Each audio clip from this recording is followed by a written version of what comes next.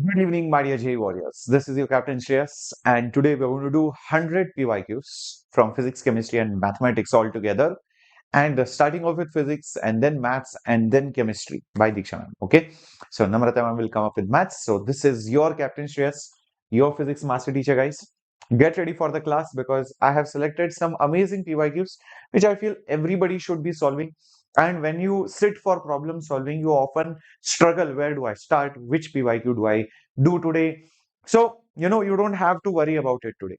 Just sit with me, solve these questions, download the PDF after the session is over. Yes, you will be able to download this particular, PDF right over here after the session using Ved AI. And even during the class and even after the class, you can ask doubts absolutely free of cost. You can see the link will be popping out over here after some time. And those of you who want to take up the test series for the January edition for JEE Mains, that link is down there, and you can definitely enroll for it with just barely, 1,999 rupees, right? So that's the January edition of test series for all of you. In case you want to see your All India ranks and give the best test papers with new questions prepared by the Ekalavya team. So make sure you're downloading the PDF and do not forget to mark your attendance, guys. Yeah, mock test PDF to not yet come. Okay, let me check. Yes, Namrata ma'am will be teaching today. Yes, hi Neon. All right, all right. Good evening, good evening, good evening. Welcome aboard, everyone. Let everybody know Captain Shreyas sir is live, and it's time to start with the first question. Get ready, guys. Ready? All right. Here it comes. First question on your screen. Let's see what it is. Resistance of a given wire is obtained by measuring the current and the voltage across it. The percentage error in the measurement of current and voltage are 3% each. Then the error in the resistance is how much? Questions on error and measurement. Now we all know resistance is voltage divided by current, which is voltage raised to 1, current raised to minus 1. Why I wrote it like this? For errors measurement problem, relative error, always express the final quantity in suitable powers, preferably in the numerator. Okay. Now, the relative error or percentage error, let's say in the final quantity, will be take the relative error in the voltage. In case percentage, use percentage, relative error or percentage error in the current, and take the powers modulus value. So 1 means 1, minus 1 also means 1 only. Even if it was minus 2, you'll put minus 2, plus 2. That negative sign should not come when you write this expression.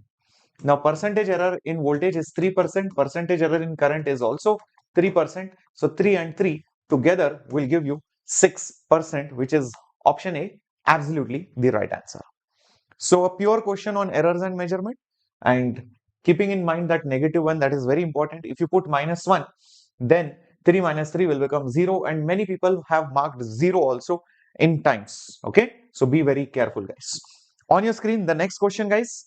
Ready for it? Here it comes.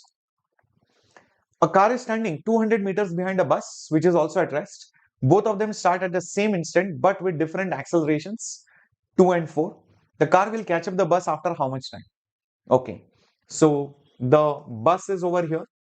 Initial velocity of the bus is 0. Both of them start at rest. And this bus accelerates at how much? 2 meters per second square, slightly lesser than the car's acceleration. And eventually the car will catch up. So the car is, let's say, over here. This is the car. Initial velocity of the car is 0. The acceleration of the car is 4 meters per second square. Finally, it reaches over here. The difference between both of them is clearly mentioned as how much meters? 200 meters. So 200 meters is the distance by which car is behind the bus. Now, if you notice over here, displacement of the car is more than the displacement of the bus by 200 meters. So you can use that. Displacement of the car is nothing but the displacement of the bus plus 200 meters. So this is displacement of the bus plus 200. This and this together will give me displacement of the car. So displacement of the car is ut plus half at square. U is 0. Half into acceleration. Acceleration is 4.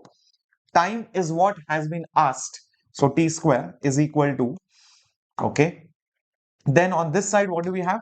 Displacement of the bus is ut plus half at square, u is 0, acceleration is 2 and t is t only, plus nothing but 200. So 2 cancels, 4 and 2 also cancels. So let's say what happens from here, I will get 2t square is t square plus 200. So this will become t square is nothing but 200. Therefore t will be, because 200 can be written down as 2 into 100. When you take the square root, it will become 10 root 2. 10 root 2 is C option for Captain's Yes. Absolutely the right answer. So very simple maths. You can do it by relative motion also. It's one and the same thing. Yeah, it's just that you have to find relative initial velocity, relative displacement, relative acceleration. You can do it with that as well. Okay. 33, 33, 33, around you can say 35 questions to 30 questions per subject. That's what you are going to get. Okay. Totally you will get close to 100 questions, right? Cool. Shall we go to the next question then? Ready for it? Okay, here it comes. There is a ship which is sailing towards northeast with some velocity, and okay, I cap is east, J cap is north, standard. Ship B is at a distance of 80, 150 north. Ship A is sailing towards west at 10, and A will be at a minimum distance from it at what point of time? Okay, so let's think about it. Ship B is at a distance of 80 kilometers east and 150 kilometers of north. Okay, so this is 80 kilometers over here. This is 150 over here. Okay, this is, let's say, our ship A, which is having some velocity like this, 30 I cap, 50 J cap. Ship B is moving with 10 kilometers per hour towards the west direction. So this is how the ship B is moving like this. So eventually what will happen is ship A will go like that, ship B will go like this. At some point of time, their distance will be minimum. I don't know when it will be, but you cannot see it in this diagram. You have to draw the relative velocity diagram and then you get the answer. Now, yes, you can absolutely do it by taking relative velocity and then solving it.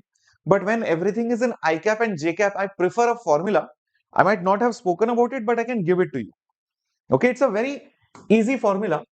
The shortest distance, okay, the shortest distance between them, whatever that is, that shortest distance, this is the shortest distance, okay, the shortest distance.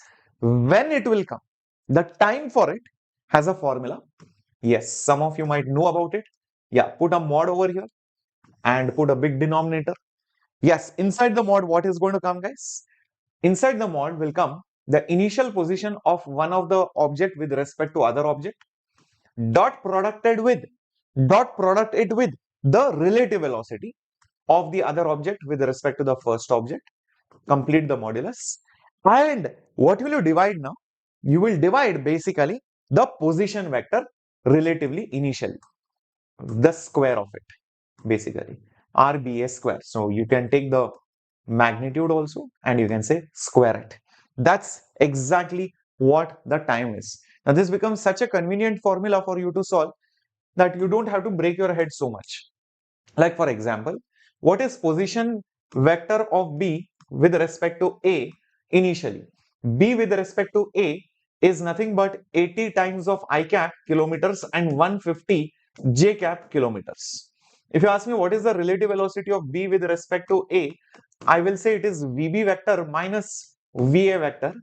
VB vector is nothing but negative 10 I cap and VA vector is already given as 30 I cap plus 50 J cap. So when you solve it, it will become minus 40 I cap minus 50 J cap kilometers per hour. So start substituting it over here and see what do you really get. So taking the dot product of these two, so it will be nothing but 80 I cap plus 150 J cap dot producted with negative 40 I cap, negative 50 J cap, mod of it, the whole thing divided by RBA, the mod of it and square it. So that means you have to just take root of 80 square plus 150 square. That's about it. Is that clear, guys? Everybody with me? Pakka? Everyone? Excellent. So what is this going to be? 80 I cap into minus 40 I cap. Minus sign anyways with the modulus does not matter. So I will just have 80 multiplied by 40 and 150 multiplied by 50. The whole thing divided by, you can take 10 outside, and what is left inside, oh by the way, I have to also square it, forgot that. Yeah, there is square over here. So 8 square plus 15 square. 8 square is nothing but 64. 15 square is nothing but 225. I don't want that square root because it has been cancelled by the square. Okay, you can cancel zeros, you can do the math, and you will see you will get the answer from this. This is much better because it is direct. The answer comes out close to 2.6 hours. Okay, so it comes approximately 2.6 hours. Is that okay? I think many of you already mentioned it. Lewis, yep, very nice. Very nice. The magnitude square, yes, you have to take it. Okay, so remember this formula. And if you do not have this formula in your notes or formula sheet or your flashcards, just add this. It will save your time. Okay, that's all. Otherwise, you have to take relative velocity, drop a perpendicular. So the usual way would have been you do everything with the frame of A, and then you will see that okay, my B object or the B ship is somewhere here. There will be some relative velocity of B with respect to A. This will be the velocity of B with respect to A, and B will continue to go like this, and then you drop a perpendicular on it, and that is the shortest distance then. And that is the shortest distance when you drop a perpendicular on the relative velocity. So first you need to find where that point is, use geometry, all those nonsense will be there. So it will be lengthy. It's not doable, but this is very straightforward with a formula. Okay, cool. So that was the actual method, but I have shown you the shortcut also now.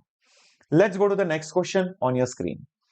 There is a disk which rotates about its axis of symmetry in a horizontal plane in a steady rate of 3.5 revolutions per second. Coin placed at some distance remains at rest. The friction coefficient must be how much?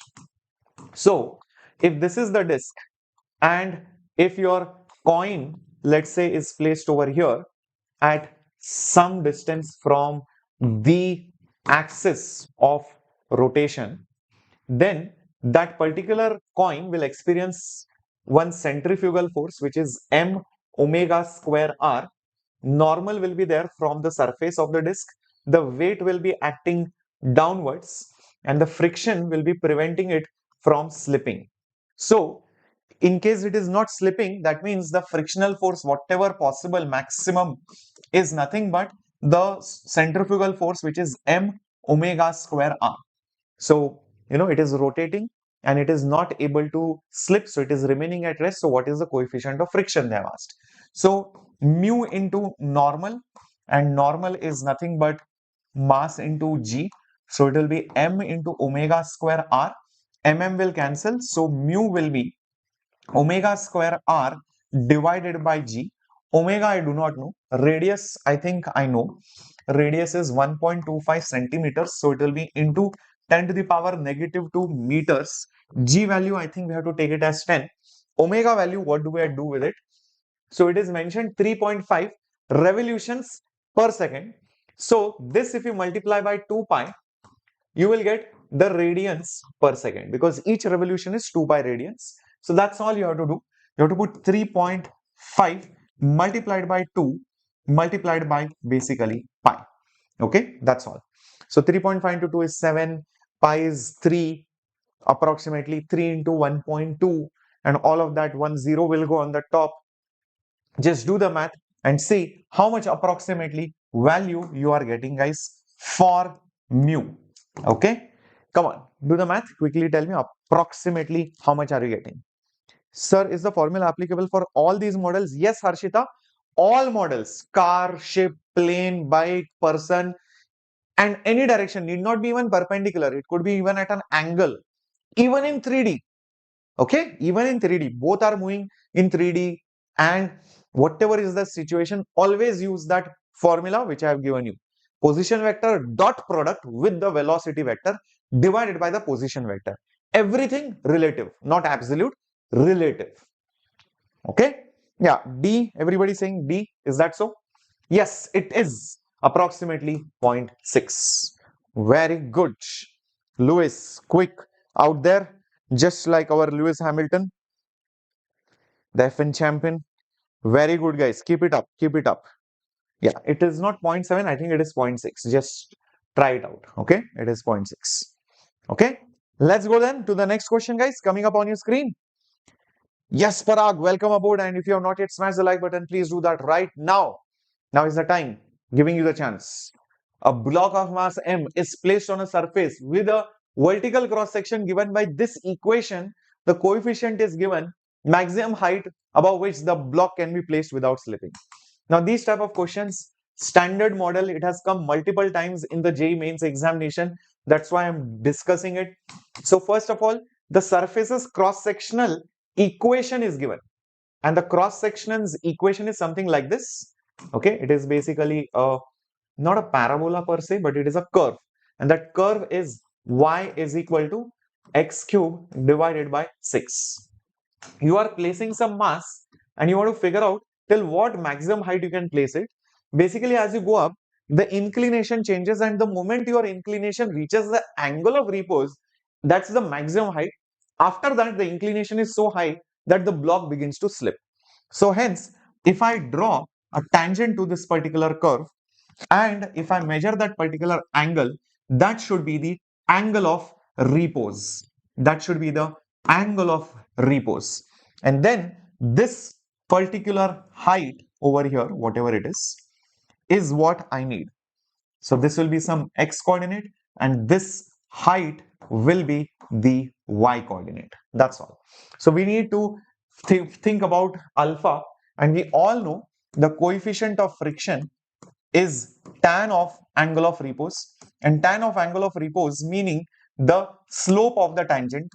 It is nothing but the slope of the tangent which has been drawn to that particular curve, and slope means derivative of that particular function. So derivative of that function means 1 by 6 into derivative of x cube, which is 3x square. So it will become x square divided by 2 is the what is that coefficient of friction. Coefficient of friction has been already mentioned as how much? 0.5. So I'll just put 0.5 over here. Now 0.5, 0.5, 1 by 2 is also 0.5, guys. It will cancel. So it will just become x square. So x will just become 1 meter. But that's not what has been asked. Remember, from x, you are going to find out y, which is basically the h. And y is x cubed by 6. X cubed by 6. X is 1. So 1 cubed by 6. So it will be 1 by 6th of a meter. Hence, that option A is the answer. So standard solution, guys, for these kind of questions where curve is given and you have to place a box, maximum height till which it can be placed. Find the slope by taking the derivative of it. Yeah, x is 1. Correct. Amazing. Keep it up. Moving on to the next question. This is a very nice question. Potential energy is given. Total energy is asked. Particle is going in a circular path under the action of an attractive force given by the potential energy. I have seen many students make this common mistake. Sir, we have done these kind of questions in gravitation and even in atomic structure. We know total energy is the double of potential energy. So this is given. So you double it. So what will happen, guys? If you double this, 2 will cancel. And if 2 cancels, none of these options are there. So, then you are stuck. Sir, none of these options are there. Sir, maybe I made a mistake. It is half. So then people think there should be 4 over here, and then they mark C as the option. But let me tell you, that is not the right approach, because energy is not inversely proportional to R. Remember, when you take atomic structure or even gravitation, gravitational energy or electrical energy was inversely proportional to negative R. Here it is R square. So it's a new kind of formula, new kind of law. So you need to reconstruct everything literally. So what I do is start with the basics. Okay, if it is going in a circular path and maybe that particular particle of mass m might be experiencing a force as it moves with some particular velocity. Okay, so then I will do one thing. I will try to figure out how the force velocity is related. From that, I will find kinetic energy and then I will find total energy. So how do I find speed? To find speed, maybe I have to use Newton's laws, mv square by r and all of that. For that, I need force. For force, how do I get from u? Yes, force is negative du by dr. Amazing. So negative d by dr of just r raised to minus 2. Rest of the things which is negative k by 2 is a constant, so forget about it. Negative negative becomes positive, so it will become k by 2. Derivative of r raised to minus 2 will become minus 2 into r raised to minus 3, so this will become minus k divided by r cube. Now don't get confused by this negative sign. This negative sign just means it is attractive in nature, which is good only. It has to be attractive. If it is repulsive, it can't go in circle, it will be pushed away. So the force is attractive towards the center. So this force now acts like the centripetal force. This acts like the centripetal force, and the centripetal force is mass into centripetal acceleration.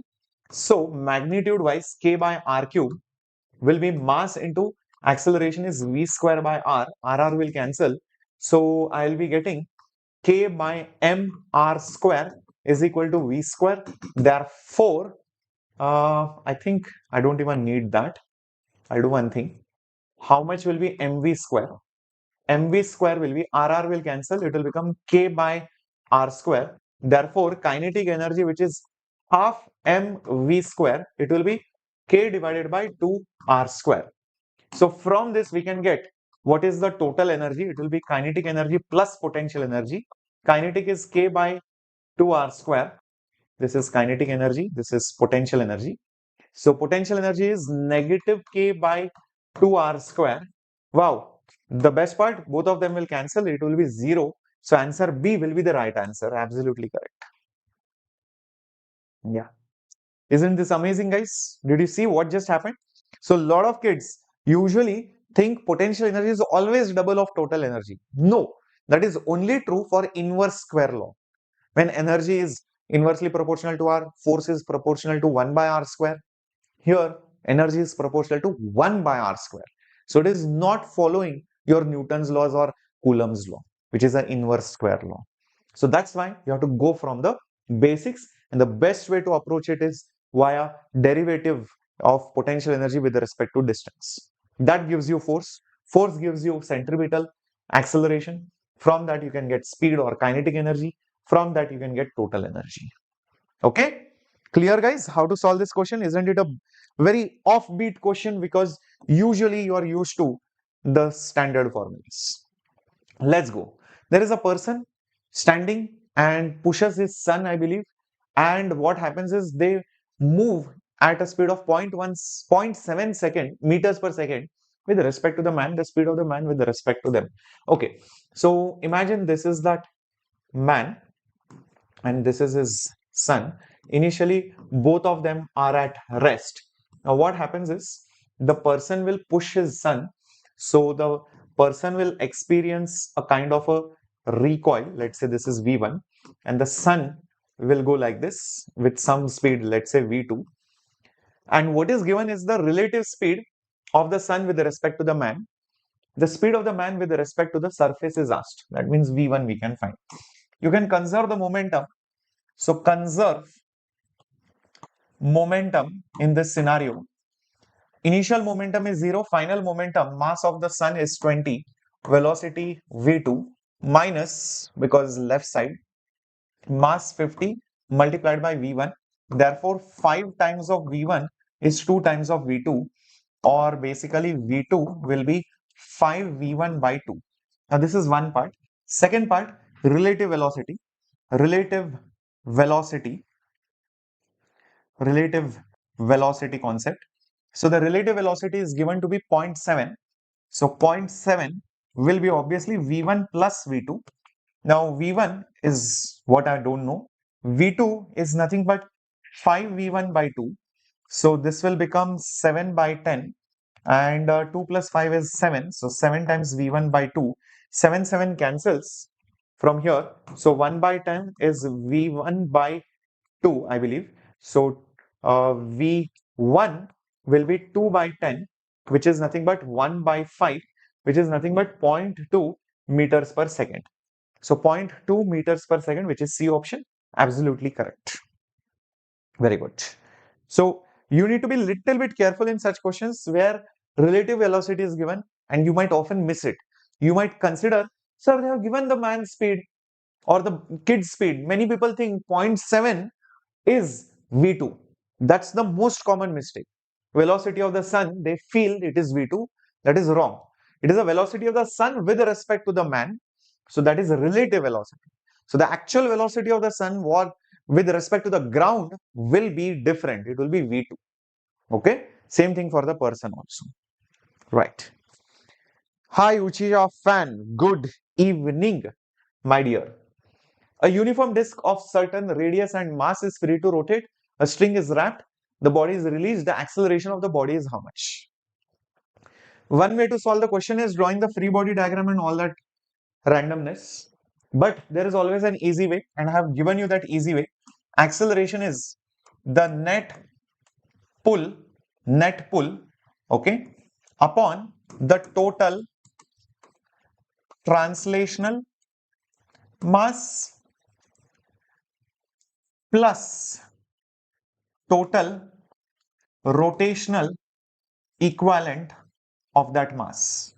And the rotational equivalent of the mass is the mass which is rotating multiplied by the factor in moment of inertia.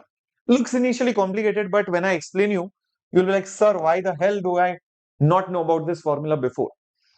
See, if you notice this particular diagram, this disk is there, this thread is there, it is connected over here. It is now being pulled only by one force, which is nothing but mg. This side there is nothing connected, so forget about it. So the net pulling force is mg.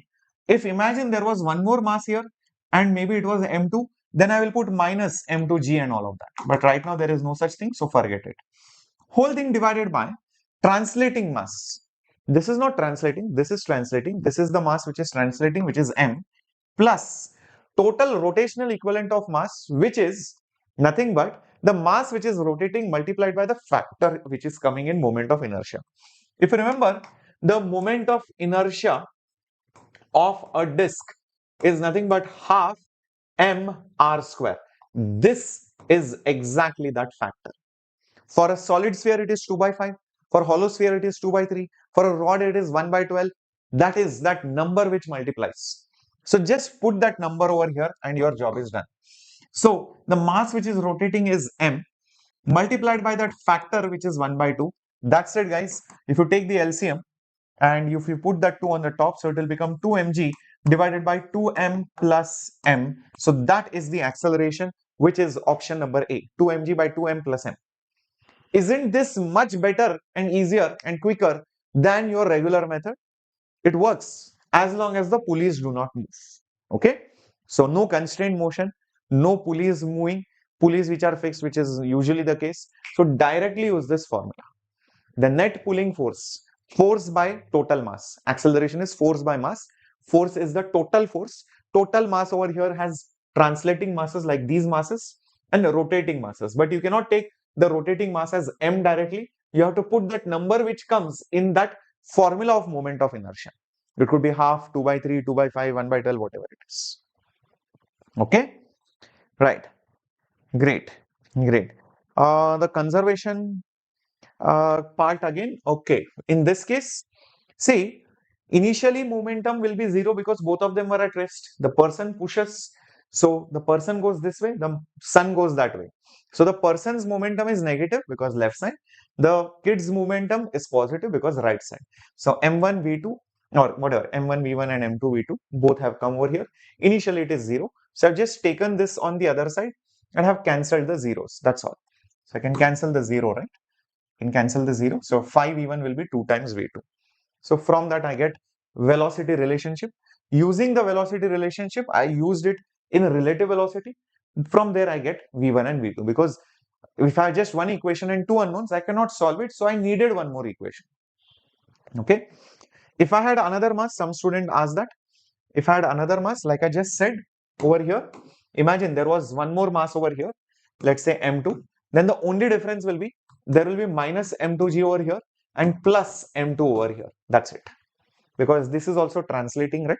So that's it. That's the only difference. Why minus M2G? Because it is not helping in the pull. It is not helping in the pull. One is going down, so the M2G will oppose that motion. It is against the motion. So that's why negative M2G. Okay. So say for example, we have to use the formula, Harshita, say in this particular example, like this pulley is there, like this is M3, this is M2, and this is M1. Let's say this is the sphere. Let's say this is bigger and this is going down. What will you write? Okay, think M3 is bigger, so it is going down. So M3G force is pulling it down. M2 will naturally go up. So M2G will oppose it. So net pulling force will be M3G minus M2G. This minus this because this is helping it. This force is opposing the motion. Upon the total mass, first these two masses are translating. So M2 plus M3. And lastly, this mass is rotating. So M1. But multiplied by the factor which comes in the formula of moment of inertia. For a sphere, the formula is 2 by 5. Remember? So just put the number 2 by 5 over here. That is the answer. That's it. That's how easy it is. Yes, the complete marathon is coming on Monday. Is it now clear, guys, how to use this shortcut? Yeah, many people did not know these shortcuts. I hope you are learning a lot of new tricks to ease your solution. That's what toppers do. That's how they complete the paper fast. Every person aiming for 98, 99, 95 percentile should do this. A cubical block floats with 30% of its volume underwater. The maximum weight that can be put on the block without fully submerging it inside the water will be how much? Okay, so the logic goes as follows. 30% of its volume underwater. Okay, so let's say this is how it is. So right now 30% is underwater, 70% is outside. Now finally, when that entire volume will be submerged,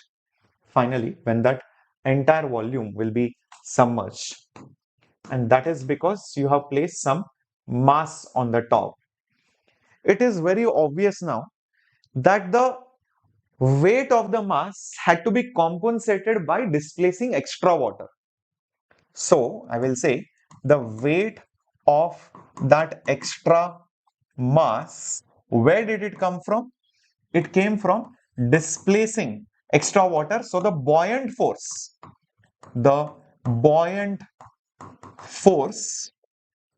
by extra water which has been displaced. Is that right? So let's think, what will that be? Weight of that extra mass will be m into g. Buoyant force will be the extra volume submerged into density of that water into g. Gg will cancel. So m will be extra volume submerged. Extra volume submerged is basically this much, 70%. So 70% means 7/10 of the volume of the cube, which is 0.5 cube. Density of liquid is 10 to the power 3. That's it. Remember, my g has just got cancelled, so no need of putting it.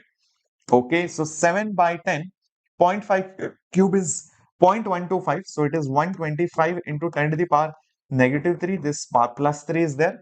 Minus 3 plus 3 will cancel. 7 into 125 divided by 10. So that is the mass. So guys, think about it. You can write it as 0.7 into 12 also. Yeah. So come on, tell me, what is the answer? 12 sevens are 84. So it will be slightly more than 84. So I think it should be this 87.5. Just check it out. Yes, it is 87.5. Perfect. So this will be 87.5 kilos. How did I get it? Because I know these two people just got away. I don't care about them. This is 0.7, 0.7 into, or you can think of it as 7 into 12.5. 12 sevens are 84. Okay, and 12 and 12.5 will make it slightly more than 84. So slightly more than 84 means 87. Nothing else is there above 84 actually. Yeah, cool. Yeah, okay. If you're sick, then take rest for a day. Don't overload your brain. Do what you know already and recover completely in a day or two and then start doing. Don't unnecessarily strain and make yourself uncomfortable and demotivated. Demotivation is the biggest enemy in these last few days. Yeah. All right. Moving on to the next question on your screen. Here it is. Two vectors A and B have equal magnitudes. The magnitude of A plus B is n times magnitude of A minus B. The angle between them is how much? The magnitude of A plus B is n times more than the magnitude of the vector subtraction of both of them. So there is no other option but to use your regular formula. So the magnitude of A plus B, the magnitude of A plus B will be root of A square plus B square plus 2ab cos theta. This is given to be n times the magnitude of A minus B. This is n times the magnitude of A minus B. A minus B means A square plus B square minus 2ab cos theta. Square both sides and let's see what exactly happens. So this will become n square and you multiply everything, n square A square plus n square B square minus 2ab n square cos theta. And over here on the left hand side, you have just A square and then you have B square plus 2ab cos of theta. Is that okay? So now what is the next step? Yes, we want basically theta if I'm not wrong. So if I want theta, I will keep all of them on one side. So bring minus 2ab n square cos theta on this side and let's see what do we really get. So we will get cos of theta multiplied by 2ab is also common. So 2 times ab cos theta and you will have 1 plus n square. 1 plus n square. See, this term and this term we are tackling first. So if I take it on the other side, minus will become plus, n square will come over here, plus 1 because 2ab and cos theta are common. Over here, what do we have? Yeah, think about it. We will have nothing but n square minus 1 as a common term, n square minus 1 as a common term, a square because n square a square minus a square plus n square minus 1. Again, over here, we will have b square. That's it. Is that right? Everybody with me? Absolutely fine. Okay. Right. Now, it is also mentioned A and B have same magnitudes. Okay. We will deal with that also separately now over here. Since the magnitude of A and B are equal, so if I put A as B, A, B, A square and B square, all of them will get cancelled. So therefore, cos theta will be 2 times of 1 plus n square cos theta will be n square minus 1 and n square minus 1. So 2 times. So 2 will cancel. So cos theta will be n square minus 1 by n square plus 1. So cos inverse of this will be the answer, which is option C. Yeah, you can see right over here. Option C is the right answer. They were of equal magnitudes. That was also mentioned. So because they were equal magnitudes, that's why I was allowed to cancel AB and A square and B square. They will all be equal. So they'll just cancel off. Shamuk, you are going to have full scale marathons next week, 12th standard full marathon, Shamuk, on Monday, right? Great. Cool, guys. Shall we go to the next question on your screen then? Ready for it? Okay. Here it comes. There is a cube of metal which is subjected to a pressure of 4 gigapascals. The percentage change in the length of the side of the cube is approximately bulk modulus is given. So it's obvious it's a question on solids. and bulk modulus. But bulk modulus gives me change in volume. So what do I do with that? Okay, let's at least figure that out, then we'll think next. All right. So bulk modulus formula, magnitude wise, is nothing but how much ever pressure you apply upon a relative change in volume. I'm just interested in the magnitude of it, nothing else. Okay. So bulk modulus will give me delta V by V. Then delta V by V will be delta P by the bulk modulus.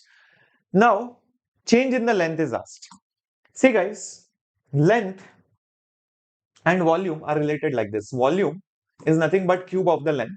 So, delta V by V by error formula will be 3 times delta L by L. Therefore, delta L by L will be 1/3 of delta V by V. So, it will be 1/3 of delta V by V is right over there. It is delta P by B. Delta V by V is delta P by B. So it's just a matter of now substituting things.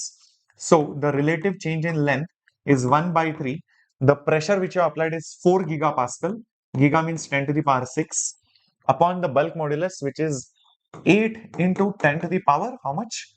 10. There you go. So 10 to the power, no, it's not kilo, mega, giga. So sorry guys, this is not 10 to the power 6. This will be 10 to the power 9. My bad. Yeah. So what will you get? 4 and 8 will cancel. So 1 by 3. This will become 1 by 2 and this will become 1 by 10. So this will become nothing but 1 by 60. So 1 by 60 will be the answer. The percentage change is asked. So when percentage change is asked, delta L by L percentage, so it will be 1 by 60 multiplied by 100. So that will be nothing but 10 by 6, 10 by 6 percentage, which is 5 by 3 percentage. 5 by 3 is nothing but 1.67. That's the answer. Perfectly correct. Yo, got it? So it was not a direct question on bulk modulus because you had to involve the concept of errors also, because length change was asked, not the volume change. So from volume we went to length change. All right. Welcome all the Telugu gangs. Welcome, welcome, welcome. All right. Next question on your screen, here it is. 12th question. The most stable nucleus as per the binding energy per nucleon graph is most stable nucleus. Binding energy per nucleon graph goes like this over here, and the most stable is iron, and the electron volt comes out close to 8.8 mega electron volt per nucleon. That's how it is. These side elements undergo fusion, these side elements undergo fission to become more stable. So I think it is iron with 8.8. That is a standard value which you should know. In case you have not noticed that graph in NCERT or in your textbook, please see that graph. It's very important. Okay. It's in nuclear physics. Yeah. Nuclear physics. Cool. Let's go then to the next question on your screen. A calorimeter of water equivalent 20 contains 180 grams of water and steam is mixed until the mixture's temperature is 31. The value of that mass of the steam which is mixed is how much, everything else is given. See over here, when they tell you water equivalent, think of it like water only. So water equivalent means the amount of water which behaves like that object, heat wise, thermodynamically, for heat exchange process. So instead of that material, you consider that much mass of water and do the calculations thinking it is water only. That is the exact meaning of water equivalent. Water equivalent is always measured in mass. So we have now 20 grams of water and 180 grams of water. So totally, if you see over here, I have 200 grams of water, which is at 25 degrees Celsius. Now, this water, when it is mixed with steam, obviously it will become hot. It will gain heat. So I can say the heat which is gained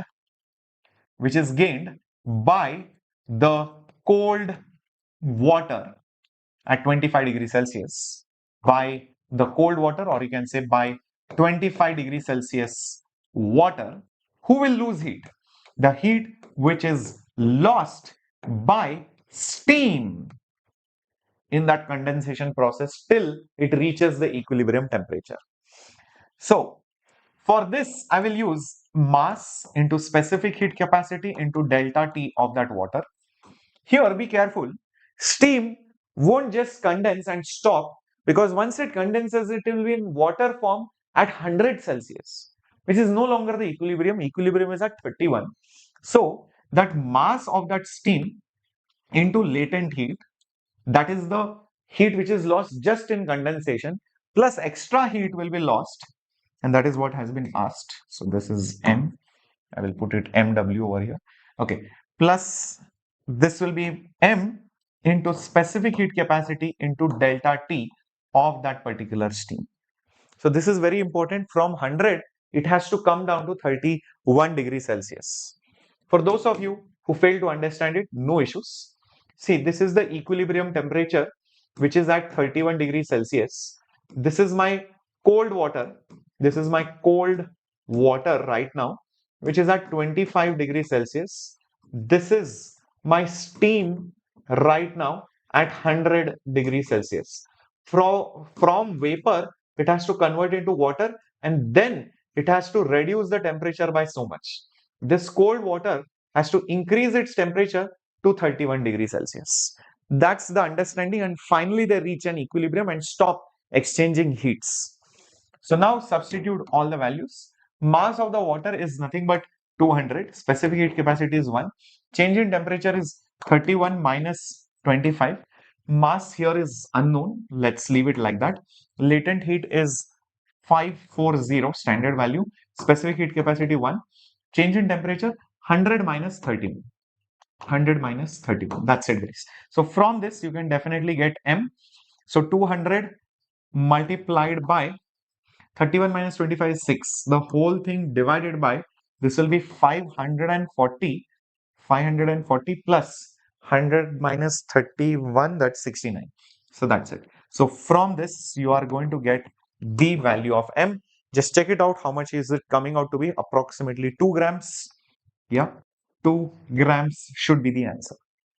Did you understand the logic of calorimetry? Heat lost and heat gained, yes, looks simple, but you should know which term to use where. Steam can't directly convert into 31 Celsius water. First, it has to condense. That's the first step. So some heat there, and the next heat from 100 to 31. From 100 to 31. And water equivalent means just treat it like water. So as if you have 20 plus 180, which is 200 grams of cold water, which is going to heat it because of that hot steam. Yeah, amazing, amazing. All right, perfect, perfect. Right, great. Shall we move then? Okay, here comes the next question on your screen.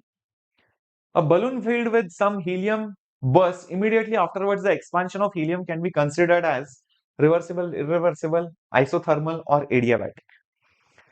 So, adiabatic is where heat exchange does not happen. Isothermal is where temperature change does not happen. Irreversible, meaning you cannot bring back those energy changes in a way, and they are sudden. When a balloon bursts or a tire bursts, these are sudden changes. It's not a quasi-static process. All slow, very slow processes, you will see, they come close to reversible processes. So it is definitely irreversible because it is a sudden bursting. Bursting does not happen as a quasi-static process. Okay? All right. All right. Sir, why is there no problem in adding 20 grams and 180 grams and taking it as water? That's what we did, no? Homo sapien. That's exactly what I did. I just added 20 and 180 and took it as 200 grams of water. I did not take it separately. No, never treat it separately. That's why they give you water equivalent in the first place, because they don't want to complicate the problem. Got it? Homo sapien? All right.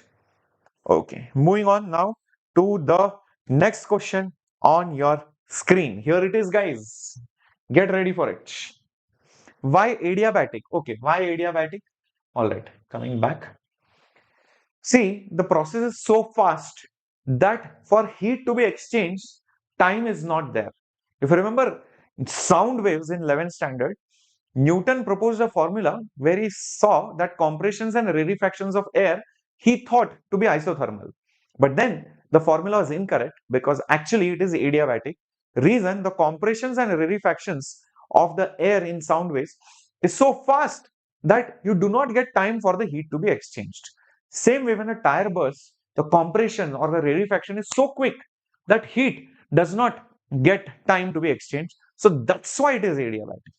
Remember adiabatic correction, Laplace correction. Yeah, what he did, right? Okay, Samruddh. Very good question you asked, but I hope that answer is clear. 25th, sorry, 15th question.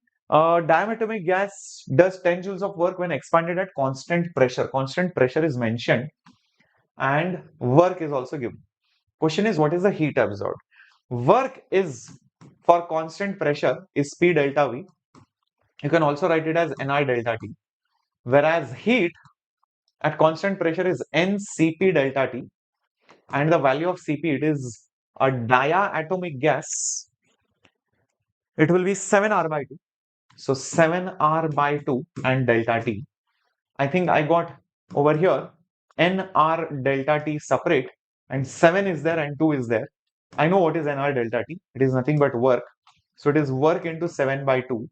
So the work value is 10 multiplied by 7 by 2 is 3.5. So it is nothing but 35 joules is nothing but the heat. Option A is absolutely correct. Okay. Hi, Manish. Good evening. Very good. Homo sapien clear. Yes, Nitin, that's absolutely the right answer. Okay. So these questions are very common. Either they'll give isochoric, adiabatic, isothermal, or whatever, isobaric. So heat is given, work is asked, work is given, delta U is asked. So these are again very common questions. Sometimes they give you a cyclic process or just the variables and find the work done or find the internal energy change and all of that. Okay. So let's go to the next question. The mass and the diameter of a planet are 3 times the respective values for Earth. The period of oscillation of simple pendulum on Earth is 2. Period of oscillation for the same on that planet will be. Time period is related to gravity. So if I find the gravity, I have solved most of the question. Gravitational acceleration is gm by r square, and radius is diameter by 2. So I'll put diameter by 2 square. So it will become 4 times gm by d square. That's acceleration due to gravity. How it's related on the mass and the diameter. Now, time period of a pendulum is 2 pi root L by G. Therefore, T2 by T1 will be root of G1 by G2, inversely related to root of G. But how is G related to the mass and the diameter? That we get from here. G is directly proportional to mass and inversely proportional to square of diameter. So, G1 by G2 will be nothing but M1 by M2, but diameter wise this will be D2 by D1 whole square. So it just becomes T2 by T1. The first time period on Earth is 2 seconds, will be nothing but D2 by D1 is outside, and you have root of M1 by M2. So therefore T2 divided by 2 will be diameter for planet is 3 times. So this will be 3 times, and mass of the planet is also 3 times. Okay, 1 second. Mass is 3 times. So this will be 3 times. So this will be nothing but root 3. So T2 will be nothing but 2 root 3. So 2 root 3, which is D option, absolutely the right one. Okay. Why do we take change in internal energy as NCV delta T even when we are not taking volume? For that, you can check out the proof which I have done in thermal physics or thermodynamics sessions. I have given that proof, okay, of why internal energy change is always NCV delta T. Okay. Next question on your screen. Just solve this. 1 second. 1 second. Just try to solve this particular question.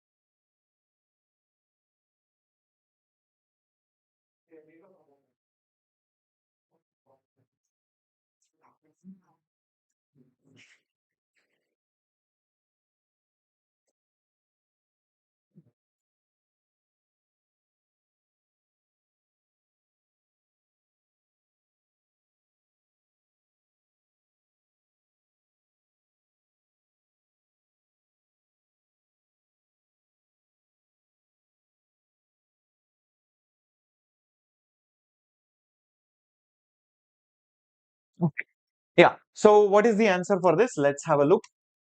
A pipe was open at both ends and has a fundamental frequency of F. If a pipe is open at both ends, the formula is NV by 2L and the value of N will be 1 because it is mentioned fundamental. Now what has happened is, if it is dipped in water, so half of it is in water, that means the length has become half.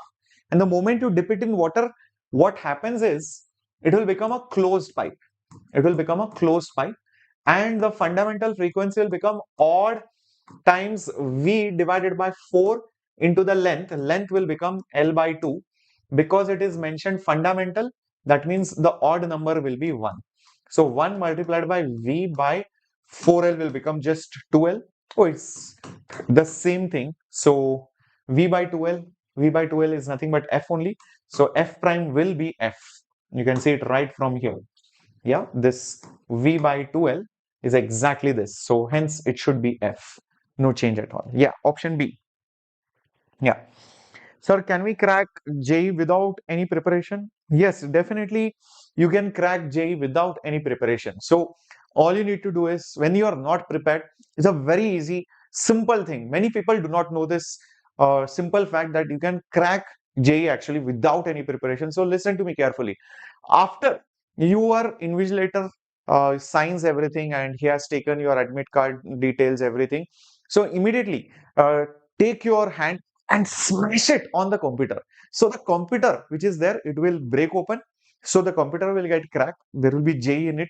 So that JEE exam will definitely crack open. Okay. So it's very easy, guys. Without any preparation, just have to take your hand and smash that computer. Okay. Cool. All right. Shall we go to the next question, guys? Coming up on your screen.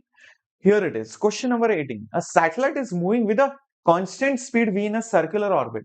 An object of mass m is ejected from the satellite such that it escapes from the gravitational pull of the Earth.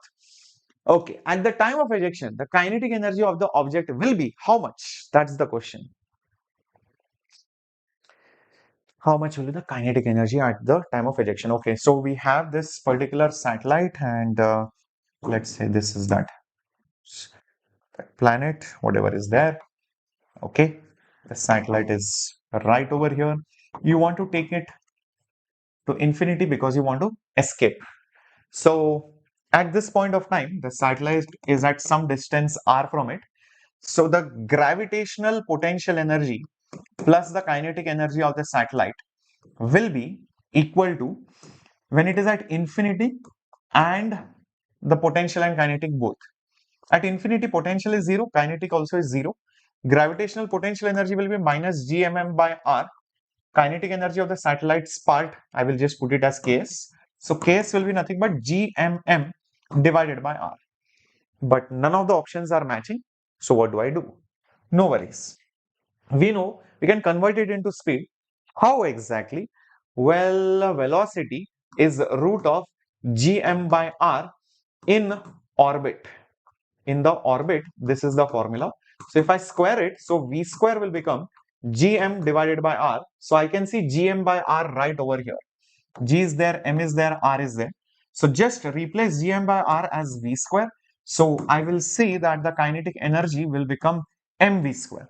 So mv square, which is option A, is the right answer. So whenever the satellite would have been in orbit, this would be the velocity of the formula, a velocity formula. So if the satellite is moving with speed v, this is that formula, right? I have converted gm by r as v square and substituted it back. So that's a simple manipulation. Yeah, yeah, correct. Yo, awesome, awesome. I can see some laughter in the chat box. Very good, guys. Amazing. Keep laughing, keep smiling, and keep cracking J. Okay. 4 equal point charges Q each are placed at the xy plane 0, 2, 4, 2, 4 minus 2 and 0 minus 2. The work required to put the fifth charge at the origin will be how much? Let's think where these charges exactly are. If this is my plane xy, 0, comma 2 will be over here. So this is 0, comma 2. 4, comma 2 will be over here. Oh, sorry. 4, comma 2 will be over here. This will be 4, comma 2. 4 comma minus 2 will be over here, and 0 comma minus 2 will be over here.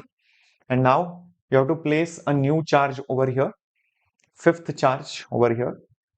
Question is, how much work will be needed? Simple.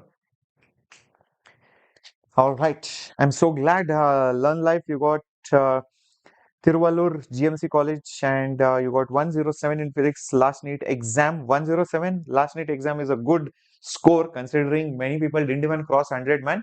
Good, good. I'm really proud that you got into government college seat in the NEET exam. I'm really proud, Learn Life, and all the best.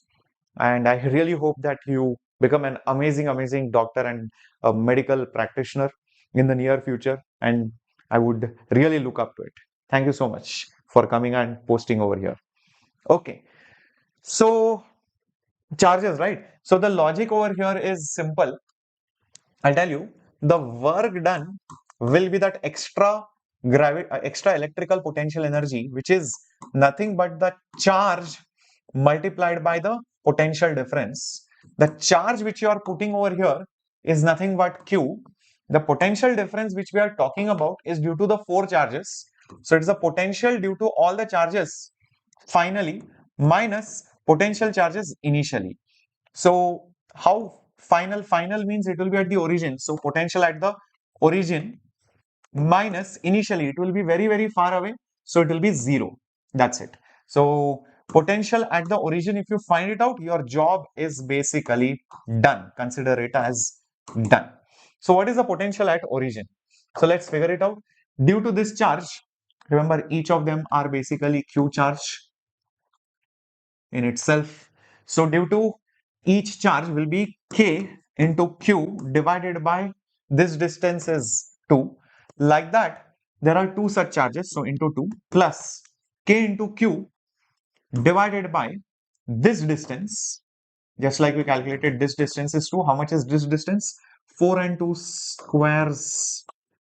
16 plus 4, 20. So 20's root is 4 into 5. So 2 root 5. So this will be nothing but 2 root 5. But like that, there are two charges. That's it. So I can see over here Q and Q will come outside. It will become Q square. K will also come outside. 2 cancels. 2 cancels. So 1 plus 1 by root 5 should be there.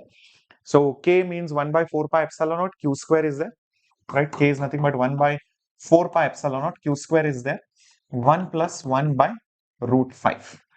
1 plus 1 by root 5. That's the answer right over here. This is Q square, not Q2. That 2 by mistake came down. It is supposed to be Q square. Misprint is there. Yeah, option D.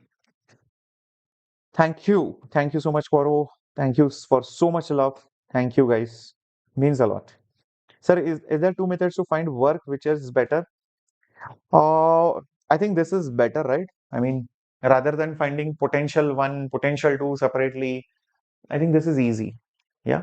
No need of integration. Please don't integrate. Work is delta U. Work, whatever you do. And delta U is charge into delta V. Delta V is final minus initial. So final, I know I'm placing it here. Initially, it will be very, very far. So that's the meaning of work done to place it. Earlier, it was not a part of the system, meaning it was at infinity. So that's why 0 volts. Finally, you are placing it at the origin. These two charges are equidistant. These two charges are equidistant. So you have multiplied by 2 times and K is 1 by 4 pi epsilon. So G is Gm by R square. Yes. Small g is Gm by R square. That's what I have done. I have written it over here. Same thing I have continued. Nothing wrong. Okay. And moving on to the next question on your screen. And here it is, guys. Come on. Come on. Focus, focus, focus, focus. Let's do this. Two batteries are there in parallel. Load is also given. The internal of the two batteries are given. The voltage across the load between lies. How much? So two batteries are there with some internal resistances. I can think of it like this. This is that external load of 10 ohm. I can convert this circuit into a simple circuit of a single battery, single internal resistance connected to the same 10 ohm resistance. What is this EMF and internal resistance? Let's find that out. First of all, R will be R1 R2 divided by R1 plus R2, parallel formula. So 1 and 2, right? So 1 into 2, 1 and 2, 1 plus 2. So it will become 2 by 3 ohms. EMF, it will be E1 by R1 plus E2 by R2 divided by 1 by R1 plus 1 by R2. So E1 is 12. So 12 by R1 is 1 plus E2 is 13 divided by R2, which is 2, divided by 1 by 2 plus 1 by 3. Crazy. So E will be nothing but, take the LCM, 12 to the 24 plus 13, the whole thing divided by 2, divided by, this will become, sorry, why did I write 1 by 2 plus 1 by 3? This was 1 by 1 plus 1 by 2. So sorry guys. Yeah. So this will be nothing but 3 by 2. Now you can easily notice this 2 and this 2 will get cancelled off. So this EMF will become 24 plus 13, that is 37 divided by 3. Great. So once I got EMF, once I got R, question is what is the voltage across the load will be. So this voltage across the load, the voltage across the load will also be the voltage across the battery, which will be nothing but E minus IR, you can say, and that is one way of doing it, or just IR. So I need current. So let's find out current. Current will be how much? Current will be EMF by total resistance. EMF is 37 by 3. Total resistance is 10 plus 2 by 3. Once I get the current, okay, so 37 by 3 divided by 10 3 is a 30, 32 by 3, 3 cancels, so it will become 37 by 32 is the current value. Now the voltage across the 10 ohm resistance, so voltage across the load will be I into R. Current is 37 by 32, resistance is basically 10.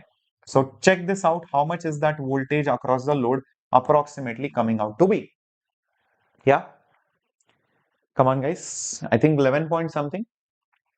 11 point something, is it coming out to be 11 point something? But 11 point what is it coming out to be? Just check it out. Is it coming out between 11.5 and 11.6?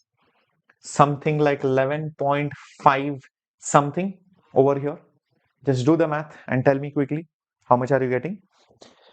I'm a NEET 26 aspirant, consistently scoring 130, 150 in chemistry and overall 600 in the mocks. Will I be able to good? Yes, you will be able to get a good seat. ADV 2008, continue this journey as it is. Okay. Yeah. Option C, perfect. How much are you getting? Somebody is saying C. Yes. Perfect, guys. Yeah, it is 11.5. That is the answer. 11.56, I think. Just check it out. 11.56 volts. That should be the answer. Okay. So, application of parallel formula of batteries connection is there. So, from that you find current using Ohm's law, and then again use Ohm's law to find the voltage across the load. V is equal to current into resistance. All right. Moving on to the next question on your screen. Parallel plate capacitor is there, and what is being given? That the two plates are given different charges, so potential difference is how much? This is a very interesting question, non-regular question. Usually the questions will have equal charges, but now it has unequal charges. So one of the plates has plus 2 microcoulomb, this has plus 4 microcoulomb. So what happens is there will be electric field which will be developed between them, because of which there will be voltage difference. So for that, you need only the inner surface charges. Okay, what do you need? Inner surface charges. So first figure out the distribution of charges, and how to do that? First take the total charge. What is the total charge? 2 plus 4. 2 plus 4, which is 6 microcoulomb. So now take the total by 2. So the outermost plates or outermost surface will have total by 2, which means 6 by 2, which is 3 microcoulomb. Meaning this will have 3 microcoulomb, even this will have 3 microcoulomb. Rest inside, use conservation of charge. Like if this has 3, this has 2, obviously total is 2. So this should have minus 1 microcoulomb. And I think my field diagram will be wrong then. It should go towards the negative side. Yeah. And if this is 4, this is 3, total should be 4.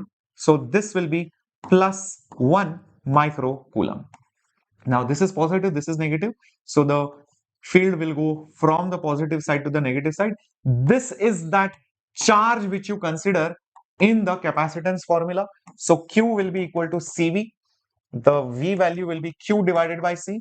The Q we will consider will be 1 micro. Micro means 10 to the power minus 6. Capacitance is 1 microfarad. So again into 10 to the power minus 6. So this will be 1 volt basically. That is the answer, which is option A. So always when you consider the charge stored on a capacitor, it is always the charge on the inner plates, never the outer plates, because the energy is also stored inside the capacitor. So the charges inside the capacitor matter, not the one which is outside. Okay. All right. Cool, guys. This is something which I bet many people wouldn't know if I would not have said over here. Oops, I told the answer, but it's okay. Circular coil having some turns and some radius has some current is in the XZ plane. XZ plane meaning like this, considering this is your x-axis, this is your z-axis, and then this is your y-axis. Okay. So because of that, what will happen? The magnetic moment will come like this. This is how the magnetic moment will come, which is number of turns into current into area.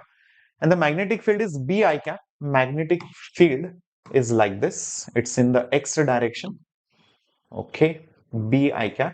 So clearly there is 90 degrees angle between them. So we can easily find out how much torque is there. Torque is MB sine 90. Magnetic moment is number of turns into current into area. Radius is R. So pi R square into magnetic field is just B. So guys, that's it. B pi R square IN. You can say it right over here. B pi R square IN. Okay. Very straightforward. Sine 90 would have been 1. That's it. Let's go, guys. Next question on your screen. Such questions, you should not waste time. You should not think, oh, yes, I did it. You should not get carried away just because of the success of a 1 or 2 or 3 questions. You should have the right frame of mind. Even if you don't get 2, 3 questions, you should still be stable. You get 2, 3 questions, you should not be overconfident. You should maintain the momentum. Okay, what is done, done. What is not done, not done. Move on. Quickly move on. And try to attempt as many questions which you can do, because marks is going to be important, guys, rather than which type of question you have solved. Yeah. So you have to pick the questions. Yeah. Yes, Dum Dum, what you want me to repeat? Yeah, what you want me to repeat? So I want to ask something. Yes, Uday Kumar. I mean, there was nothing great in this question, guys. Magnetic moment is number of turns into current into area. Area is pi r square. Magnetic field was already given B I cap. So magnetic moment is given by right hand rule. So wherever the loop is, use curled fingers. The thumb points the magnetic moment. So this angle is 90. Torque is MB sine theta. Theta over here is 90. So just substituted that. Let's do this. Magnetic needle, moment of inertia, simple harmonic motion, time taken for 10 oscillations. Time for 10 oscillations is nothing but 10 multiplied by the time period, and the time period of oscillation of a magnetic needle in a external field is nothing but 2 pi under root moment of inertia divided by mb. Now this formula you should know. Time period is 2 pi under root moment of inertia by mb. If it is mentioned that you have a magnet and it is placed in some magnetic field like this is north pole, this is south pole, so it will definitely oscillate. It will definitely oscillate. It will do SHM. The time period of this oscillation of this magnet in that external field because of the torques restoring in nature is given by this. So everything is known, nothing is there which is left. So 10 multiplied by 2 multiplied by pi is 3.14. Moment of inertia 7.5 10 to the power negative 6. Magnetic moment 6.7 into 10 to the power minus 2. Magnetic field 10 to the power minus 2. So 3 2s are 6, 6.28, 6.28. This will become 62.8 multiplied by, uh, okay, this will become how much? Minus 4, minus 4. So this will be almost like 1. This will be like 7.5 divided by 6.7. And here we'll have 10 to the power minus 2, which is nothing but 1 by 100. 1 by 100's root is 1 by 10. So this will become 6.28 multiplied by root of 7.5 by 6.7. This will be roughly 1 point something. So approximately 6 point something, more than 6.28. So I think it should be 6.65. Don't have to sit and calculate it. Yeah, I think it will be 6.65. Perfect. That's the answer. Because think like this, that this particular value, will be approximately 1, but slightly more than 1. Approximately 1, like 1.1, 1.2, like that. So it will become 6.6 or something like that. Yeah, perfect. Sir, my mind is going blind when exam time. Knows everything. I seemed everything. My mind is blank. I write the exam, read the question. So you need to make a routine of your exam mock tests. So please give many mock tests. There are mock tests which are available. Either you have joined it or joined Vedantu's. And what you do is prepare your mind mentally how you would do it on the actual day of exam. Go coolly and do not have to rush through the entire paper. Do the section or the subject which you feel you are comfortable with. If you don't know the question, leave it. It's okay. Always the first 5-10 minutes, choose the easiest of the questions. If you see by mistake also some difficult question, ignore it. Just find an easy question, do it, build your confidence. And once you get that confidence in the next 2-3 questions, move on to that particular section and complete that section where you are getting maximum marks. In the first 40 minutes, you have to secure 60 to 100 marks easily. And that is possible if you do chemistry first. And that will give you a peace of mind so that next 2 hours, 2.5 hours will be peaceful. Okay, that's the strategy. I have made a strategy video on how to attempt exam paper just couple of days back. Just check it out. Okay, I have just made that particular strategy video. Yeah, a coil of some cross section has some turns and placed in a field when rotated maximum EMF. This is nothing but AC generator, and AC generator, the voltage is given by BA omega n sine omega t, and this is exactly the maximum EMF or the amplitude. BA omega n, option C. This is a standard result, guys, which you should know. Array, what is happening? This is a standard result. The EMF generated by a generator, meaning a coil being rotated in a magnetic field, will give you this value. Okay? All right. How do you solve the root? I did not solve the root, man. I know 7.5 by 6.7, 75 by 67. Guys, it will be 1 point something, that much you know. Now, if you take the root of 1 point something, it will be approximately 1 only, no? 1 point something. In fact, it will be smaller than that. Got it? For example, root of 1.44 is 1.2. So, I know the answer of this will be close to 1. So, I don't have to solve the root. Got it, dum-dum? So, in fact, if you see many of my sessions, I never solve many things because that is not needed only. And that is the mistake which kids do. They feel, oh, sir, I should learn Vedic maths, I should learn abacus, some topper knows some trick. There is no trick. You have to look at the options, see what will match. That's all. You have to find everything approximately. Okay? Because exact value is needed very rarely, not every single time. EMF and current is given. Average power is how much? And the wattless current is how much? Okay, let's find average power first. Average power is nothing but Vrms, Irms multiplied by cos phi, and Vrms is maximum voltage by root 2, Irms is maximum current by root 2, and cos of phi, phase difference, as you can see, it is nothing but pi by 4. Okay, maximum voltage is nothing but 100. Maximum current is nothing but 20. You can see it right over here by root 2. Cos of 45 degrees is 1 by root 2. So root 2 into root 2 is 2. 2 and 20 cancels, it becomes 10. So 10 into 1000 becomes 100 becomes 1000, and this root 2 remains as it is. So 1000 by root 2 watts. There is only one option. Don't even bother checking the other. But yeah, C option is the right one. But there is another part which says what is the wattless current? What is the meaning of wattless current, guys? Yeah, what is the meaning of wattless current? That current which does not participate in the wattage or the power value. So that wattless current is always I sine phi. I sine phi. Sine phi means sine 45. So sine of pi by 4. Sine pi by 4 is 1 by root 2 over here, but this is I RMS. So I RMS is I naught by root 2. I naught is 20. So 20 by root 2. So root 2 is 2. 20 by 2 is 10. So 10 amperes is the answer. If they asked the real current or the current which participates in the wattage, then it will be I cos phi. I sin phi is the wattless component. I cos phi is the current which participates in the power of the circuit or developing the power of the circuit. All right, let's move to the next one. 26th question. If microwaves, X-rays, infrared, gamma, ultraviolet are arranged in the following order, ascending will be which one? Micro is there.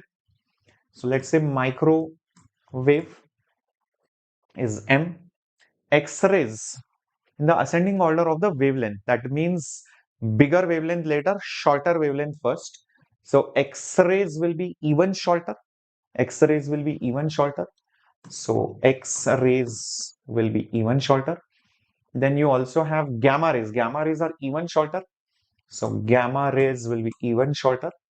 Yeah, very short wavelength. X-rays are slightly longer, but not very long than gamma. Microwave is little bit longer. Okay, ultraviolet is there.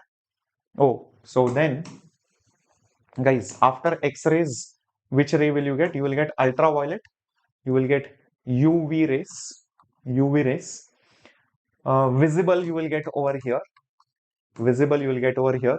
Then you will get infrared, and then you will get microwave, and then you will get radio wave. So that is the right order of these things. So GX and ultraviolet. Ultraviolet, what is the symbol they are given? I think U. So GXU should be there. GXU I can see in option C. Yes, C is the right answer. I don't care about the others because GX and U has come. That's it. I know others will be taken care of. Yeah, cool guys. Pakka. Okay. Let's do the next question. Meanwhile, let me just message on the group so that Namrata ma'am or Diksha ma'am will be ready. Just try to solve this question. Read this question.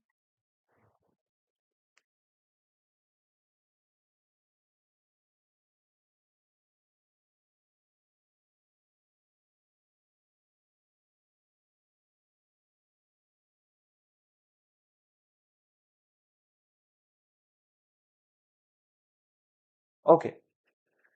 In a Young's double slit experiment, the path difference at a point is given to be 1/8 of the wavelength. The ratio of the intensity at the point to that at the center of the fringe is how much?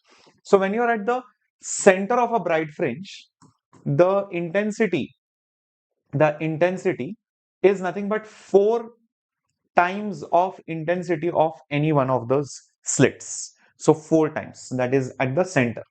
That is a standard result which you should know because constructive interference happens over there.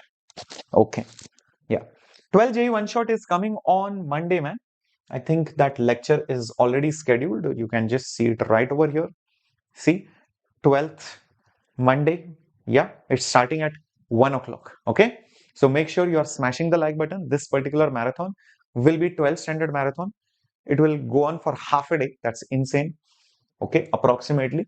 It might be a little less depending on whether we finish or not. But I've kept 12 hours slot. We'll try to do as much as possible in that 12 hours.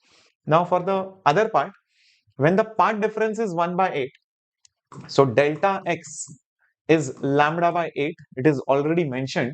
So my phase difference can be calculated. So that will be 2 pi by lambda into delta x. Delta x is lambda by 8. So lambda cancels. So this will become pi by 4. So from this, we can find the intensity at that point, which will be I naught plus I naught plus 2 root I naught square into cos pi by 4. That's the formula. So I naught will come out common. 1 plus 1 plus 2 cos 45 is 1 by root 2. So this will become I naught, and 2 will also come outside. 1 plus 1 is 2, right? So 1 plus 1 by root 2 is the intensity at that point. Now the question is ratio of intensity to that bright fringe.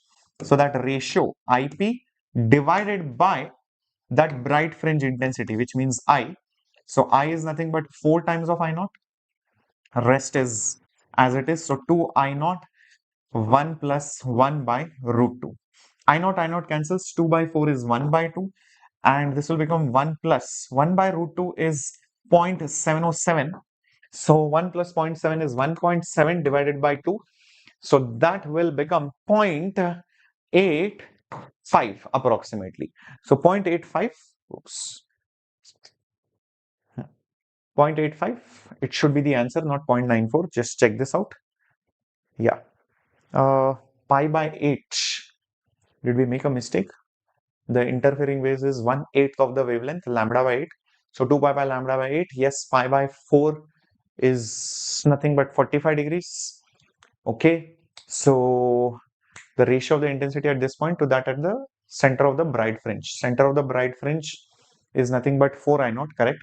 So this will be I naught plus 2 I naught into 1 by root 2. 1 plus 1 is 2. So 2 taken common. 1 plus 1 by root 2.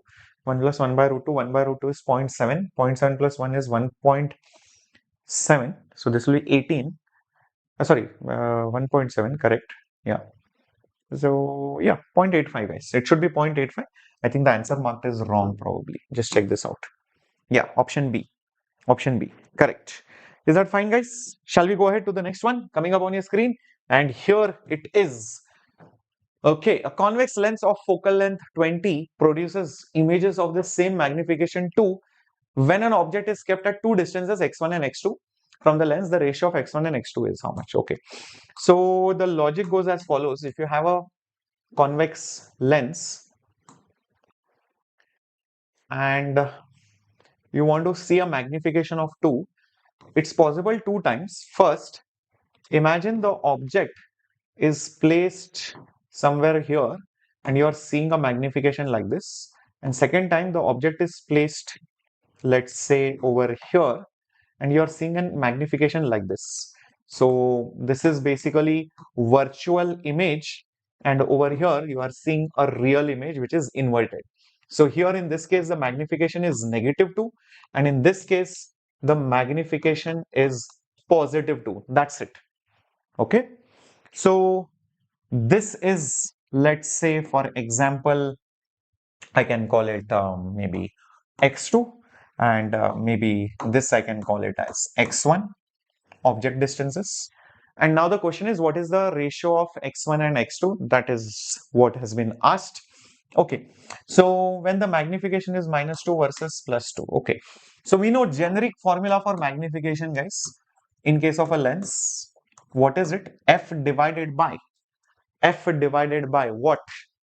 Yes, what F divided by. If you do not remember, then I'll tell you what, you can always use 1 by V minus 1 by U is equal to 1 by F.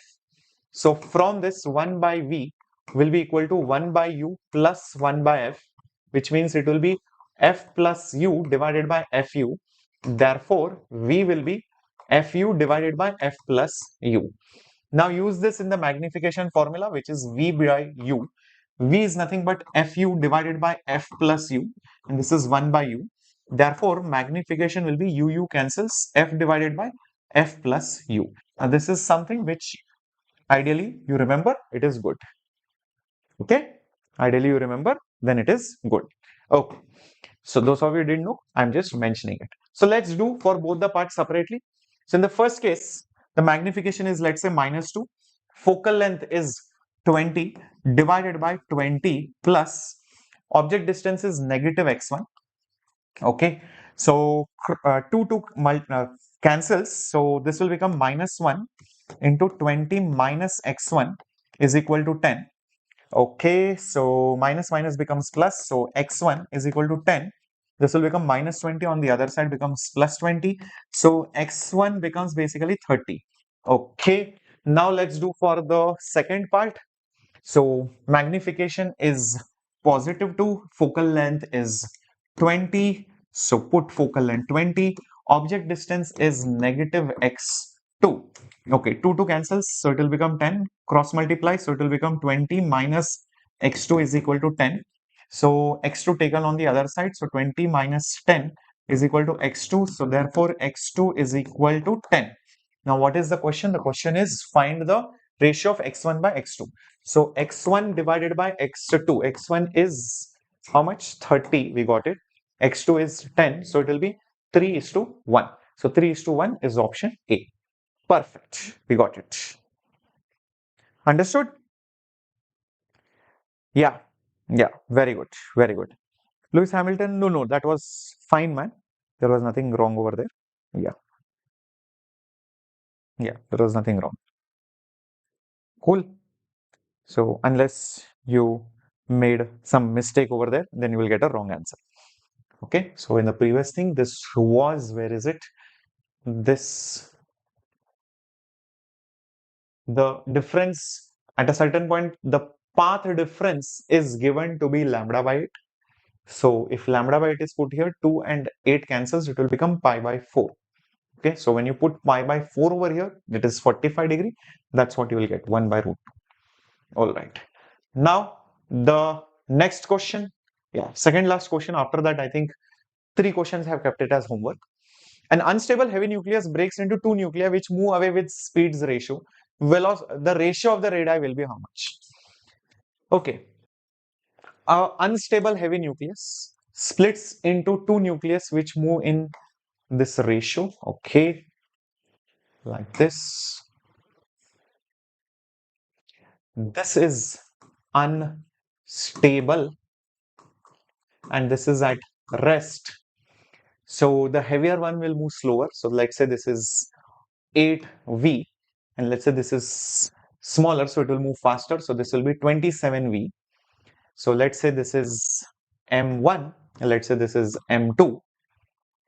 Actually, it should be other way around because ratio should be the same, 8:27. So M1 and this is M2. Now, see guys, in such problems, it's the momentum which is conserved.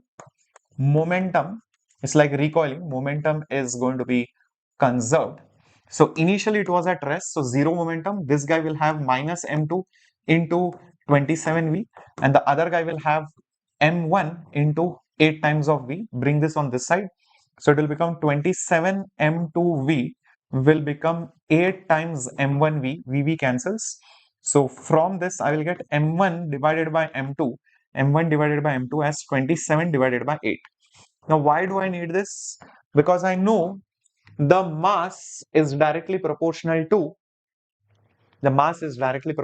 atomic mass number and the radius is directly proportional to a raised to 1 by 3. So therefore the radius is indirectly, I can say, proportional to m raised to 1 by 3. Is that right? Radius is r naught cube root of a, and also mass will depend on how many nucleons are there. More atomic mass number will have more mass. So indirectly r is proportional to m raised to 1 by 3. So r1 by r2 will be cube root of 27 by 8, or you can think of it as if it's m1 by m2. So it's cube root of 27 by 8. Cube root of 27 is 3. Cube root of 8 is 2. So 3:2 is C option. Absolutely the right one. Yeah. They should move in opposite directions, correct, to keep the momentum conserved. That's the logic behind it. Very good. Let's move to the next question, the 30th question. After this, 3 questions homework, and Namrata ma'am will continue with maths, and then Diksha ma'am for chemistry. Okay, 100 questions, guys, today. The energy required to remove the electron from a singly ionized helium is 2.2 times the energy required to remove an electron from a helium atom. Okay, the total energy required is how much? Okay, interesting question. See, the logic is as follows. Let's say this is the nucleus. This is the nucleus. Okay. Now you have basically two electrons. You have basically two electrons which orbit inside the helium nucleus. Two electrons. The formula for the Bohr's model, energy required to ionize it and all of that, is valid for a single electron atom. The moment there are two electrons, the formula is not valid. So if I suppose take out this particular electron, let's say I call it as energy number 1. After that, it becomes an ionized helium, He+. That is going to follow Bohr's model, single electron. Now for that, I can use the standard formulas. So whatever energy I require to remove the second electron, I know the calculations for that using standard formulas.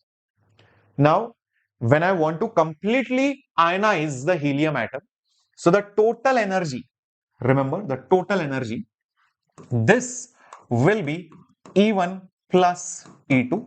That's number 1. Second thing, what is given? Energy required to remove the electron from a singly ionized helium atom.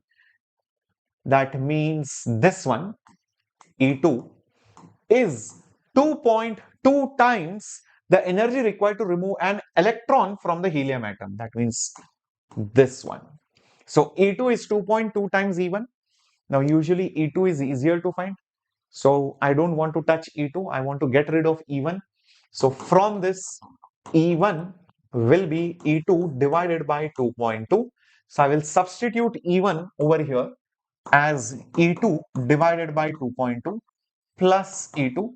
Therefore, E2 will be common and I will have 1 by 2.2 plus 1. And what is this? This is standard, guys. It is nothing but 13.6. Z is 2 divided by n, which is 1. And this will be 1 by 2.2 plus 1. Solve this and you will get the answer. Is that clear, everyone? What the idea of the question is? You do not know what E1 is by this formula, regular formula 13.6 Z square by n square formula is not applicable because it is the second electron. Bohr's model is only valid for single electron.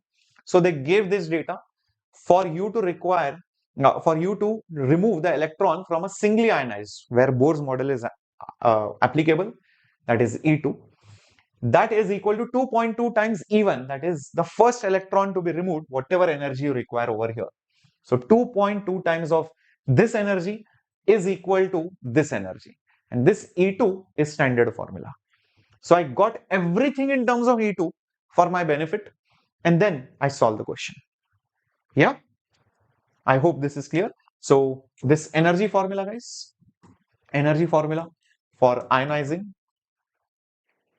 in the Bohr's model is nothing but 13.6 Z square divided by n square. N for ground state, it is 1. Z is the atomic number for helium. It is basically, that's it. So that's why I put 2 over here, and instead of n, I have put it as 1. Got it, guys? Perfecto. Yeah, the answer comes out approximately 79 electron volt. Just check it out. If you are getting it as 79 electron volt, that should be the answer. Yeah, 79 is coming. Okay, dum. I hope it is clear. No, it is not negative. It is positive. Be careful. It's the ionization energy. It is not the energy of the electron. Ionization energy is positive 13.6 Z square by n square. Energy of the electron is negative. So ionization energy is the energy required to pull out that electron. So it is not going to be negative. You will not require negative energy. You will need positive energy to suck that electron out. You will need to give that energy. So don't put minus, else you will get completely wrong result. Okay? Clear? Yeah. So the entire PDF will be available for you to download after the session is over in the description box. Please check it out. And I have kept 3 homework questions. This is the 31st question, which I want all of you to solve. You can take a screenshot of it. I'll just move aside if you want. Solution answer is there on the next slide. I will not show it to you right now. Okay. This is the second question, guys. Take a screenshot of it, solve it, and Post the answers in the comments if you have solved it, by the time the session ends, after the session is over. And this is the third homework question for all of you. All the answers, solutions will be there in the PDF by tomorrow. Okay. So amazing PYQs, guys. Do not forget to like and subscribe. It's time for Namrata ma'am to start. Okay. So let me just check if she is there. Okay. Just messaging. Right. All right, guys. See you. See you on Monday for the physics marathon. 12 hours starting 1 o'clock. Okay.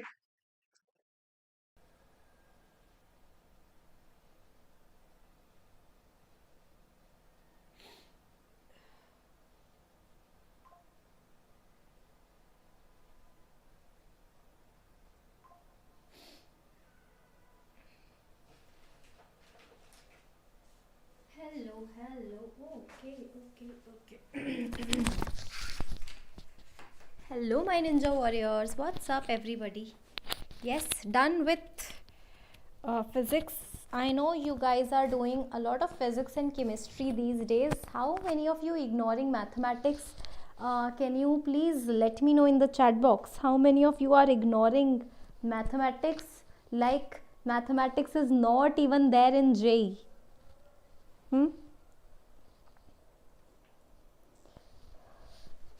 Tell me very honestly. I am getting a feeling, that intuition, that many of jump scared to maths. No, it's not a. I would say that yes, it's important to not ignore chemistry and physics, because you know what, physics and chemistry will bring you marks, but mathematics will bring you rank. Whatever questions you're going to do in mathematics, that will be your rank decider. I hate physics, not maths. We are loving mathematics these days actually. Yes, is it? Maths is the easiest subject, Louis is saying. Okay, wait till the tough question arrives. Hello, voice is not clear. I think it should be clear. Please don't do that. Voice is clear now, everybody? Chalo, are we ready? Ready for mathematics questions? Yes. Ready. Give me a green signal.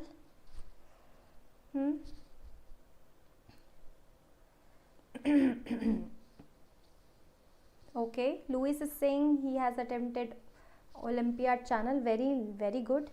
Very low voice you are saying. No, I think voice is good. It, for me, it is looking good. I think Dum, can you just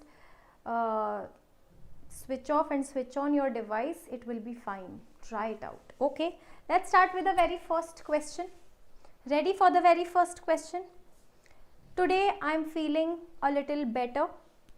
Okay, yesterday, in fact in the morning also, to be very honest, today in the morning I was like, how will I take class today, this class, because I was speaking anything and I was coughing.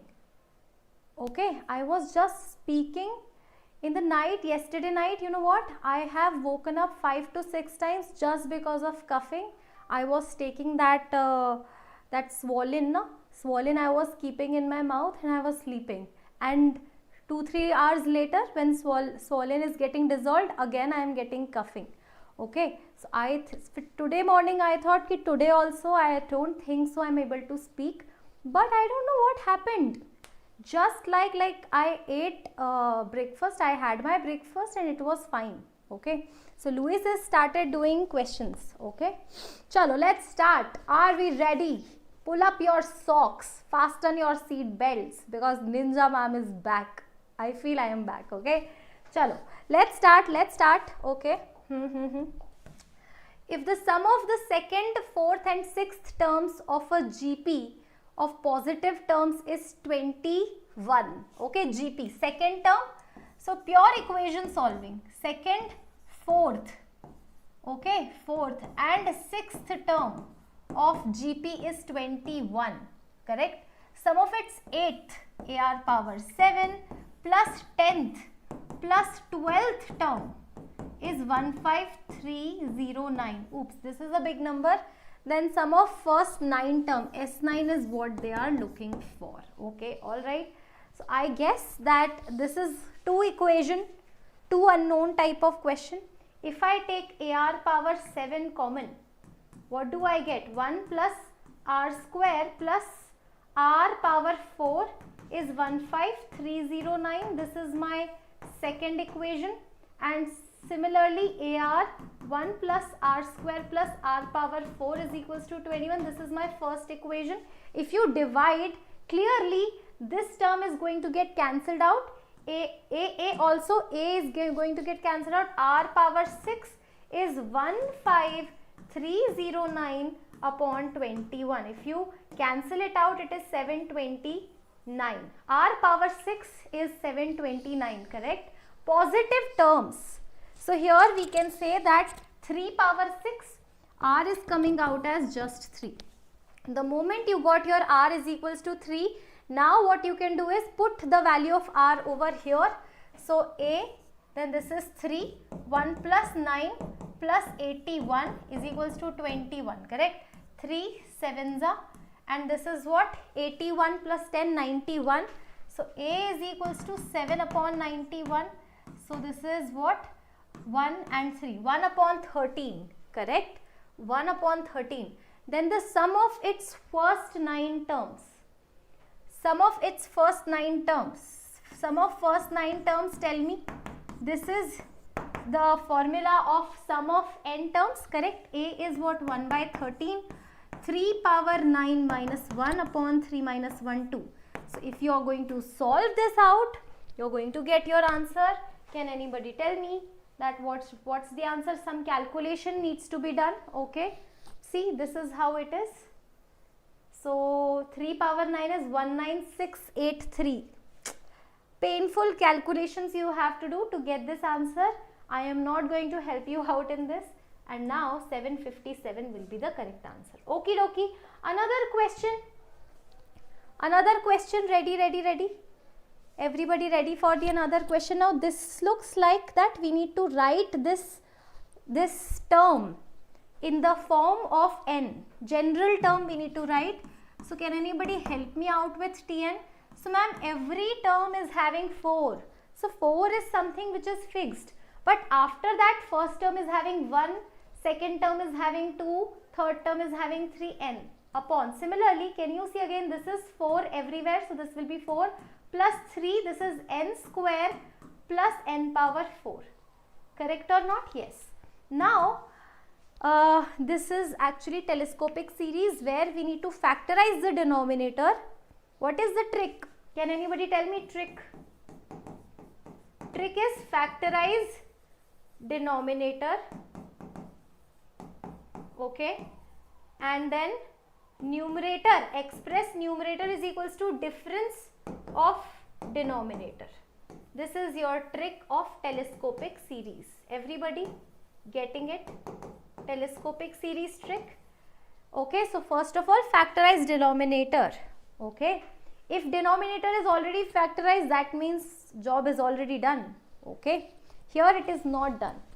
So what we are going to do is, I am going to add plus n square and subtract n square. Why?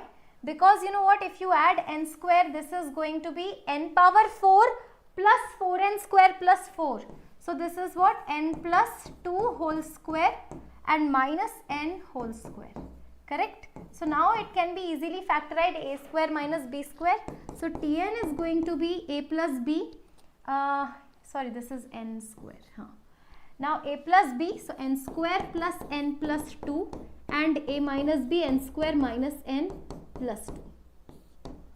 Okay. Now if you subtract these two, what will you get? Subtraction of these two is 2n, right? But in the numerator, ma'am, 4n is already written, so I am going to take 2n over here and this 2n. Now this 2n will be replaced by subtraction of these two. So 2 will be taken out and 2n will be written down as n square plus n plus 2 minus n square minus n plus 2 whole upon product of these two.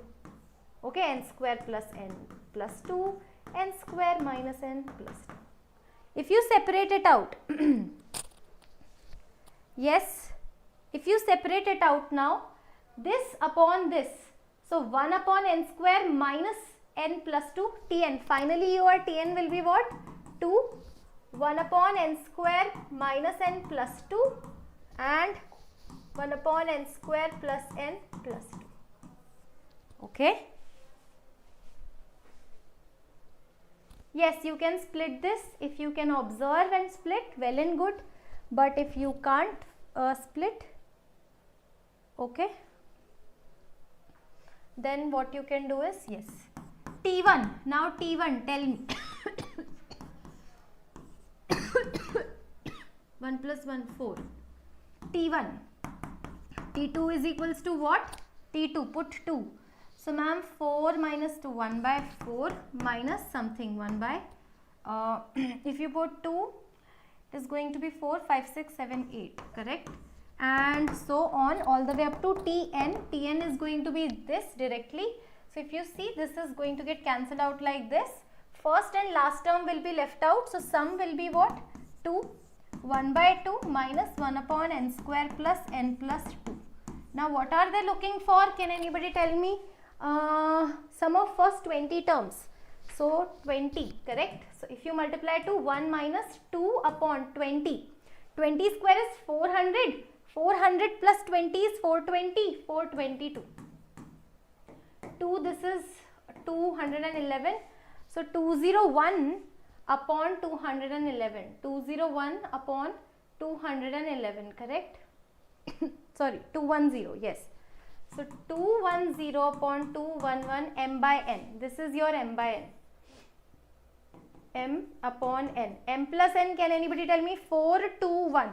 421, 421. Option B, absolutely right. Yes. Yes, rainy season problem.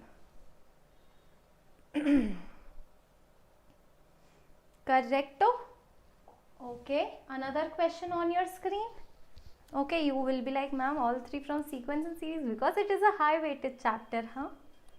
Okay. 1 plus 3 plus 5 square, so it is a square over here, 40 terms. We can clearly see there are two parallel universe. How many of you know the concept of multi-universe? Parallel universe is going on, okay? So, 1 square plus 5 square is another universe, okay?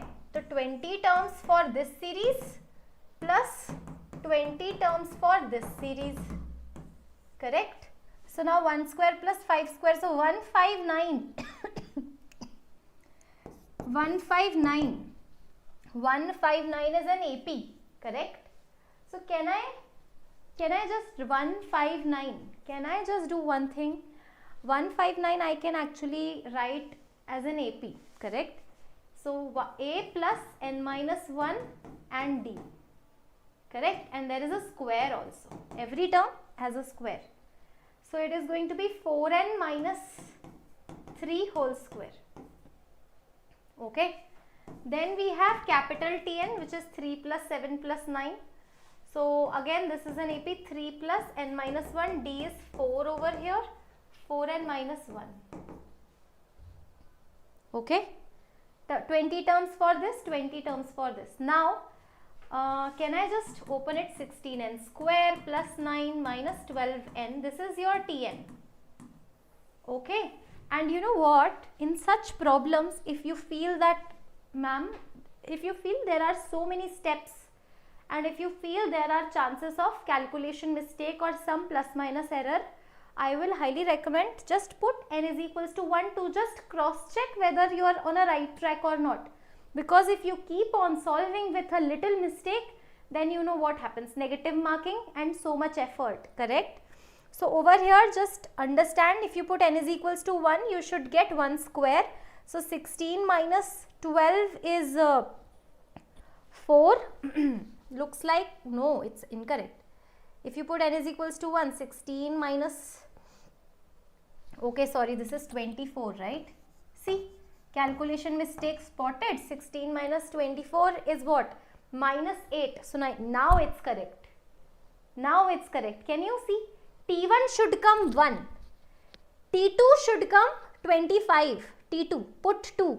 So 16 into 4, 64. 64 minus 48 plus 9. So it should be 25, which is correct.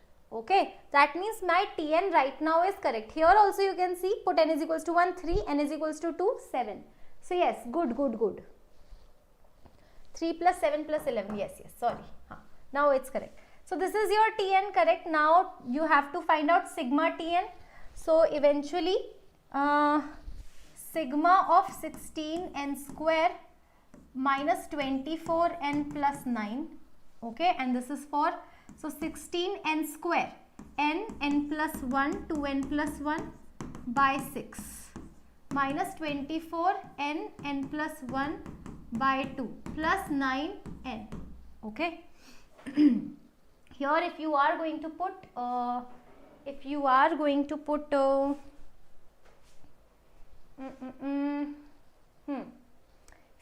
put n equals to 20, 16 into 20 into 21 into 41 by 6 minus 24, so 12 into 20 into 21 plus 9 into 20. Solve it. Okay. Now another thing, which is what? Let me go back. Okay. By the way, this is sum of, directly you can apply sum formula. Sum is what? N by 2, 20 by 2, 2 times A plus n minus 1 D. So 4n minus 4. Okay. Direct you can do now. Why to calculate general term? So 10, and this is what? 4n, 4 into 20. Okay, and this is plus 2, correct? 4 2s are 8, 80, 82, 820. So this is 820 already, and plus 820 you have to do, and this is your final answer. Okay, I'll show you the calculations over here. Okay. Can you see, this is 820 and this is 41060. Okay, so if you are going to solve it, if you are going to 41060, this thing. Okay, how to solve it? Ninja tip, take 20 common. Take common as much as possible. So here from these two, take 20 into 21 common, better. So now this is 16 into 41 by 6 minus this is 12 plus 9 into 20. Okay, now this is 3, this is 8. Solve it out. Okay, and then eventually you are going to get what? 41060, correct? Plus 820. Next question ready? Matrices and determinants, everybody? Yes. Next question ready? Correct? 2, 7 and 12. Okay, so now this the way you can do with the ninja technique. Do I need to tell you? This is a reminder. Do not forget the ninja technique. Because now JEE Main is declared. The dates are already there. So do not forget at least some ninja techniques which are going to be there in JEE Main. Not sure. Not sure on which shift. Not sure on which shift, but this I think you don't know. So 2, 7 and 12, how many of you can see this, that this is an arithmetic progression, right? So plus 5, then plus 5. So this 3, 3, 3 also an arithmetic progression. So that means 5 minus 2 and minus 4 plus lambda should be in AP. That is first thing. And you know what? 9, 8 and 16 minus mu should also be in AP. This is applicable only for infinitely many solution. Please note. Alright. So now if you want these to be in AP, you know that double of middle. So minus 4 is equals to 5 minus 4 minus lambda. So that's it. Minus 4 gone. Lambda is coming out as 5. Here also 16 is equals to 9 plus 16 minus mu. clearly mu is coming out as 9. So lambda is 5, 5,9. 5,9. So now 5,9 is the center and this line is tangent, right? Tangent line, correct? Okay, so this is your radius. Calculate radius, everybody. Radius is distance between these. So now 4 5s are 20 minus 9 3s are 27 upon this is 5 modulus 7 upon 5, option A. Yes. All right, my health is okay. I was quiet whole day and I was feeling now I am fine, but then now I started taking classes, so little bit coughing is happening again. Okay, but yes, manageable. Ready for the next? Ready for the next?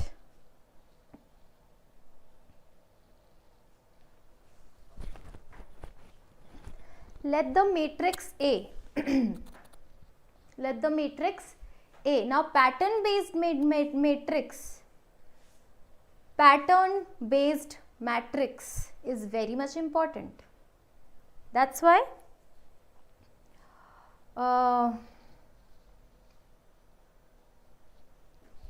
pattern based matrix, right? So that is why this is actually best PYQ. You can say best PYQ. What do you mean by best PYQ? That means questions or patterns or models which can be seen every year, okay, in most of the shift, pattern based questions, right? So again, a power n, can you see again? So this type of question will actually be solved. You have to actually recognize a square. A square will be what? 1 0 0 1 0 1 0 1 0 1 0 0 1 0 1 0 1 0. Okay, so now please note here maximum chances that you're going to do calculation mistake. Okay, so just do it, this and this quickly. 1 0 0, so you will get a 1 over here. Okay, then this and this, so 0 0 and 0, then this and this, 0 0 0. Okay, what about this line and this line? Now second row, first column, 1 0 0, so 1. Now this multiply this again, 0 0 but 1. Okay, okay, and this this multiply by this, so 1 0 and 0. Okay, eventually you just have to calculate what? A square. Okay, so a square you're going to get is 101 last. Yes, this is your a square, correct? All right, a cube you have to figure out. A cube, now a cube will clear out a lot of things. Okay, a cube will be what? A square into a. So if you calculate a cube, you will realize it will be 1 0 0 2 1 0 and 1 0 1. This is your a cube, correct? Okay, 1 1 0, sorry, 1 1 0. A cube, correct? Now see, this is your a cube. Can you see? A cube, a power 4, you will realize this is your a power 4 and this is your a power 5. Okay, so if you are going to see the pattern, you will realize that that a power 4, a power 5.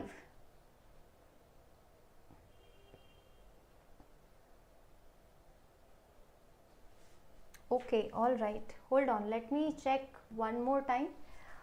Sum of all the elements of a power 50.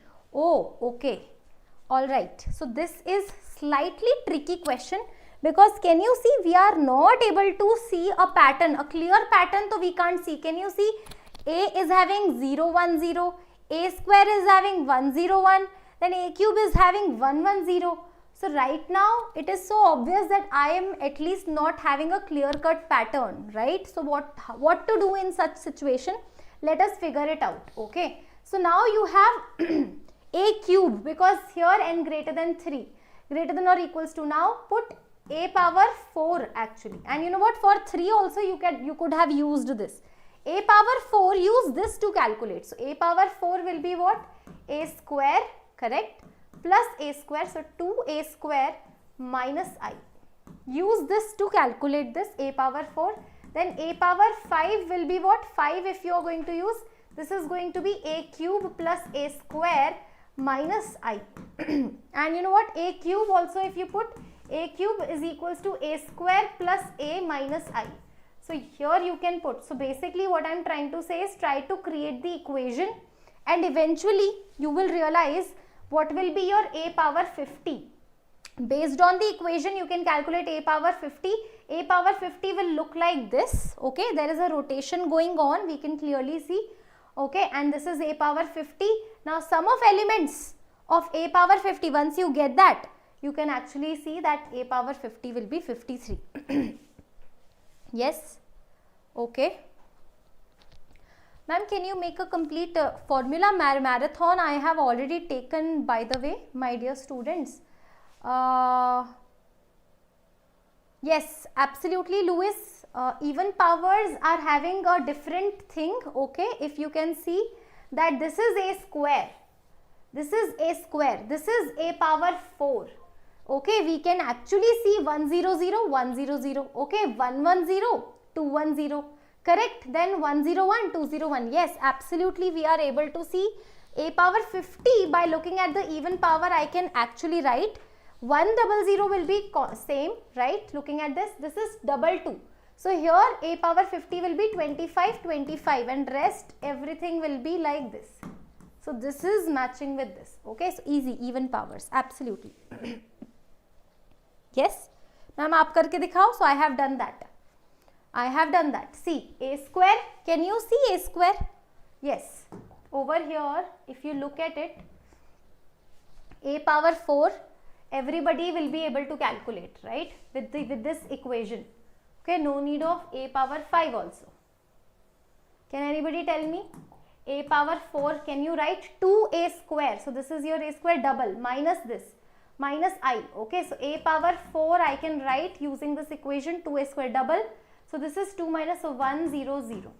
Okay, now double 2, 2. So this is 2, 1, 0.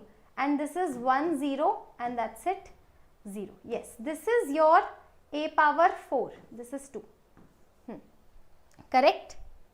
Okay. Yes. So this is A power 4. Now look at A square. Look at A square and A power 4, and then eventually write A power 50. You will realize that A square is having 1, 0, 0, 1, 0, 0. So this will be 1, 0, 0. Now this is 1, 1, 0. This is 2, 1, 0. So clearly 1, 0. Basically this part is same, right? This part is same. This is 1, 0, 0, 1. Now let me talk about this part. Double 2. So A power 4 is having half. So A power 50 will have 25 and 25. That's it. Okay, done, done, done. Alright, look at the description. Okay. Now this kind of question so important. I cannot even stress, I cannot give enough stress on this type of questions, right? 100% it will be there. 100% it will be there.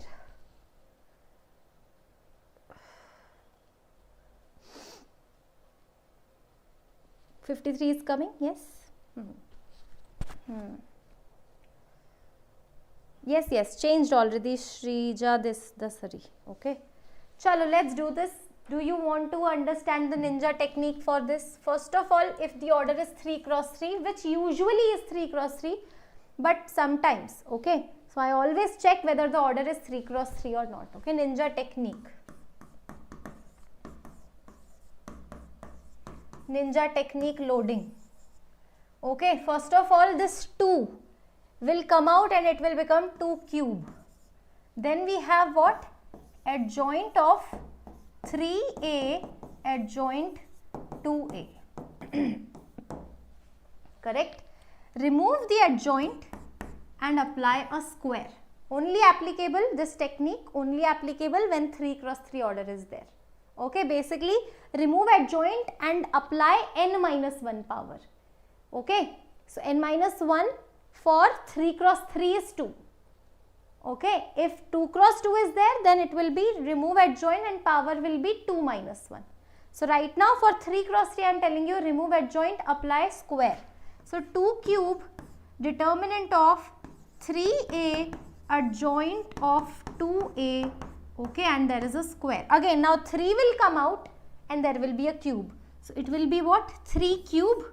But you know what? 3 is already having a square. So 3 square and a cube. Correct? So this is what? 3 power, 3 to the 6, 2 cube, a adjoint of 2a whole square. Okay.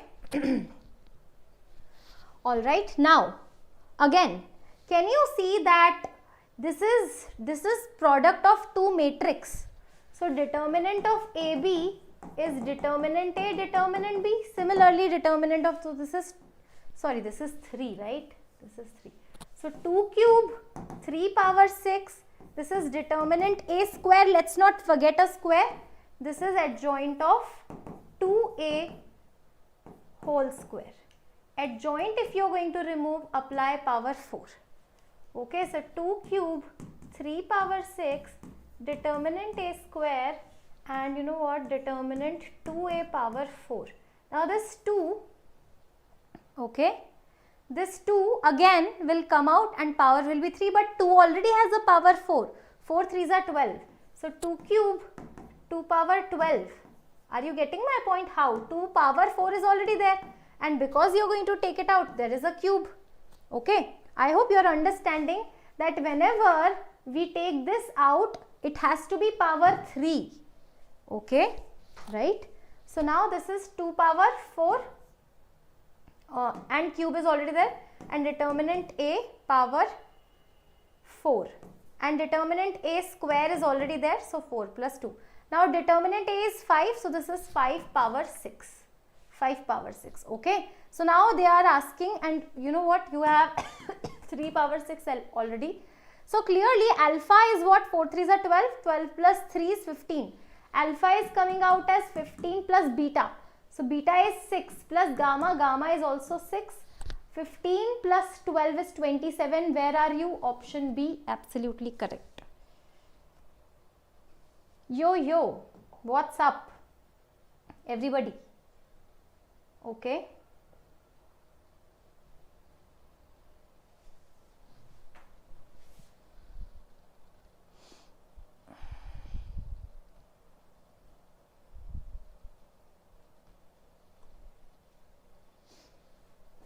All right. Now, this question I want all of you to do it. One question you do it. One question we both do it. One question I'll give you homework, but I need water, okay? Otherwise I won't be able to talk much. Okay? 2 minutes, I'll come back. Give me 2 minutes.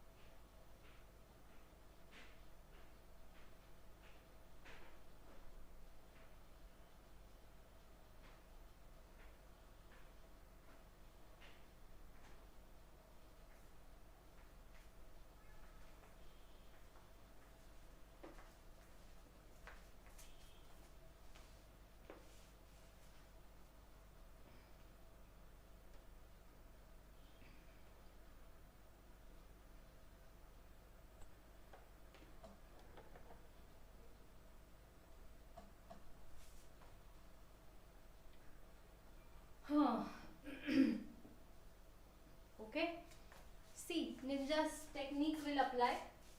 First of all, 2x minus 3, 4x plus 5. Whatever is there inside log, you have to make it positive. 3 by 2 minus 4 by 5. Huh? Minus 5 by 4, yes. So 3 by 2 to infinity and this. Okay. There is no ninja technique. I think this is a normal technique. Now here, whenever you see oops, sorry.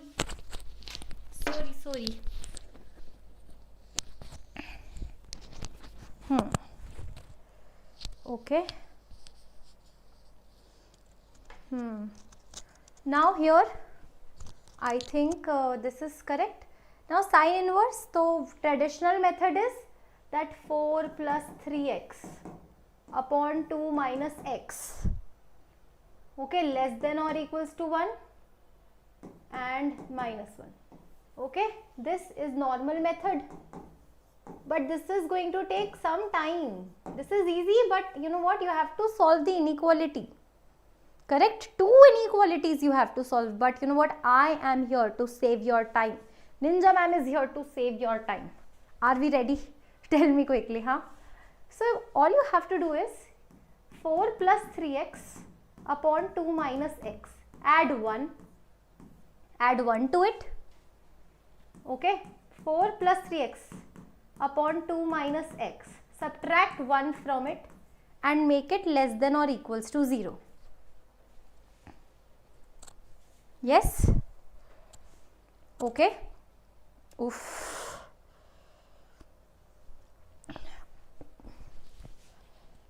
Huh.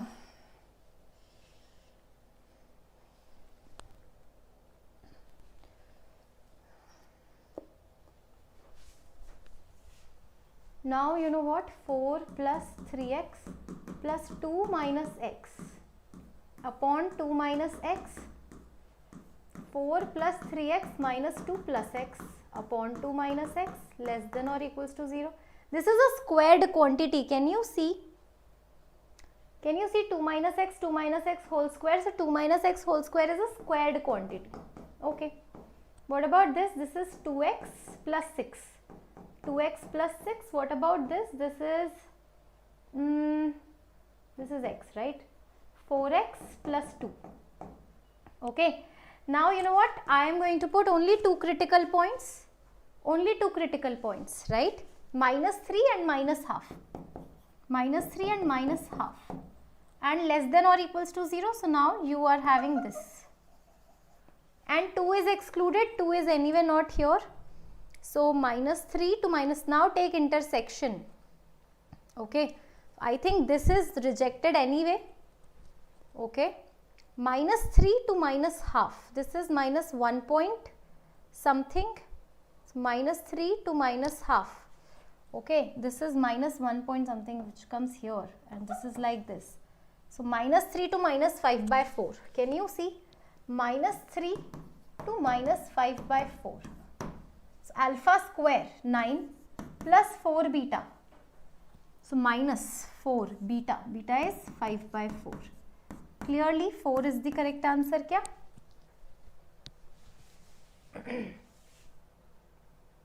Yes? Okay. For cos inverse same na?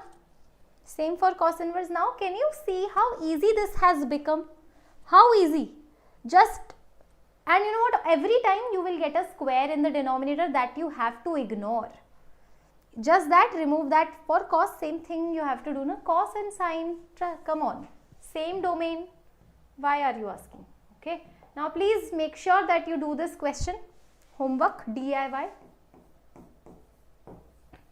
All right.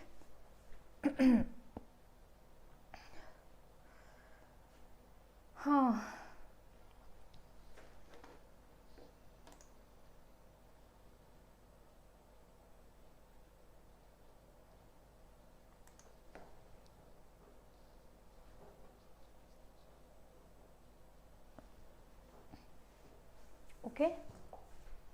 Next question.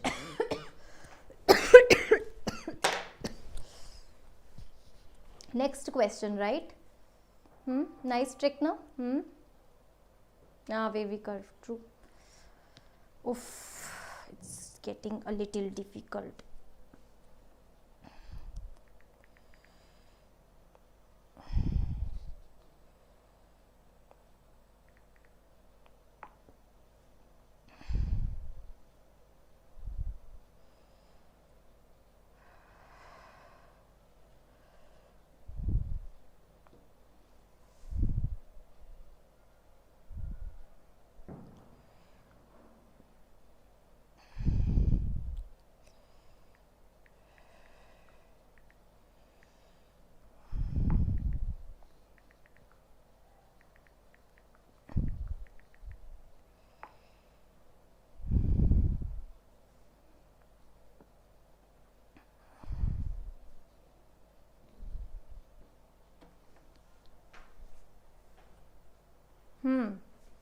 Again, ninja technique on your way. This type of question, JEE Mains 2025 PYQ I am doing. Acha, by the way, let's do one thing, on Tuesday, if you want, I can take a session. On Tuesday, I can take a session where I'll be discussing 2025 PYQs only, but only those ones which is having ninja technique. Can we do that? Not a big session, I would say, but 1.5 hour, 2 hour, because shortcut, na? So questions will be quicker. We will be able to do more question in less time. Okay, so just revising all the techniques, and I'll try to add more only 2025 PYQs. Okay, right? On Tuesday we'll take. Okay. All right, now this question again, ninja technique will be applicable. Okay, so in here what we have to do is, first of all, step number 1, we have to understand that first term and last term. Step 1 in such question, first of all, when a function is given and a series, a summation series is given, right? So always think about first term and last term. First term will be f of 1 by 82, and you know what, last term will be what, f of 81 by 82. Correct? First and last. So you will realize that this 1 by 82 and 81 by 82, if you add, what will you get? Can anybody tell me? Ma'am, if you add this, we are going to get 1, correct? So over here, what you have to do is f of x plus f of 1 minus x. Why this 1? Because you know what? Addition of first and last term is giving you 1. This question was in toughest shift, but you know what, with ninja technique you can do it in less than 30 seconds. So f of x plus f of 1 minus x. Now the next step will be put x is equals to 0. So f of 0 plus f of 1. F of 0 plus f of 1. Can you see, are you able to see the trick? Okay, f of 0 plus f of 1, you have to figure it out. F of 0. Can anybody tell me what is f of 0? Ma'am, f of 0 is 2 power 0, 1, 1 plus root 2. Now f of 1, so ma'am 2 power 1, 2 power 1 plus root 2. If you take root 2 common, what will happen if you take root 2 common? So this is 1 upon 1 plus root 2. If root 2 you are going to take common, na, then root 2 is gone. So root 2 plus 1 plus root 2, correct? So this is actually, if you add, you are going to get 1. That means f of 0 plus f of 1 is nothing but 1, correct? Or you can say fx plus f of 1 minus x is also 1, correct? Alright, now please understand how many terms are there. Can you count the total number of terms? Ma'am, clearly k is equals to 1 to 81, 81 terms. If there are odd number of terms, always pairing will happen. Please understand, pairing will happen, and pairing will happen first and last, second last, like that. How many pairing can happen? So ma'am, clearly this is 80 plus 1 different single term. So 40 pairs plus 1 term. Okay, now please understand 40 pairs. Every pair is going to give you 1. So 40 into 1 plus, what is this left out term? So that will always be a middle term. Can anybody tell me what will be the middle term? So middle term will be 41. F of 41 by 82 is the middle term which is left out. That's it. Okay. So f of 41 by 82 is f of half. Usually it is going to be the middle f of half only. F of half, if you put, this is root 2 upon root 2 plus root 2. So root 2, root 2, root 2 cancel 1 by 2. So clearly this is 1 by 2. 40.5. 40.5 is option D. Correct? Okay. So you know what? Now let me just summarize that what to do. First of all, please understand. First, if you put k is equals to 1, what will you get? 1 by 82. If you put k is equals to last term 81, what will you get? 81 by 82. So this is nothing but 1, correct? So your goal will be f of 0 plus f of 1, which is coming out as 1. So now you have realized every pair will give you 1. So there are 81 terms, 80 plus 1, 40 pairs. 40 pairs, every pair is giving you 1. So 40 multiply 1, that's it. And now that is one left out term.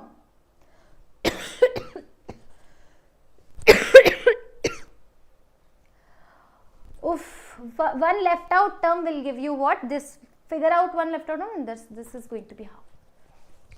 Okay. Yes. Alrighty. One more ninja technique.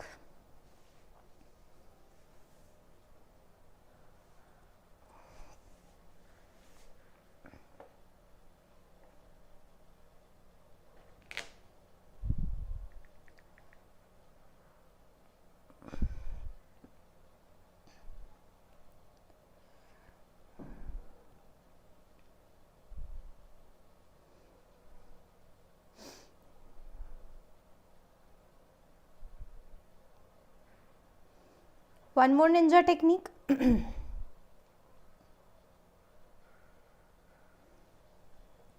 Okay. So over here, to find the number of equivalence relation, you have to create a table.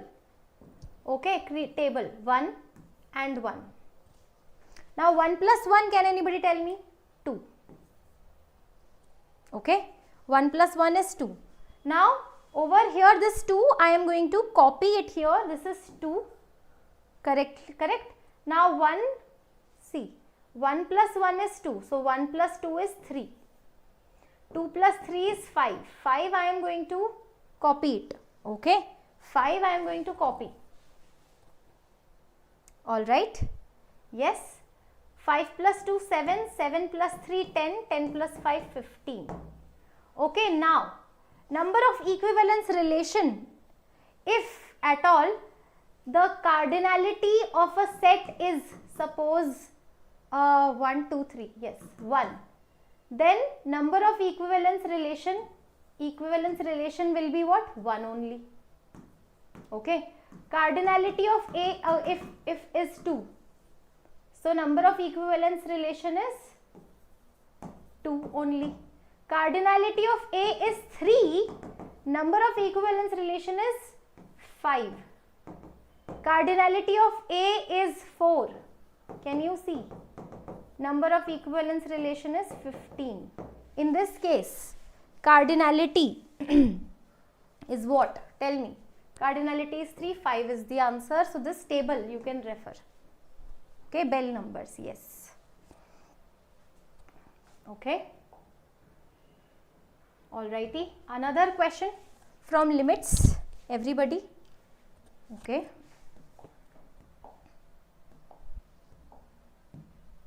Oops, what is happening?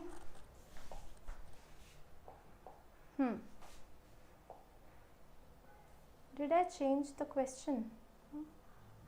What happened? Wait. This question. Limits, okay, standard limits. How many of you remember? 1 minus cos 3x. 1 plus cos 3x. Okay. Then we have sine cube 4x whole upon cos cube 4x log of 1 plus 2x power 5. Okay, so limit x tend to 0. This is anyway 2, so this is gone and this is 2, correct? If x is 0, this is anyway 1, cos 0 is 1, correct? Now 1 minus cos 3x, you know, I need 3x square in the denominator and 3x square in the numerator, so that this is half. So 1 by 2 into 2 is already there, correct? Now again 4x cube in the numerator and denominator. So this is again 1. Again 2x power 5, so that this is 1 and 2x power 5 over here. So now this is sorted. This is, now can you see x power 5 cancelling out? This is 9 into 64 upon 32. This is gone. 18 is the correct answer. Okay. All right. Okay. See, I won't be able to speak much because you can clearly see that I am having trouble in speaking. I'll give PDF and I will give you some questions homework. Okay. Sudarshan, rewatch it after the live. Whatever questions you are getting stuck in, rewatch it. Now this type of question again from limits is very popular, right? Ma'am, how do you know x is 0? Limits x tend to 0 is given in the question already, right? This question, right? First of all, this is limit x tend to 1 plus. How many of you can see that this is a clear-cut question of 0 by 0 form? And if you put x is equals to 1 plus t, okay, put x is equals to 1 plus t, so 1 plus t, so this is going to be t, or you can say x minus 1 is equals to t. So t 6 plus lambda cos t plus mu sin t with a negative sign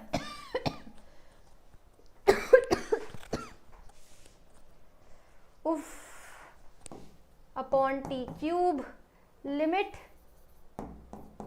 t tends to 0 plus. Okay.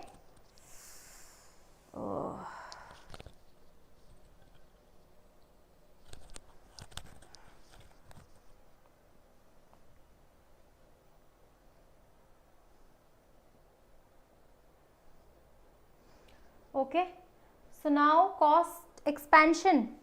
This is the clear-cut question of expansion, right? Limit t tends to 0. T 6t plus lambda t. Anybody who is aware of cos expansion? Cos is an even function, remember, even, only even things. Okay, and please mind that you just have to go till the denominator power t cube. So t cube is done already, that side I am going to stop. Minus mu sin t. Okay, sin t, sin is t minus t cube by 3 factorial, again 3 factorial we are done, upon t cube. Okay, so this is 6 plus lambda minus mu, 6 plus lambda minus mu times t, which is going to be anyway 0. Why? Because if this is non-zero, then this whole expression will become infinity. Okay, yes, and now cube, minus lambda by 2 plus mu by 6 is equals to minus 1. Okay, so again 2 equations, 2 unknown. Can you solve? Lambda minus mu is equals to 6, and you know what, mu minus 3 lambda is equals to minus 6. Okay, let's add. So minus 2 lambda is equals to 0. Lambda is 0 kya?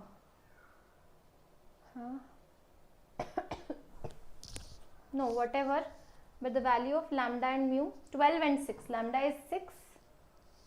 Okay, there is something over here, lambda minus mu is equals to minus 6, yes. So if you add, what you get is minus 2. Yes, absolutely. Lambda is coming out as 6, mu as 12, correct?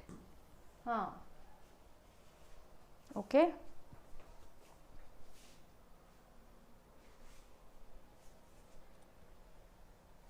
Yes, Hriday, you are going good. Just make sure that you are doing this chapter absolutely nicely. Do not leave any question. Do every question twice at least. Okay, now this question I am going to give you as a homework DIY. Okay. Yes. See, take care of your health. Pata hai? You know what? If your body is not bodying, your brain will not brain. Do you know that Newton was his brain was very different.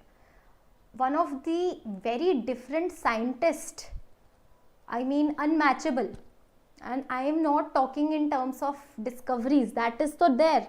Do you know this calculus which we are studying is written by Newton?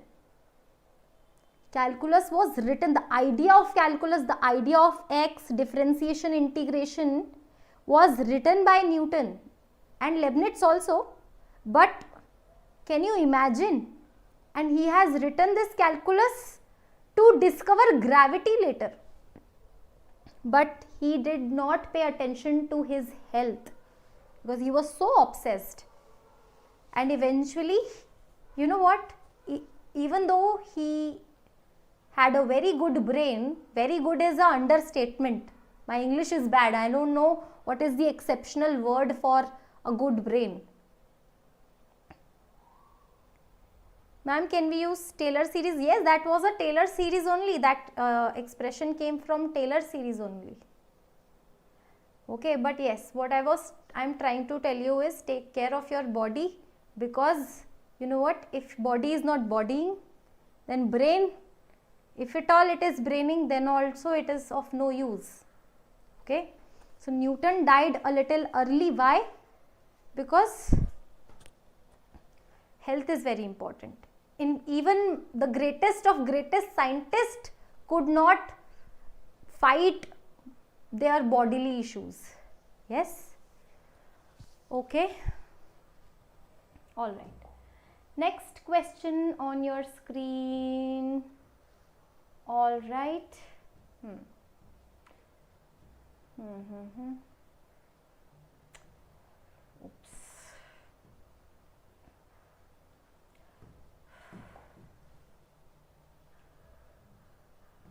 One more question from Ninja Technique.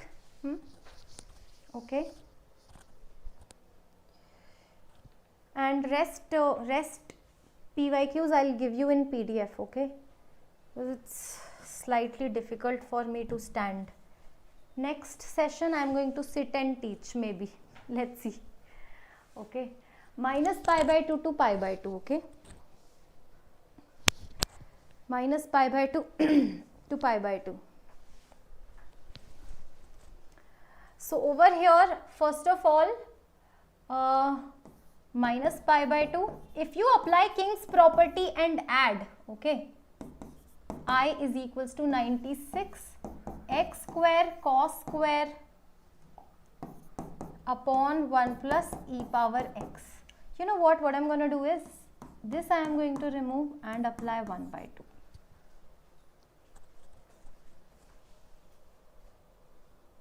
Okay. Shortcut of King's property, Ninja Technique applied, okay? Yes. Alright, now otherwise it will be a 3-step question, 3-step technique. Now that you have it, dx. Okay, now minus pi by 2 is there. And can you tell me now that your function, can you tell me which function you have, even or odd? Even or odd? Which function do you have, even or odd?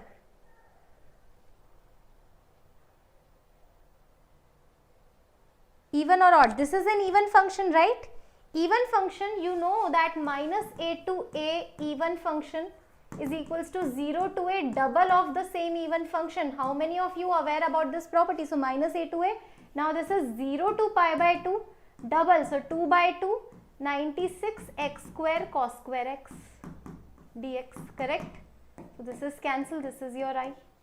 Okay, now I is equals to 96 is there, x square is there, cos square x, everybody, is nothing but 1 plus cos 2x by 2 dx. Okay, yes.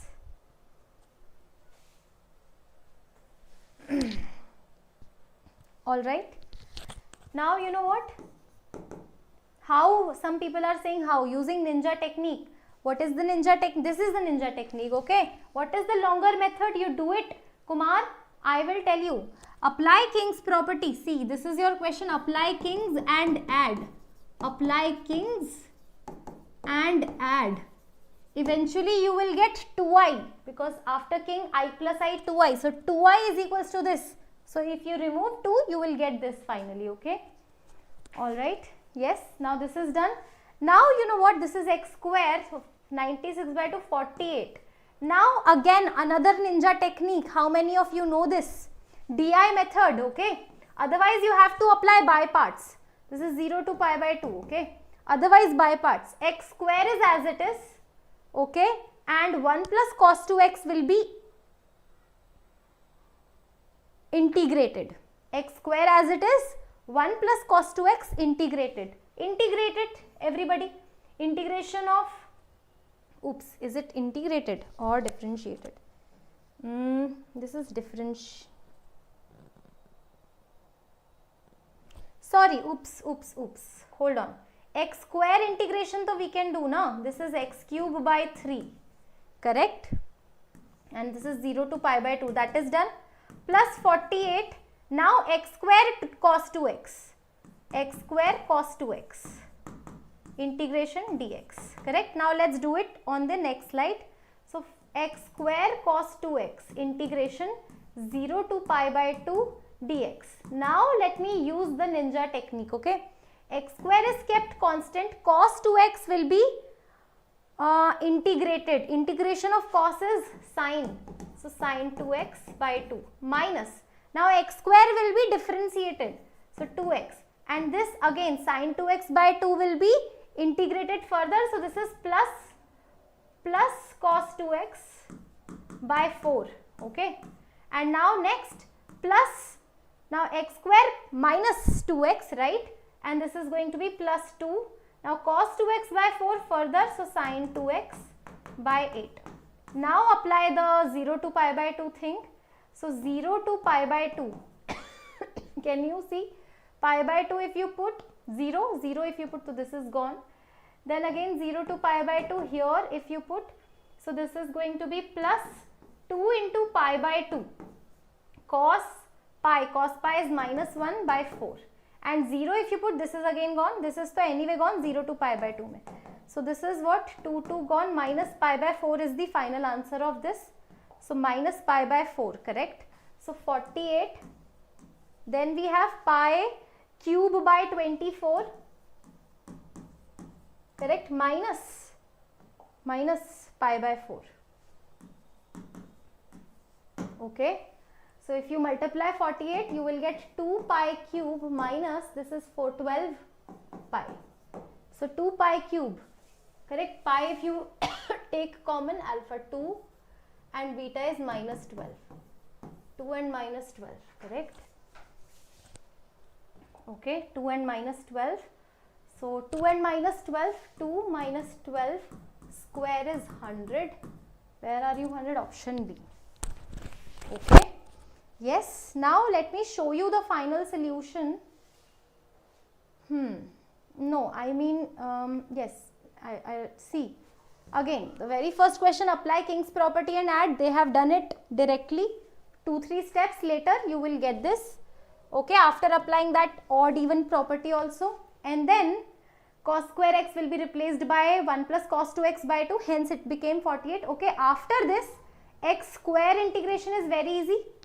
Correct. Now, x square cos 2x double by parts is applicable over here. So, this is going to take a lot of steps. okay, but we have reduced the steps using ninja technique. What is this ninja technique? How many of you know this? I'll show you that how we have written it over here. See, x square cos 2x, DI method, okay. So here x square DI, x square kept as it is, cos 2x integration is sin 2x by 2, then 2x minus cos 2x by 4, then 2, okay, and integration of this is going to be minus plus sin 2x by 8, correct. Now alternate sign you have to write, okay. So x square sin 2x by 2 minus but plus 2x cos 2x by 4 plus 2 sin 2x by 8. This is the ninja technique I was talking about, the integration of this, okay. And now over here you just have to apply 0 to pi by 2. You will realize pi by 2 if you put, this is 0, pi by 2 if you, because sin pi is 0, and 0 also if you put 0, this is gone, sin 0 is 0. So 0 here also if you put, so only pi by 2 you have to put. The moment you are going to just put pi by 2, so this is pi, here you put pi by 2, so 1 by 4, okay, minus 1 by 4. So pi minus 1 by 4, that's it. That is going to be pi by 4. Easy peasy. This is so important question, okay, so important. This is so important, this one. How many of you are aware? And this is last question. After this I'll hand over to Diksha ma'am, okay. Will you please upload this video on YouTube? It is already on YouTube, huh?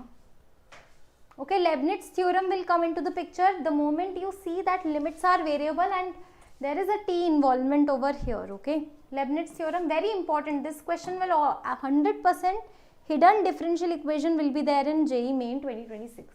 Okay, so this is x f of x is equals to x square f dash x, differentiating both the sides, plus f of x 2x. Now the moment you see fx and f dash x in any equation, by the way these two are like terms, okay. So this is x square f of x is equals to minus x f of x, correct. Now the moment you see fx and f dash x together, what to do? Put fx is equals to y and f dash x will be dy by dx, okay. This is gone. So over here y dy by y, okay, and dx plus dx by x is equals to 0. That's it. So log y is plus log x is equals to log c. xy is equals to c. Now as per the question, f of 2 is given as 3. So that means x is equals to 2, y is equals to 3. So c is coming out as 6. xy is 6. F of 6 is what they are asking. That means put x is equals to 6, your y will be 1. Okay. Alright. Yes. And now I am going to leave you. Definitely do this question for sure. Okay. And there are so many questions in this PDF. Please make sure that you do not skip these questions. Do it. Complete these questions, the remaining questions. Solution is also given in mostly all the questions. Okay. Right. Okay. And I'm going to see you on probably Tuesday. And hopefully I'll be able to compile all the ninja techniques for 2025 PYQ. Okay. Bye. Okay. Let me ask Diksha ma'am.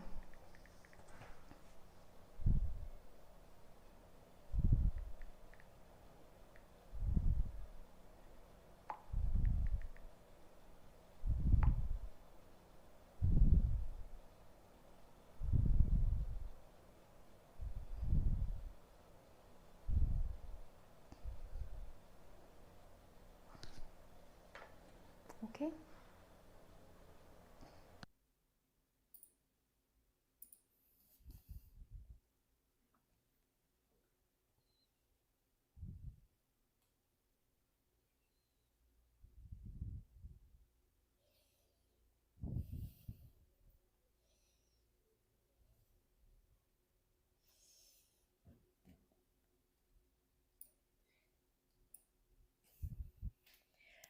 Hello everyone, welcome to Vedantu J English. So everybody do let me know in the chat box if I am clearly visible and audible to all of you so that we can start with chemistry section.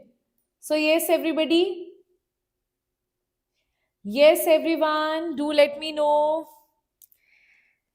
Let me see the students over here. Let me text the students on our channel, right?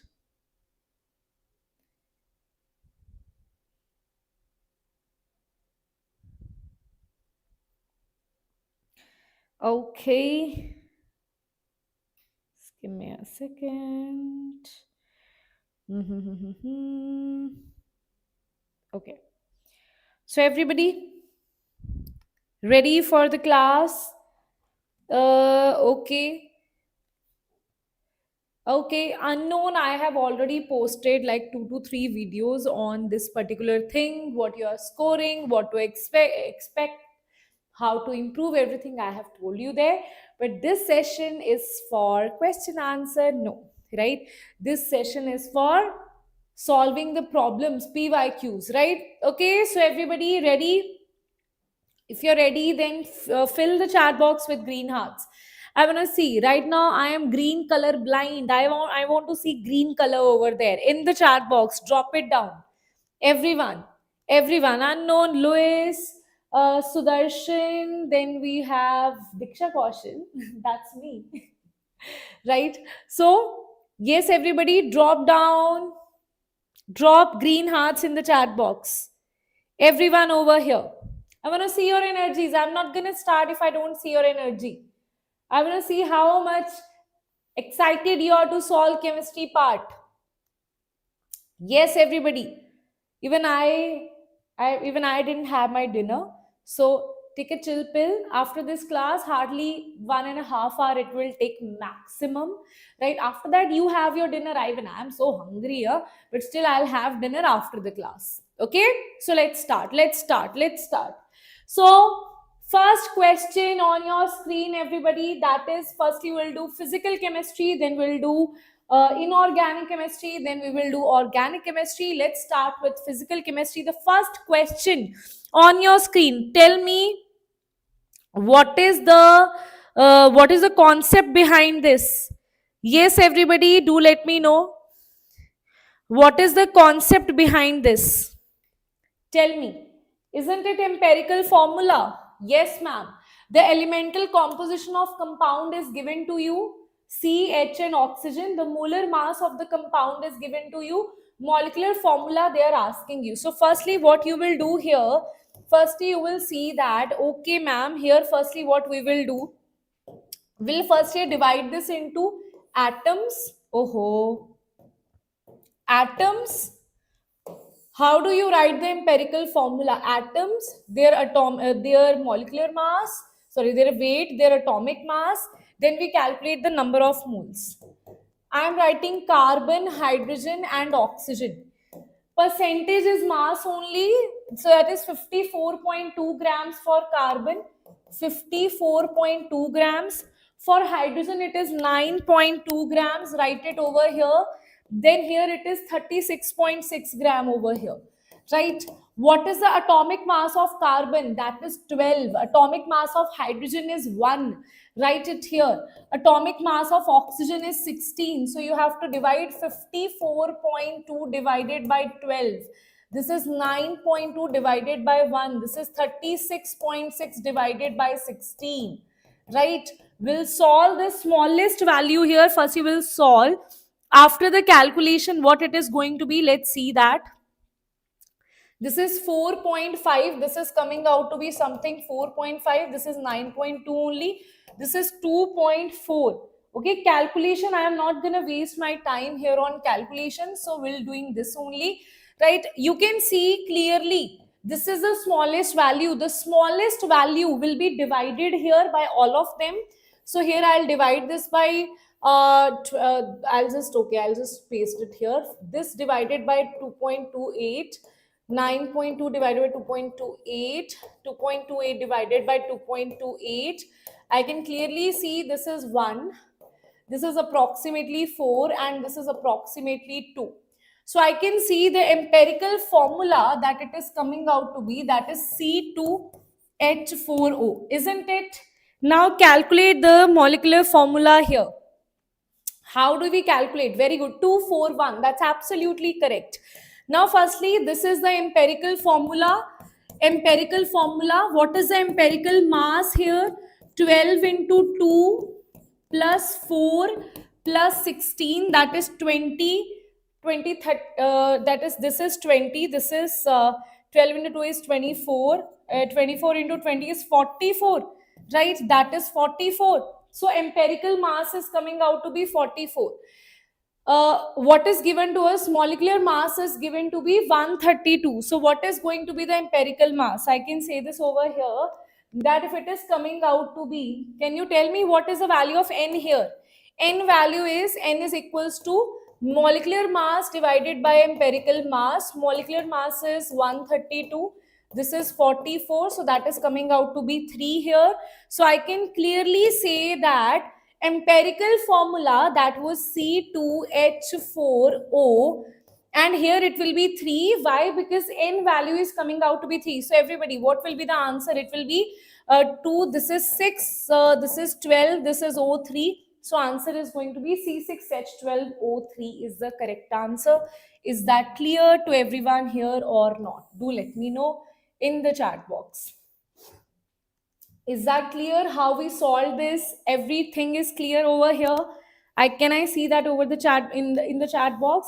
Formula, then we use molar mass to find the molecular formula. That's absolutely correct. So it is C6H12O3, that is D is the correct answer here. Right? This is your JEE Mains 2025 question. Okay? And I have picked only the latest question like 2024, 2025, so that you can analyze the latest pattern here. What is the latest pattern that is going on, right? Okay. So next question on your screen is for, again, JEE 2025 question that is based on calculate the ground state of chromium atom, which is 24. And they are saying how many electrons are there in azimuthal quantum number L is equals to 1 and 2. So see, azimuthal quantum for SPDF, azimuthal quantum number is 0, 1, 2, 3. So that means they are talking about p orbital and d orbital. Firstly, though, you need to write the electronic configurations here. Electronic configuration is what? It is 1s2, 2s2, 2p6. This is for 10. 3s2, 3p6, that this is for 18. This total corresponds to 18 electrons. After this, we know that there is 4s1, 3d5. Why? Because it is exceptional electron. It is argon 4s1, 3d5. This exceptional electronic configuration, just like copper has exceptional. So in p orbital, you have 6 plus 6, that is 12 electron, right? And in d orbital, what you have? In d orbital, you have how many electrons? Tell me, everyone. D orbital, you have 5 electrons. So it is 12 and 5. So answer is B is the correct answer here. Right? Okay. Understood? It is definitely available. Don't worry about that. Okay. Yes. Ma'am, so students, what exactly happens now? When actually we switch the classes, right? For sometimes it will not show, like sometime means for sometime means hardly 40-45 minutes or 1 hour it will not show. After I end this class, all the 3 classes, physics, maths and chemistry, will be shown to you. Okay, don't worry about that. Right, everybody? So answer is going to be D is the correct answer over here. Right? Can you see JEE 2025 question it is? I'm not making that up. It is actually the question. It's a very simple question that they have asked you. These questions are there. Then you ask, ma'am, how can we solve? You are saying that solve some question you can solve within seconds. These are those questions, right? But I have tried to pick difficult and, little twist with the questions for you, right? So you will also see that it's a mixture. Just like in the mock test, you have mixed, same way, right? Now let's see this. If A naught is denoted as Bohr radius of hydrogen atom, E naught is denoted, this is a very interesting question, okay, and it has been repeated like in different competitive exams, right? Not only this, in other competitive exams also this has been repeated, right? So here E naught is denoted as Bohr radius of hydrogen atom. Then what is the de Broglie wavelength? What is de Broglie wavelength? It is lambda is equals to h by mv of the electron present in the second orbit. Okay, so what we need to do here, we know that 2 pi r according to de Broglie, it is a wave nature also, it is a particle nature also. That is why, because of particle nature, circumference is 2 pi r. Because of wave nature, it is n lambda. So I can see the value of lambda is nothing but h by mv. So they are asking you that thing only. Now you don't even need to do this. 2 pi r is equals to n pi. This is from de Broglie's equation. We know that 2 pi r, because of its particle nature, and n pi. I have told you this thing in the classes that okay, this is a wave. We say it is 2 pi r because it is circumference. If I say it's a wave nature, then n number of waves are there, that is equals to n lambda, that is the number of waves. Now radius is not given to me, so I know that what is the value of r naught here. Yes everybody, what is the value of r naught, everyone?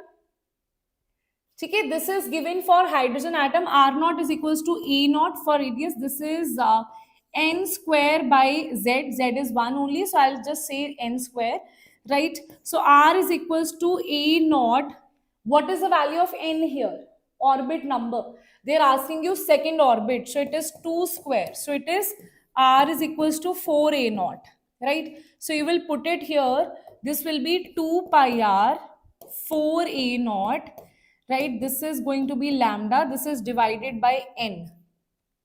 Orbit number is given to me, but this thing is not given to me. What is the value of n in case of number of waves that it has, right? So it will be 8 pi A naught by n is equals to lambda. So answer is going to be A is the correct answer here, right? Okay. Tell me D. No, no, no, no, no. D will not be the correct answer. Why D is not the correct answer? They have not specified that n is equals to orbit number, right? If they would have not written here n, then what I would have done, then I would have said that okay, n is equals to orbit number. Because it is not specified to me, then I will not assume that thing, right? Because in the options I can see this value of n here. That's why I have not put it 2 here, right? Okay, reason is because of the options I am not putting 2 here, right? But otherwise, if nothing is given, then we will take n is equals to orbit number only here as well, right? Okay, I hope so that is clear to everybody, right? Done. Shall we move to the next question? Next question, everybody, that is, in case of isoelectronic species, what we say in isoelectronic species, we say that size is directly proportional to the charge on the anion. More is the charge on the anion, more is the size, and inversely proportional to charge on cation. Because students, see, number of electrons are not changing in the isoelectronic species. Then what is changing? Number of protons are different here. So that is why it depends upon electron-electron interactions, no. None of the factor, no. Principal quantum number, definitely not. It depends upon nuclear charge. Nuclear charge means why an ion which has more negative charge, it has more size, because the z effective attraction will be less here. Because but when I take, say, basically simple thing is, if I have m, this is, let's say this is oxygen, this is 2 negative, this is, now in this case I'm just assuming 2 isoelectronic species here. This is having 8 protons, this is having 9 protons. Electrons are here also 10 electrons, here also 10 electrons. So the effective nuclear charge is different, because here number of electrons are same. Here you have less attraction, here you have more attraction, because number of positive charge is more here. That is the reason nuclear charge will affect the size, right? Okay, got it. So answer will be A is the correct answer here. Right, everybody? Tell me. Clear? Is there any problem in that? Is there any problem in that? Now, will you answer this next question over here? Let's see if you can. Let's see if you can answer this or not. Right? So, the ratio of Kp by Kc for this reaction is what? For this reaction, what is the ratio of Kp by Kc? Kp is equals to Kc RT raised to power delta N, right? G. That is the difference. So I can see here this is 1 minus half. So delta N is going to be minus half. So I can see Kp is equals to Kc RT raised to power minus half. And I can see what is the value of Kp by Kc. Kp by Kc is equals to 1 by RT raised to power half, that is under root. So answer will be D is the correct answer, isn't it? D is the correct answer. Can you see that? Right, within these are the questions that you do within seconds, okay? This is also your JEE Mains 2024 question that says, the following reaction occurs in a blast furnace where iron rod is reduced to iron metal. This is iron rod is reduced to iron metal, okay? Using the Lee-Chatelier principle, iron rod will have rust also. Now that's why Fe2O3 it is. Lee-Chatelier principle predict which of the following will not disturb the equilibrium. Which of the following will not disturb? I can see that over here. You guys are answering it. But incorrect. Which will not disturb the equilibrium? Tell me. Is there anything which is solid? Is there anything which is solid? Solid has no effect. Solid concentrations have no effect. Right? Solid concentrations have no effect. You add, subtract, no effect is there. So if you do anything with Fe2O3, nothing will change. So answer is C is the correct answer. Okay? We don't want to change anything. So solid concentration, you add, you subtract, it does not cause any effect in the equilibrium, right? Okay, done, perfect. Now next question on your screen, we have JEE 2025 question, everybody. So let's see that in the chat box. Let's see that. Let's do that. Right, everyone? Let's do this question here. So let's see what they are asking you. I don't have space to write here. That's sad. 1 liter buffer solution was prepared by adding 0.10 mole each of this and this in deionized water. Okay. That means initially what you have NH3 and you have NH3 and you have NH4 positive here, right? They are saying NH3 is also 0.1, this is also 0.1, okay? It is also 0.1.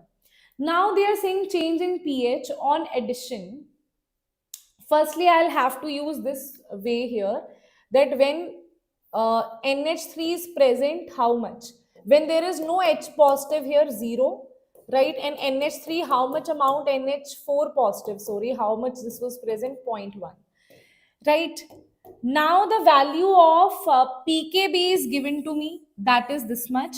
What is the formula here? The formula will be POH is equals to pKb plus, this is log of NH3 divided by NH4 positive divided by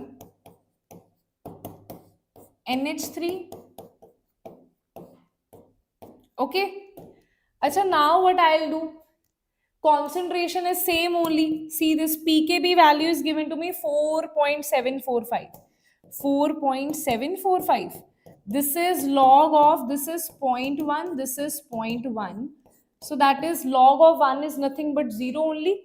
right? So I can see that POH is nothing. That is equals to 4.745.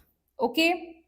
Here the value of pH is going to be 14 minus 4.745. That is what? I'll just, oh my God. Okay. So I'll just solve it where? I'll just write it here. POH is equals to 4.745, right? And pH is equals to 14 minus 4.745. And what is it? Yes, everybody. What is the value here? I'll just solve it. I have calculator, guys. Okay. 14 minus 4.745. That is 9.255. In fact, you can leave it as it is also. You can leave it as it is also. I'll tell you why. Acha. Now they are saying that some change they have done here. Physically, knowing all formulas alone, can we do majority of the questions? No, you need this much practice that I am doing. Practice so definitely is needed. Okay, do the mock test questions that we are giving you. Do that. Otherwise, if you don't know how to apply the questions, how you will be able to solve it, right? So now here they are saying that the change in pH, okay, that will calculate, but they are saying on addition of 0.01 mole of HCl, 0.5 mole. When HCl will react, that means HCl will be 0.05 you have added. It will attach with this one here, right? So number of NH4 will increase, that is 0.05 NH will be there.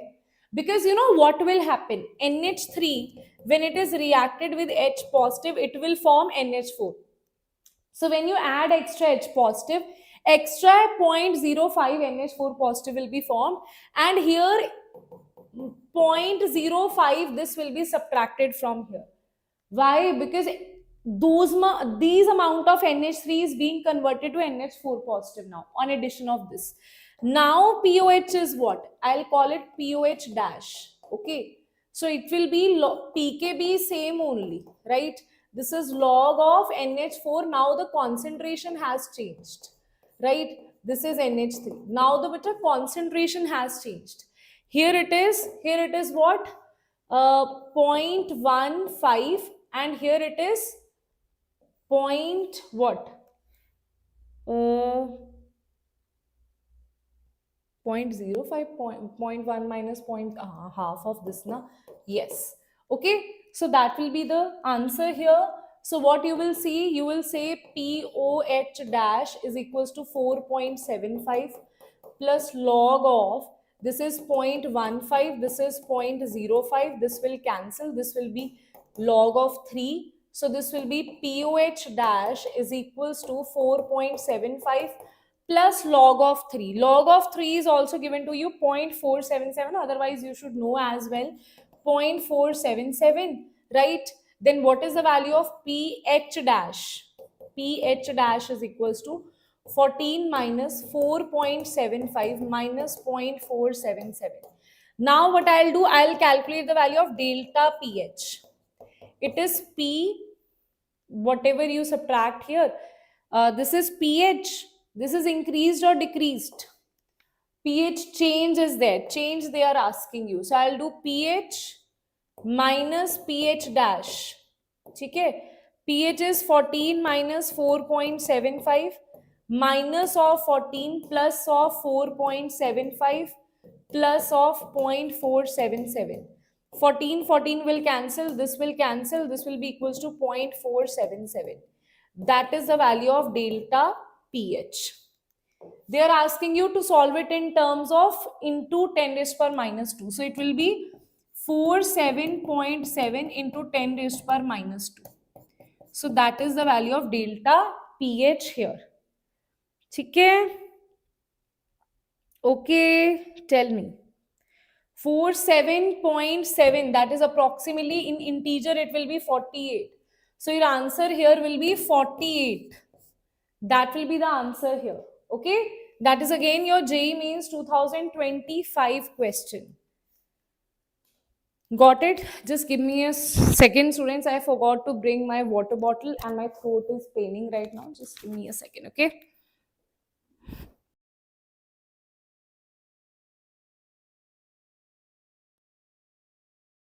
Why don't you solve this question? I'm giving you this question over here. Okay? Try to solve it. How you will solve? I think this you will be able to do that. Try to do this question, okay?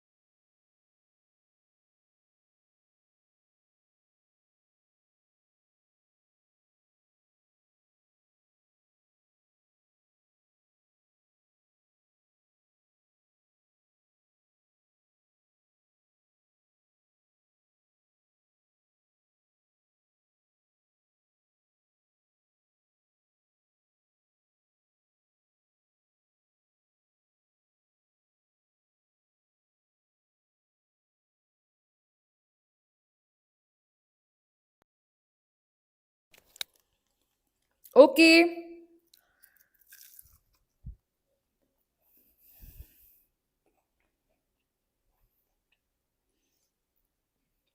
Actually, my mom was cooking pakoda. Very tasty, huh? I'm so hungry right now.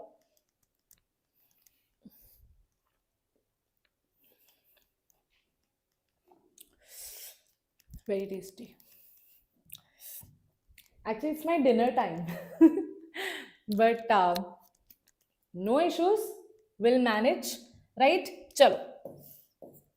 So, JEE Mains 2025 question, that is, see, if you can see this question over here, that is based on conductance, conductivity, and all these things. So, let's solve this over here, everybody. So, they are saying molar conductance and of an infinite dilute solution of was found to be this ammonium chloride of NH4Cl, it was found to be this, okay. The ionic conductance of hydroxyl and chloride ions are also given to you.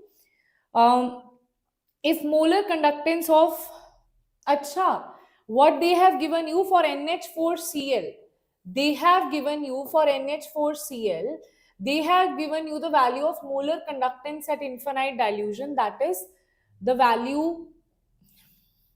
If molar conductance of this much of solution of ammonium hydroxide, okay, molar conductance of NH4Cl is given to you, right? They have given you NH4Cl, they have given you OH, they have given you Cl, molar conductances of all these are given to you. If molar conductance of 0.05, that is the concentration, is given to you, of ammonium hydroxide is this, molar conductance of ammonium hydroxide is this, the degree of dissociation is what? Okay, they are asking the degree of dissociation here. Molar conductance of this is also given to you, right? Chalo, let's solve this. Let's solve this, everybody. Ready to solve this? Do let me know.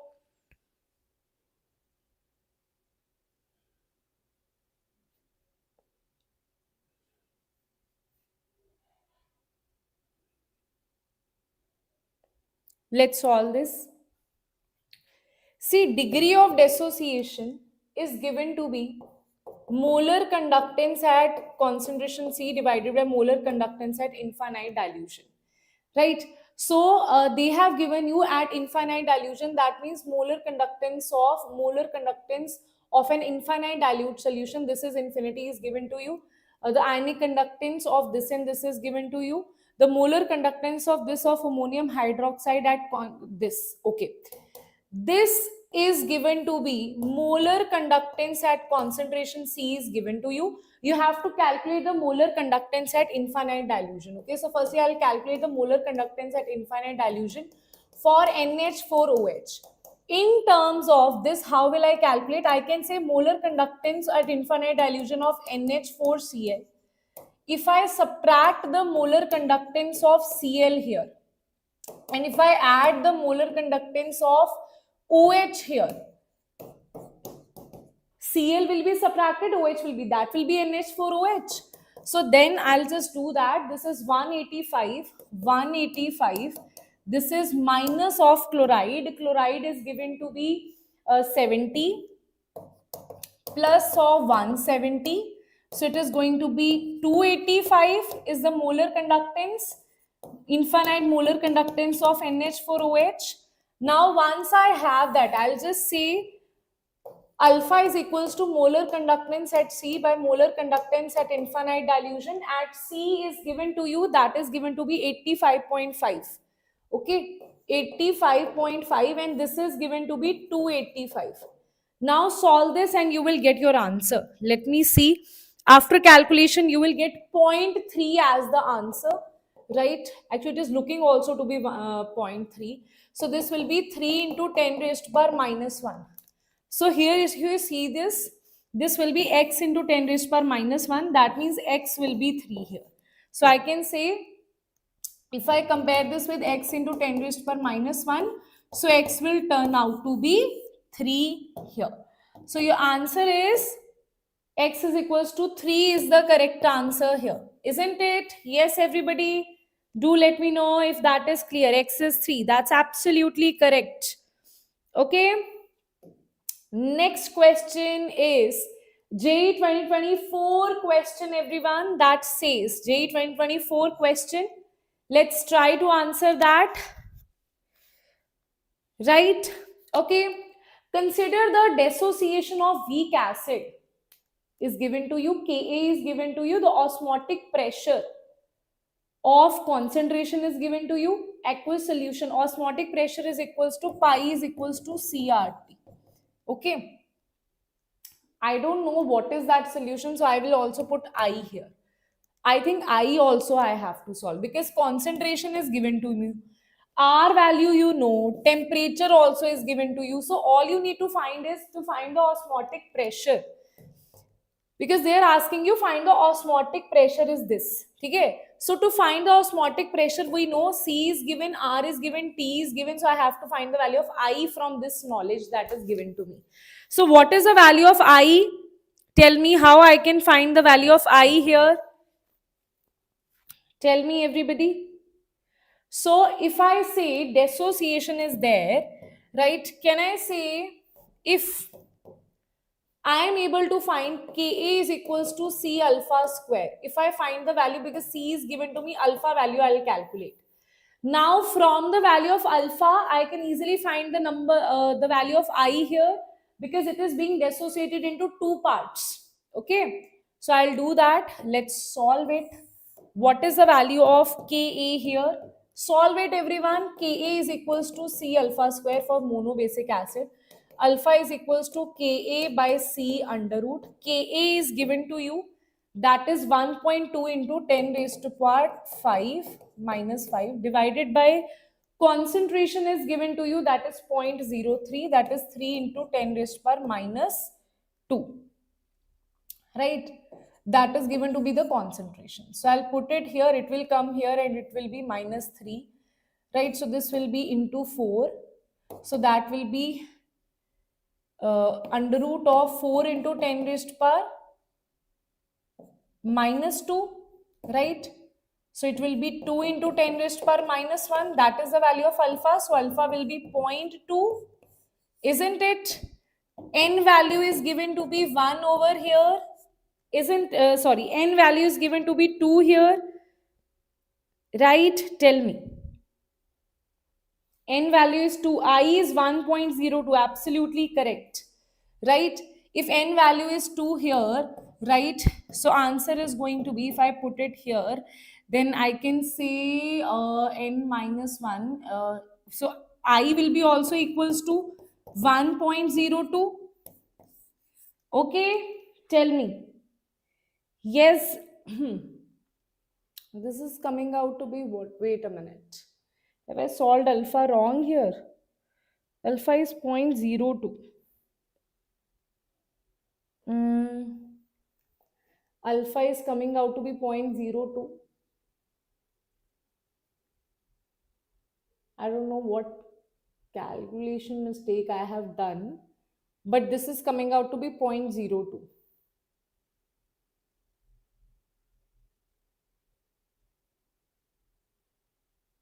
0.02, if it is less than 0.05. Okay. So alpha is coming out to be 0.02. Let me calculate it this way. Okay. 1 minus alpha. So when you put all these value, alpha will come out to be 0.02. Okay. N is equals to 2. So I will be 1.02 when you put the formula. Now after this, what will happen? What they are asking you to calculate the value of osmotic pressure. Pi is equals to ICRT. Now so you know everything. I is 1.02. C is also given to you, that is 0.03. 0.03. Then R is also given to you, that is you will just calculate it 1 by 12, so you can also put it 0.02 here, and 300. After solving you will get your answer. Okay, do let me know guys if there is any problem. Okay, alpha is 0.02. Acha, chalo theek hai, you have calculated it na, I trust you. Okay, tell me. Tell me guys, is that clear how we solved it? If there is any problem, do let me know. Firstly, what we did, Ka is equals to C alpha square. From that, you know the value of C, you know the value of Ka. You will have the value of alpha as 0.02. Then you have the value of N, and you put I is equals to what? Directly put the formula. I is equals to 1 plus N minus 1 alpha. So that is going to be what? 1 plus N minus 1 is 1 into alpha is 0.02, that is 1.02. Okay, so answer you know, I you know, C you know, R you know, T you know. After solving you will get your answer here. Right, tell me everyone if that is clear. Final answer will be 0.76. This will be 0.76, right? That will be 76 into 10 raised power minus 2. So answer is going to be 76 is the correct answer here. Okay, understood?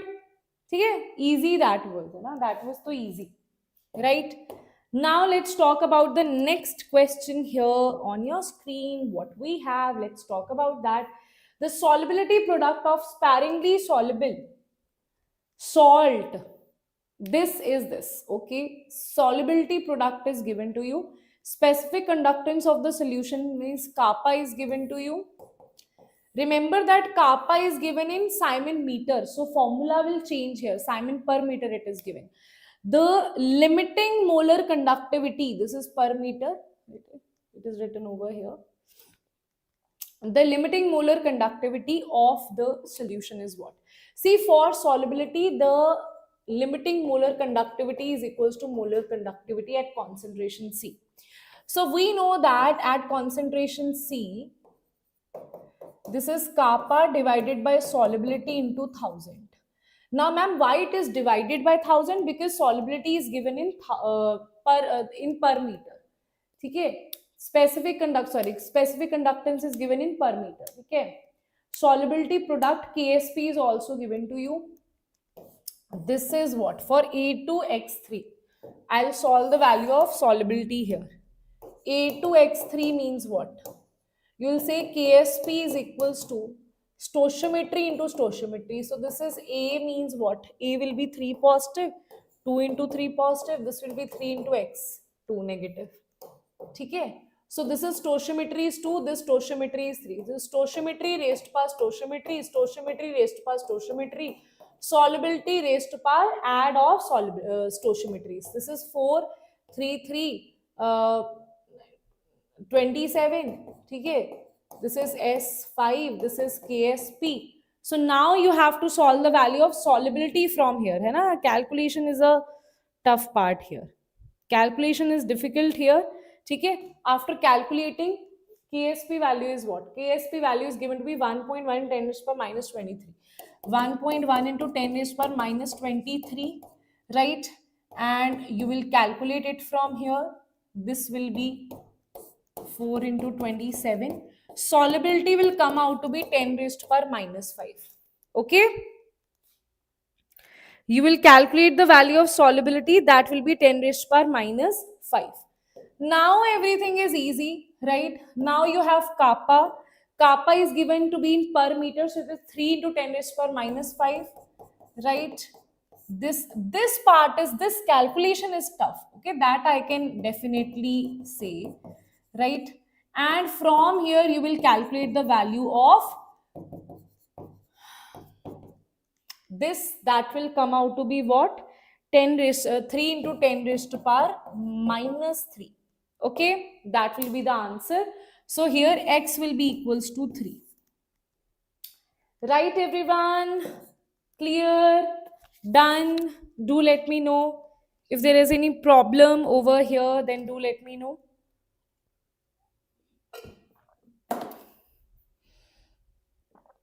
Just give me a second, guys.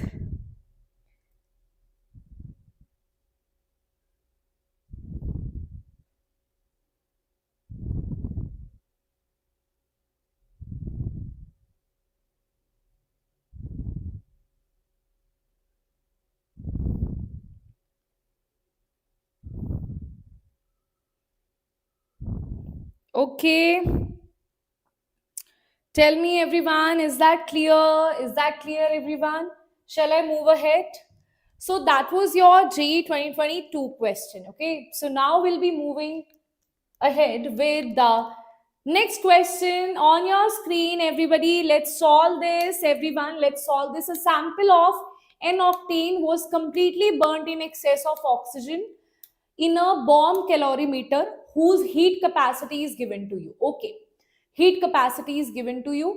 As a result, the combustion reaction, the temperature is also given to you. That's great. That means you can calculate the heat here. The magnitude of heat of combustion of octane at constant volume. Okay, that means heat at constant volume, QV, you have to find here, right? Heat at constant volume. Tell me, can we find the value of heat over here or not? Can we find the value of heat over here or not? Right? Okay. Tell me. So if I see this over here, we know that heat capacity is equals to the heat that is there, because all of this is given in constant volume, is it? Was the size of oxygen and the heat capacity is this, as it is combustion, the temperature of is increased by this magnitude of heat of combustion at constant volume. Okay, so Q by T. So I can say Q is equals to C into T. C is given to, heat capacity is given to be 5. And this is given to be, temperature is increased by 5. This is actually delta T. Okay, so I'll write C into delta T. Right, so that is 25 kilojoule, right? This is per Kelvin, this is Kelvin, this will be cancelled. That will be 25 kilojoule, right? I can see it is also given in kilojoules only, right? So I don't need to change it. Now they are asking you, they are saying that this should be per mole. So you have to calculate the number of moles here. What is the number of moles, guys? Number of moles of octane is what? Number of moles of octane is 1.14 divided by the mass of octane. है ना? What is the molar mass of octane? Tell me. What is the molar mass of octane? Octane is what? 8 to 16, 17, 18. Okay, this is the molar mass of octane. Okay, so you will calculate it here and you will get the answer as 114. Right? After that, the answer will be 0.01. Right? Now everything is simple now. See, heat per mole will be, you divide it with the number of mole. This is in kilojoule. Number of mole is this much. So answer will be 0.05 kilojoule per mole. Isn't it? So they have given you answer like that only. 0.05 will be the correct answer. Tell me. Isn't it? Yes, tell me everyone. Right? Why I have written 0.05 here? I'm so sorry, guys. Brain, na, it needs food. So this will be cancelled. That will be over here. That will be 2500 kilojoule per mole. Very silly mistake I was doing. Don't do these kind of silly mistakes. Don't learn this from me. Okay?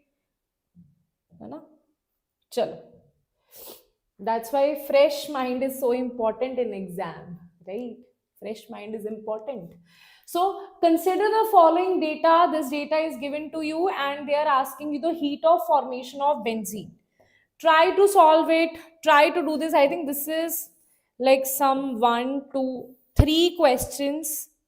Achha, 4 questions of physical is left. Okay? Let's do this over here, everyone. Let's see how many of you are able to do this. Let's solve this. They are saying consider the following data. JEE Mains 2025 question it is. Heat of formation of benzene you have to answer. Firstly, so you should know C6H6 plus O2 will be there. There will be CO2. There will be water. This will be 15 by 2. Right?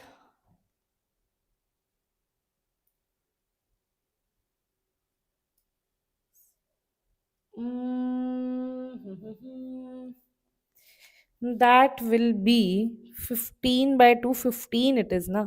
So I'll have to make there 15. So how do I make it here 15?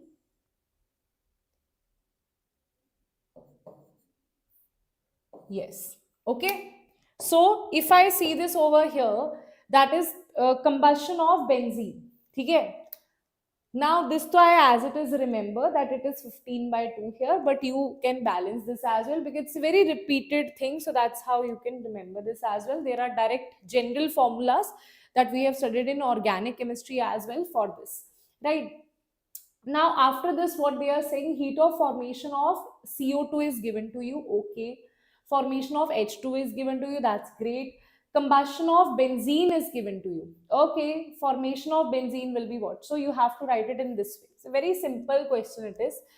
Delta H of this reaction. What is this reaction? This reaction is nothing but this is the combustion of benzene. This reaction says that I am combustion of benzene. So this reaction is nothing but it is combustion. It is equals to delta H of this reaction is equals to combustion of benzene, which is equals to, this is equals combustion of benzene, product minus reactant or reactant minus product. Tell me, in the formation, will it be product minus reactant or reactant minus product?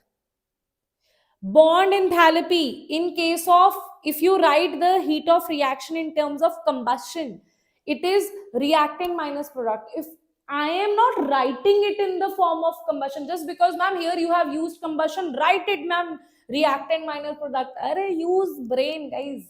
Here it is combustion. They're just confusing you. They have given formation only. So formation is always product minus reactant. If you write heat of reaction in terms of combustion or bond energy, then it is reactant minus product. So it will be delta H formation of product, that is CO2. This is multiplied by 6 plus this is 3 into delta H formation of H2O. Right? This formation will be equals to 0. This is minus delta H formation of C6H6. Okay, bacha. So now if you see this here, delta H of CO2 is what? This is 6. This is 6 multiplied by minus 393.5. This is, they are asking you in kilojoule per mole only, so we don't need to do any conversion here. This is plus of 3 into delta H formation of, this is going to be minus 286. Yes. I know combustion, this is also given to you. Combustion of benzene is given to be minus 3267, right? And this I don't know. This is delta H formation. This I have to find out. This is C6H6. Okay? So how do you find it? You have this value. Now so you can easily find it, right? Now so you can easily find it, isn't it?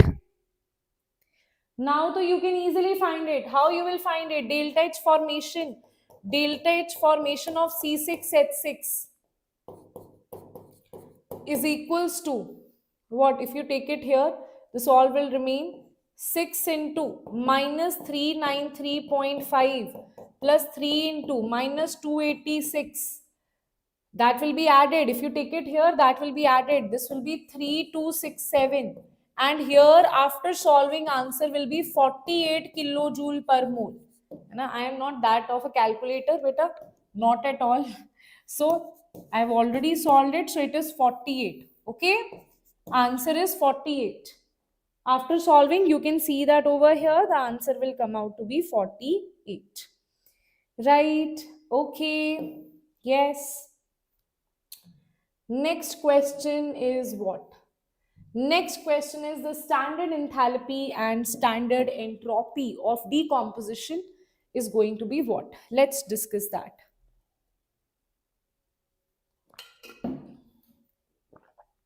The standard enthalpy and the standard entropy. This is a very simple question. They have given standard enthalpy and entropy of decomposition is given to you.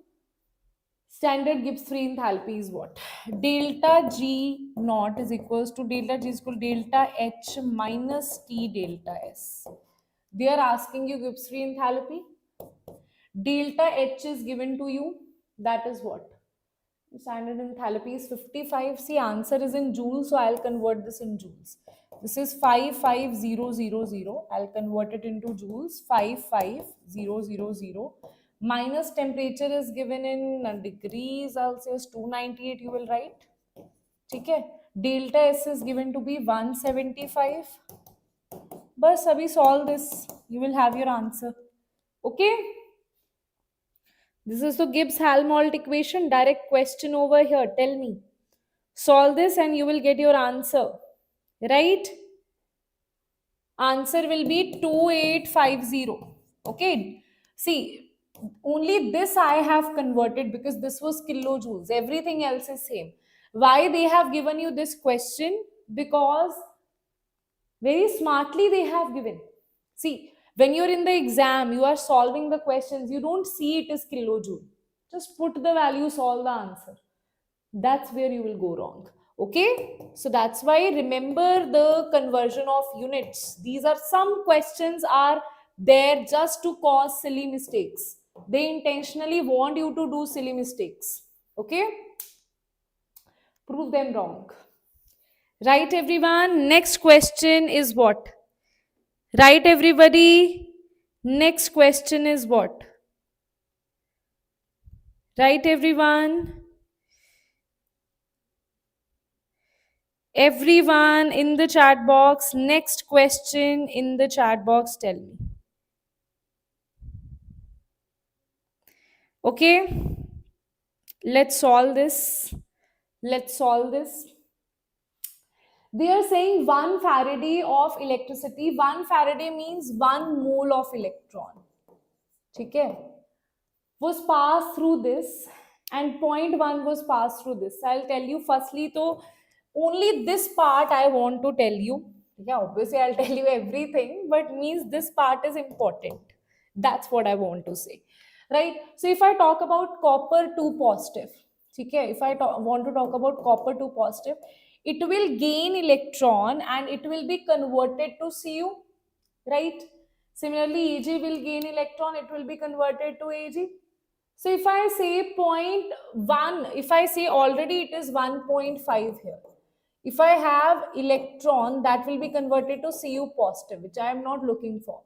So if I have one of this will give to one. If I have one of this and 1 mole of this, this will be 0.5 of this we will be left with.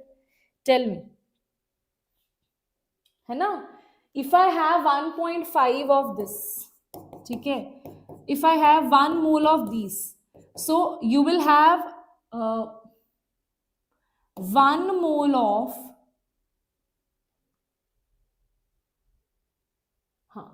wait a minute.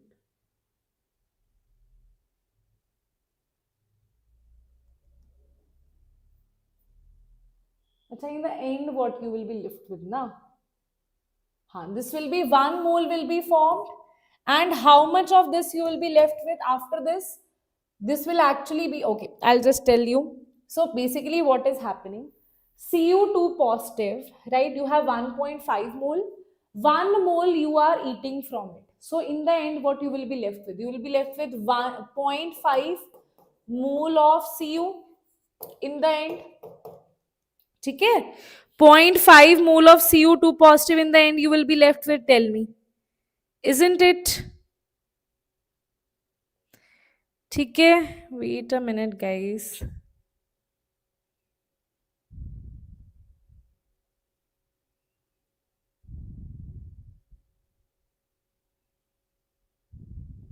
Wait a minute.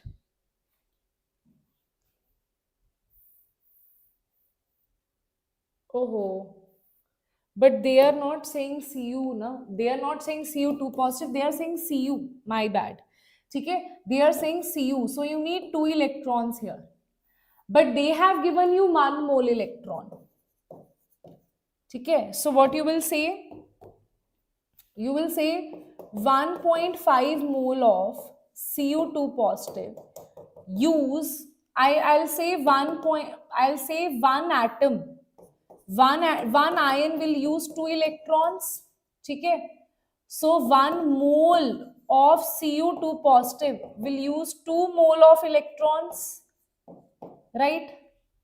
So 1.5, I have only 1 mole electron. So I'll say 1 mole electron will consume only 1 mole of, 2 moles of electrons. My bad. Yeah.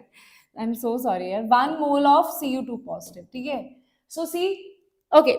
So you have Cu2 positive, it gains 2 electron, it forms Cu, right? So I am saying 1.5 is already there. And 1 Faraday is given to you. So I'll apply unitary method. I'll say that if I talk about 1 ion of Cu2 positive, it has 2 electrons. That means 1 mole of Cu2 positive needs 2 mole of electrons. I'll reverse this. That means 2 mole of electrons require 1 mole of Cu2 positive. That means 1 mole of electron that is given to me, that is 1 Faraday, requires 1/2 mole of Cu2 positive. That means out of this 1 Faraday will consume how much? 0.5 Cu2 positive. That means Cu2 positive, after this reaction you will be left with 1.5 minus 0.5, that is 1. Okay? 1.5 minus 0.5, that is 1. Okay, tell me. Is that clear, everybody? Tell me, students, is that clear? Right? Now, similarly, I'll do for Ag, Og. Ag positive, there is nothing like that. It is easy here because it is 1 is consuming 1 only. So here you have 0.1 Faraday and here the concentration was 0.2. Okay, here initial was 1.5, here it is 0.2. So I'll say 0.2 was there and here I am using 0.1. That means out of 0.2, how much will be? 0.1 Faraday. I'll say 1 mole of Ag consumes 1 Faraday. Okay? So I'll say 0.1 Faraday will consume 0.1 of Ag. That means Ag positive will be, initial is 0.2 minus 0.1, that is equals to 0.1. Isn't it? 0.2 minus 0.1, that is 0.1. That means 0.1 mole is left here. Now what they are asking you, after these two cells connected as shown that will make the electrochemical cell, the EMF of the cell formed is what? EMF, I'll just apply Nernst equation here. So I'll just apply the Nernst equation. That will come out to be EMF is equals to E naught cell minus, acha, E naught is given to me or not? E naught is given to me. They have given you this and this here. What is cathode? Always this side is anode side or cathode side. Tell me everyone. Is this side cathode side or anode side? This is the anode side. This is the cathode side, right? So I'll say E naught cell is equals to E naught of cathode minus E naught of anode. Are reduction potentials only given to you? E naught of cathode. Cathode will be this side. This side is cathode. That means silver. I need to solve the reduction potential. Oxidation number is decreasing in both of them. Right? See, that's why this question is so beautiful. Right? Two concepts they have used here. This reduction is happening. Oxidation number is decreasing. So it is 0.8 minus anode is copper. So it is 0.34. Okay, that is the value of E naught that you will have here, right? So the value of E naught you will have here, right? Then just solve it here. Na? Just put this 0.059 log of cathode minus anode. If I talk about the full-fledged reaction, what is the full-fledged reaction? Full-fledged reaction is Cu positive to Cu and Ag to Ag positive. Okay. And this is also divided by n factor, that is 2. Why n factor is 2? Because here this will be 2 electrons it is losing. Na? This will be here 2 electrons are involved. So here also I need to involve 2 electrons. I'll multiply it by 2. Right? So I can see it will be QC will be equals to log of QC will be equals to Ag positive raised to power square divided by Cu2 positive. Okay? Okay. So will you write it? Tell me.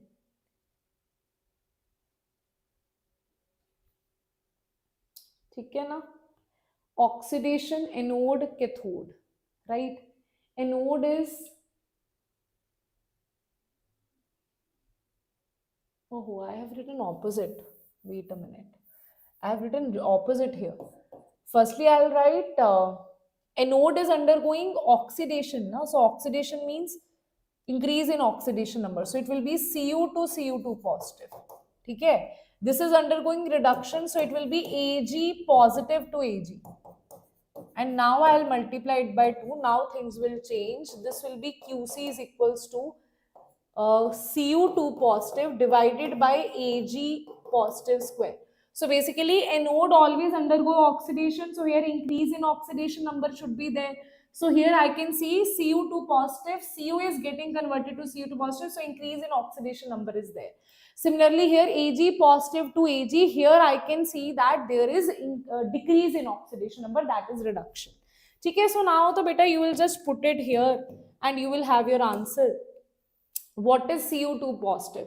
Cu2 positive is 1 and this is 0.1 square. Now just solve it. Right? Okay. Understood na? Will you be able to solve it? After solving, let's see what is the answer that you will get. You will get the answer as 0.4 volt. Answer after solving will be 0.4 volt EMF. And they are asking you in, again, dekho, it's a good question. Millivolt they are asking you, converted into millivolt. So how do you convert it into millivolt? You will have to multiply it by 1000, right? So that will be 0.4 multiplied by 1000 into, this will be millivolt. That is 400 millivolt will be there. See, every step they are challenging you, isn't it?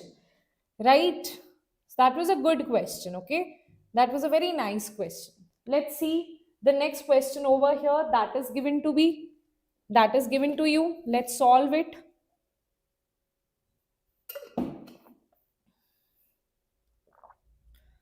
How do you identify?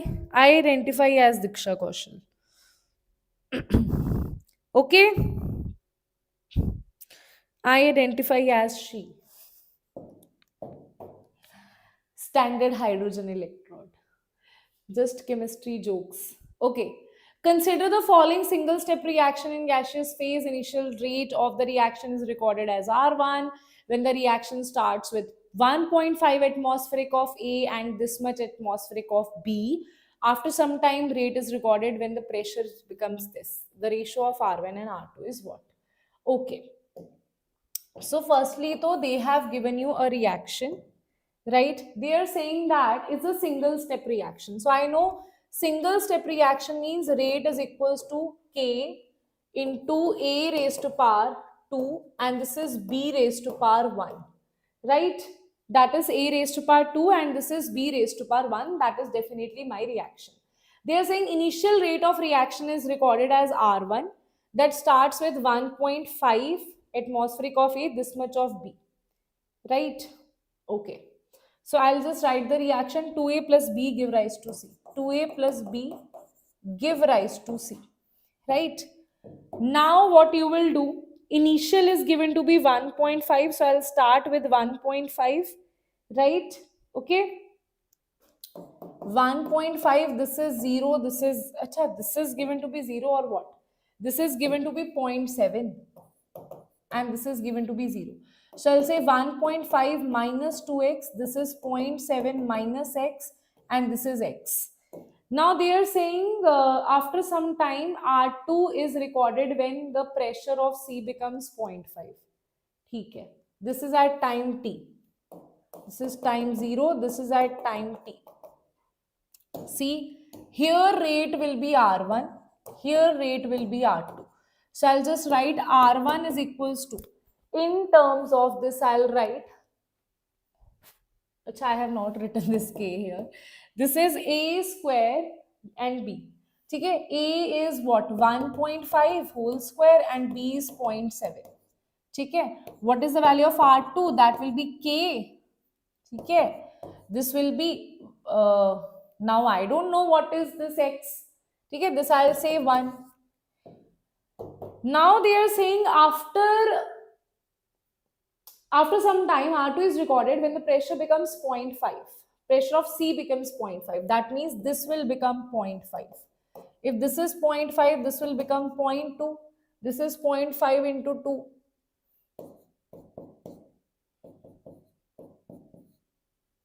1, I know. 0.5. Okay. If I put x is equals to 1, then this will be the answer.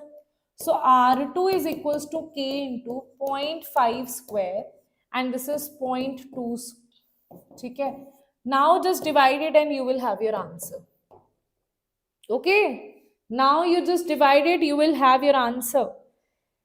Got it? Yes, everybody. R1 by R2, it is coming out to be 31.5. Okay. R1 by R2, you solve it, this will cancel. Okay. So this will coming out to be 31.5.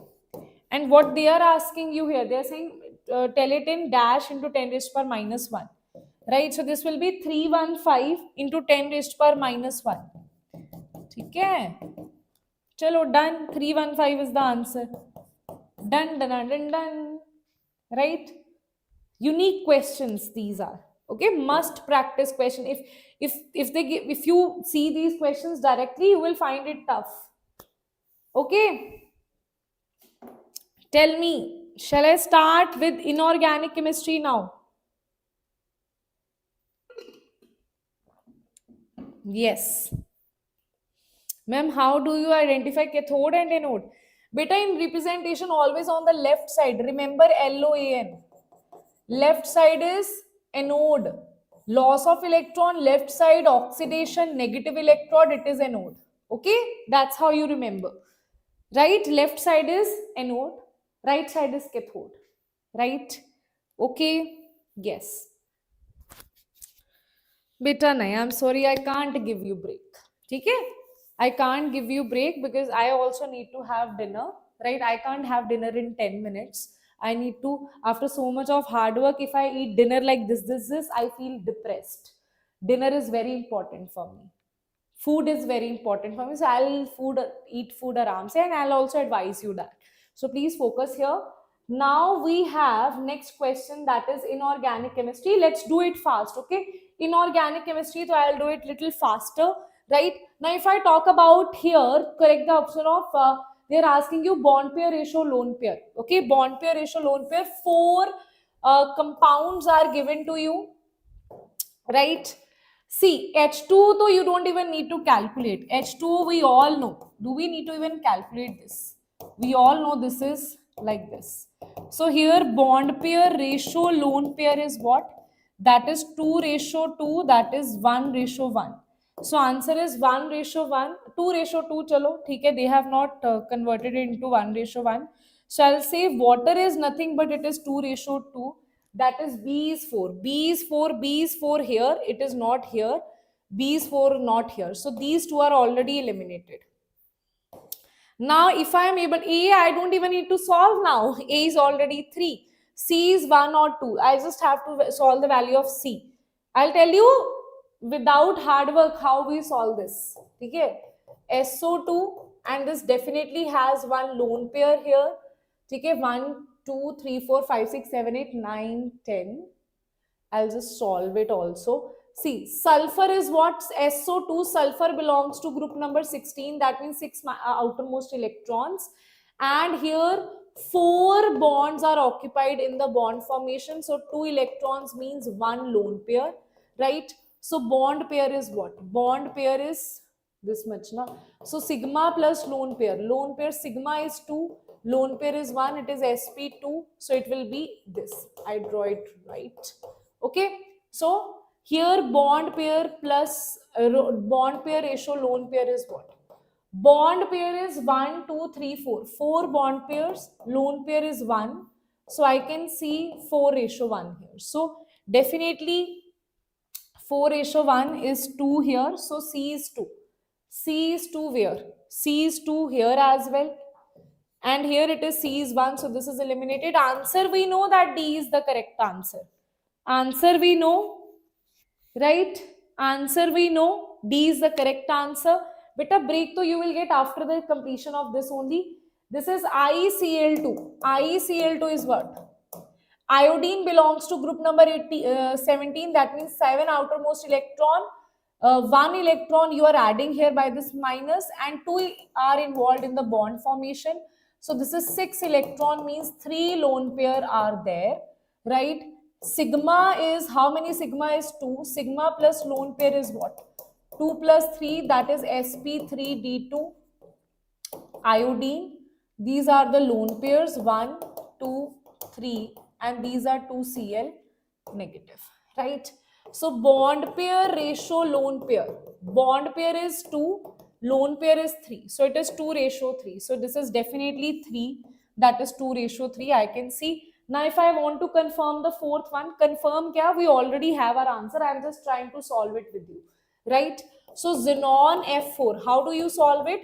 Xenon is what? Xenon is, we have solved the answer already. We're just trying to know if they, as it is the question, they will not ask, na? They will do something different there. That means maybe they will give you this compound or that, right? So xenon belongs to group number 18. That means 8 minus 4 electrons. That is 4.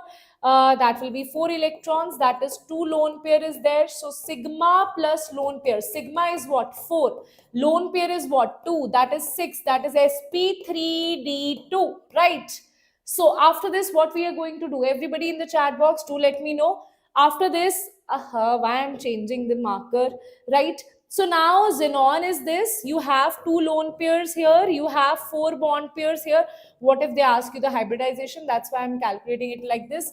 Bond pair ratio, lone pair is what? Bond pair is 4, lone pair is 2. So answer will be 4:2. Absolutely correct, ma'am. That we have done here. Okay. Got it? Super, super done. Everybody do let me know. Next question is this one. Given below are the 2 statements over here. Yes, everybody.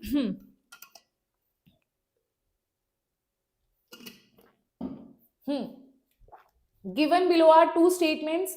One is labeled as assertion, other is labeled as reason. So assertion is pH3 lower boiling point than NH3. Yes, that is definitely true. Why? Because NH3 has hydrogen bond, right?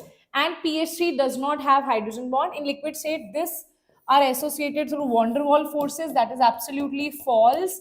NH3 has hydrogen bonds. That is why its force of attraction is very strong. Hence, its boiling point is very high. So I can say A is correct and R is incorrect. So answer is C is the correct answer. I can see that you guys are answering. Good.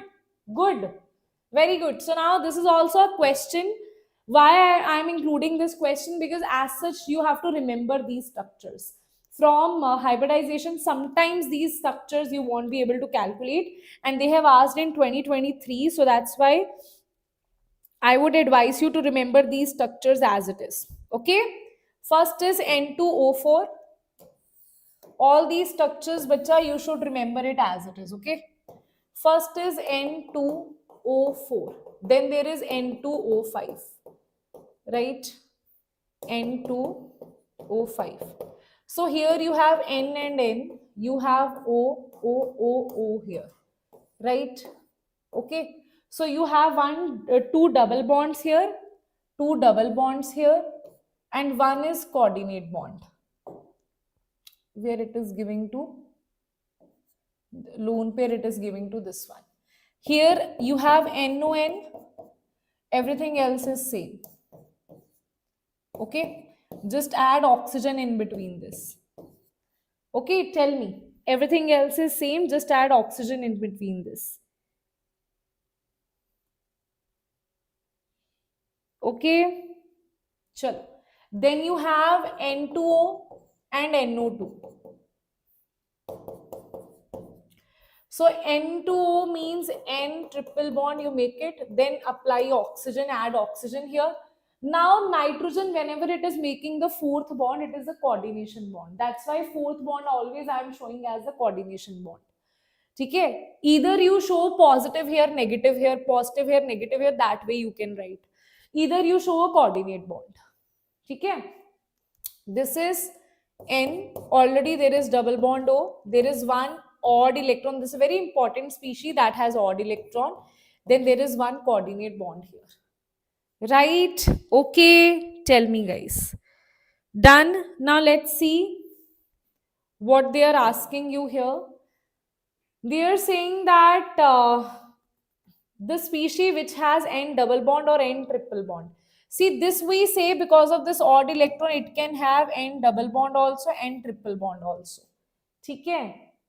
If I say one NON bond is there in N2O5, that is 2. So C is 2. C is 2, I can see the answer as B is the correct answer. Okay?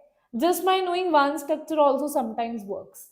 So A is what? N2O4. That is one NN bond is there. Definitely it is true. Then you have this B, that is NO2. That is having one N double bond O. NO2, yes, it is having. Then you have N2O. N2O, that is having one NN or N triple bond N. That is correct. Because of this odd electron, this happens. Right? Oh, sorry. And NO2 has N triple bond here. That is also correct. Okay? N2O. Right? So all the structures are drawn here. You know your answer is B is the correct answer over here. Right? Okay. Then there is the incorrect relationship in the following pair of relation to ionization enthalpies is what? Incorrect relation you have to calculate here. Tell me everyone. Incorrect relation. So if you see this, see manganese is 4s2 3d5, right? Iron is 4s2 3d6, isn't it? Now if you see manganese 2 positive, if I say manganese positive is 4s1 3d5, see if you lose one electron it will be 4s1 3d5. If you lose one more electron it will be 3d5. Here if you lose one electron it will be 4s1 3d6. You lose second electron it will be 4s, it will be 3d6. You lose one more electron it will be 3d5. So I can now see this over here.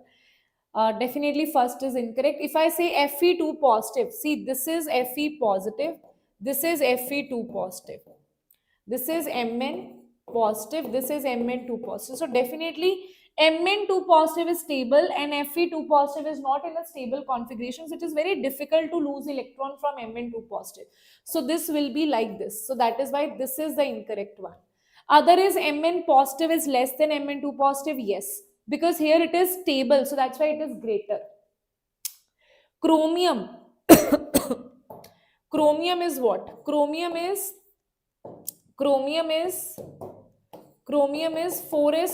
3d5. Chromium positive is 3d5. So to take out electron from manganese, that is not in a stable form, but chromium, that is in a stable form, it is difficult. So that is definitely true. This is also true. This Fe3 positive, this is Fe3 positive, right? Fe3 positive is also 3d5, which is a stable configuration. So this also will have more. So answer is A is incorrect here. Okay.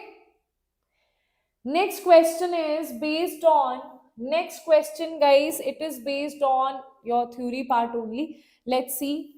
They are saying the incorrect statement from the following. Let's see if you can answer this or not. Let's see guys if you can answer this or not, everyone. Yes? Awesome, awesome, AZ, awesome. The correct statement here is TL3 positive is powerful oxidizing agent. Yes, because what happens down the group, lower oxidation state increases. That is why TL positive is more stable than TL3 positive. That's why TL wants to undergo reduction and get reduced to TL positive. When it is itself getting reduced, it will behave as an oxidizing agent. So that is true. Al3 positive does not get reduced easily. That is also true. Why? Because Bal, Ga, Ion, Tl. Here +3 oxidation state is more stable. Here +1 is more stable because lower oxidation state is stable down the group. So that is why this is true. There is no doubt in that this is true. Both this and this are very stable in the solution. Both are not stable. I am saying TL, lower oxidation state, is more stable down the group. So this is not, TL3 positive is not stable. TL1 positive is more stable. That is true. This and this are highly stable. That is also true. Because down the group, lower oxidation state is stable. Up the group, higher oxidation state is stable. So I can say A, B, C, any A, B, D, E are the correct statements here. Right? Okay. Yes. You will be able to rewatch. Don't worry. After I end this session, you will be able to rewatch that. Don't worry about that. Right. Next is among the following halogens F2, Cl2, Br2, I2, which can undergo disproportionation reaction? Directly the line of your NCRT. F2 undergoes, Cl2 undergoes, Br2 undergoes, I2 undergoes. Tell me which of the following undergoes disproportionation. So Cl2, Br2 and I2 undergoes disproportionation. F2 does not undergo disproportionation. Others will undergo disproportionation. Answer is B is the correct answer here. That's the best part about inorganic. Then you solve the questions within seconds. And organic also, it does not take that much time. Physical chemistry, definitely it takes time. Okay, that's why I always complete physical chemistry in the starting, so that you have time for organic and inorganic. You know, it will just go fast, right? So preparation of potassium permanganate from MnO2, that is your pyrolusite ore. When you add any oxidizing agent and KOH, this will be converted to permanganate, that is K2MnO4. So answer will be C is the correct answer. Sorry, this is not permanganate, this is manganate. This is permanganate. This will be converted into manganate. Then after this, you will convert this into permanganate. Okay. So answer is C is the correct answer. Next question is the pair of lanthanides in which both elements have high third ionization enthalpy. That means they are stable. Basically, they are saying which is stable in +3 oxidation state. It's a way of asking. Tell me which one will have high third ionization enthalpy. See, if you have gadolinium, you lose one, you will be gadolinium positive. You lose two, this will be gadolinium 2 positive. You lose 3, it will be gadolinium 3 positive. Achha, they are asking you 2 positive. So if I want to have high ionization energy 3, I need to have any lanthanoid you have. You have L positive, you have L2 positive, you have L3 positive. So if I want to have a high third ionization enthalpy, that means this should be very stable. Where it is stable? It is stable in europium, definitely. Gadolinium, no. It is stable in europium and terbium, right? Yes. Okay, that's how you answer this. Okay, this much so you should know na कि europium is more stable in +2 oxidation state. Why? Because after losing its electron Cl2, it will become 4f7, that is stable. This is europium 2 positive. And similarly, terbium is also stable in +2. After losing this, it will become 4f14. So this is also stable in +2 oxidation state. Like cerium is stable in +4 oxidation state. Okay, so these oxidation, you should know. I have already told you in my inorganic chemistry marathon, and I'm also thinking of doing full chemistry in one day. Do let me know if you want that or not, right? Do let me know if you want that or not. Full chemistry in one day. Okay, chalo. Now let's see this question here, everyone. That is an octahedral complex. Yes, students, tell me. An octahedral complex having molecular composition this. Okay, this is the molecular composition. This will be 2. Has 2 isomers A and B. Okay. The solution of A, I think it will be Cl only. है ना? I think it will be CN1 only. ठीक है? So, has 2 isomers. The solution A gives white precipitates with AgNO3. That means it is forming AgCl.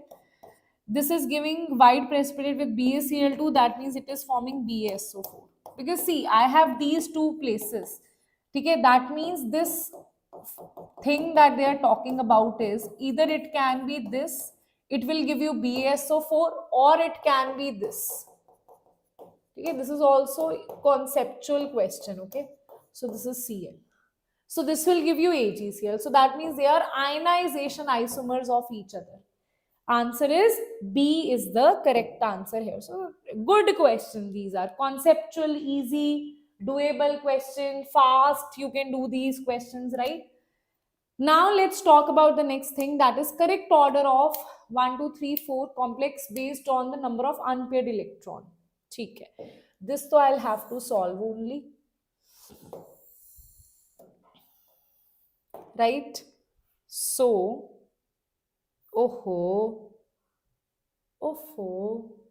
ठीक है. So here it is FeF6, 3 negative. Then there is COF6, 3 negative. Then there is NiCO4.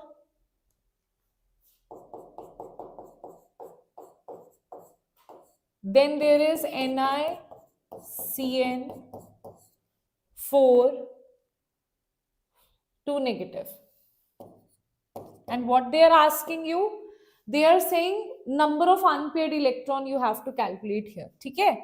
So how we will do that? See, here it is weak field ligand. So first thing is, this is Fe na. So this is, firstly I'll calculate oxidation state. X minus 6 is equals to minus 3, X is equals to 3, X minus 6 is equals to minus 3, X is equals to 3. This is X minus 4 is equals to minus 2, X is equals to plus 2. This is X plus 0 is equals to 0, X is equals to 0. Now I'll write the oxidation state, their electronic configuration. Fe is nothing but 4s2 3d6. So Fe3 positive is nothing but 3d5. Here also I'll write cobalt is nothing but 4s2 3d7. So cobalt 3 positive is nothing but it is 3d6. Okay? nickel in zero oxidation state is 3d8 4s2. Nickel in plus 2 oxidation state is 3d8 because 4s2 you will lose here, right? Now, in the end, how I will write it, let's talk about that. This is T2G, 1, 2, 3, 1, 2, 1, 2, 3, 1, 2, 1, 2, 3, 1, 2, 1, 2, 3, 1, 2, right? Achha. This is tetrahedral complex, by the way. Or you can just write it like that also. Okay? If you write it like this also, this will not cause any pairing. So this will be 1, 2, 3, 4, 5. This will be 1, 2, 3, 4, 5. So it is number of unpaired electron is 5. Okay?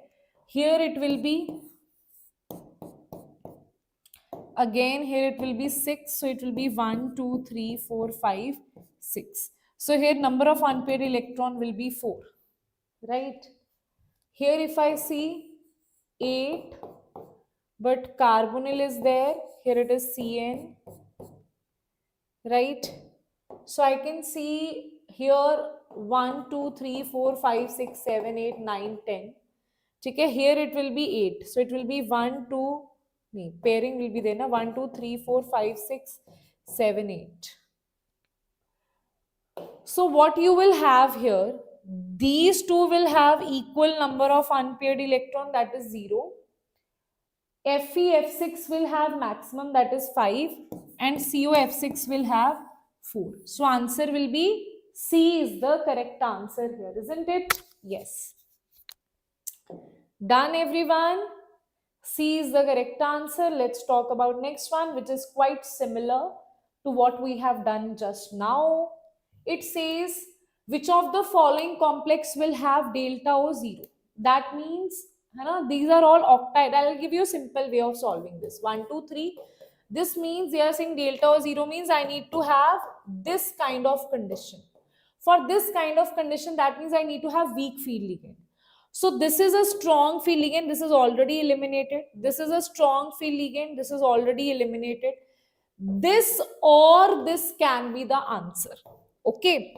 Now I need to have D5 here. If I see x minus 6 is equals to minus 4, that is x is equals to plus 2. Iron plus 2 is nothing but 3d6. So it will not be D5. If I talk about this one, x minus 6 is equals to minus 2, x is equals to plus 2. Manganese is, this is a very simple way of solving this question, okay. Manganese is 4s2 3d5. You take out 2 electrons, it will be 3d5. Array, you got this answer. That means it will give you 3d5. With the 3d5 and weak field ligand, you have this answer. Because you need delta O0 and you need to have 5 unpaired electrons. And that will be only for this B, right? That will be your correct answer, okay? So that's how with practice you can solve the question fastly, okay? Tell me.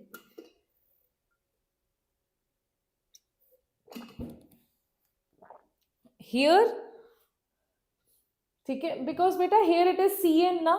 Cn is a strong field ligand, that's why it is pairing, right?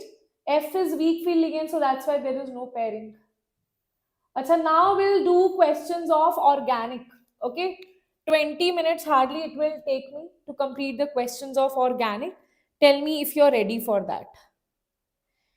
Beta, you don't have to remember ionization enthalpies, right? Nobody is asking you that. Just remember the trends, right? The order. Just remember that.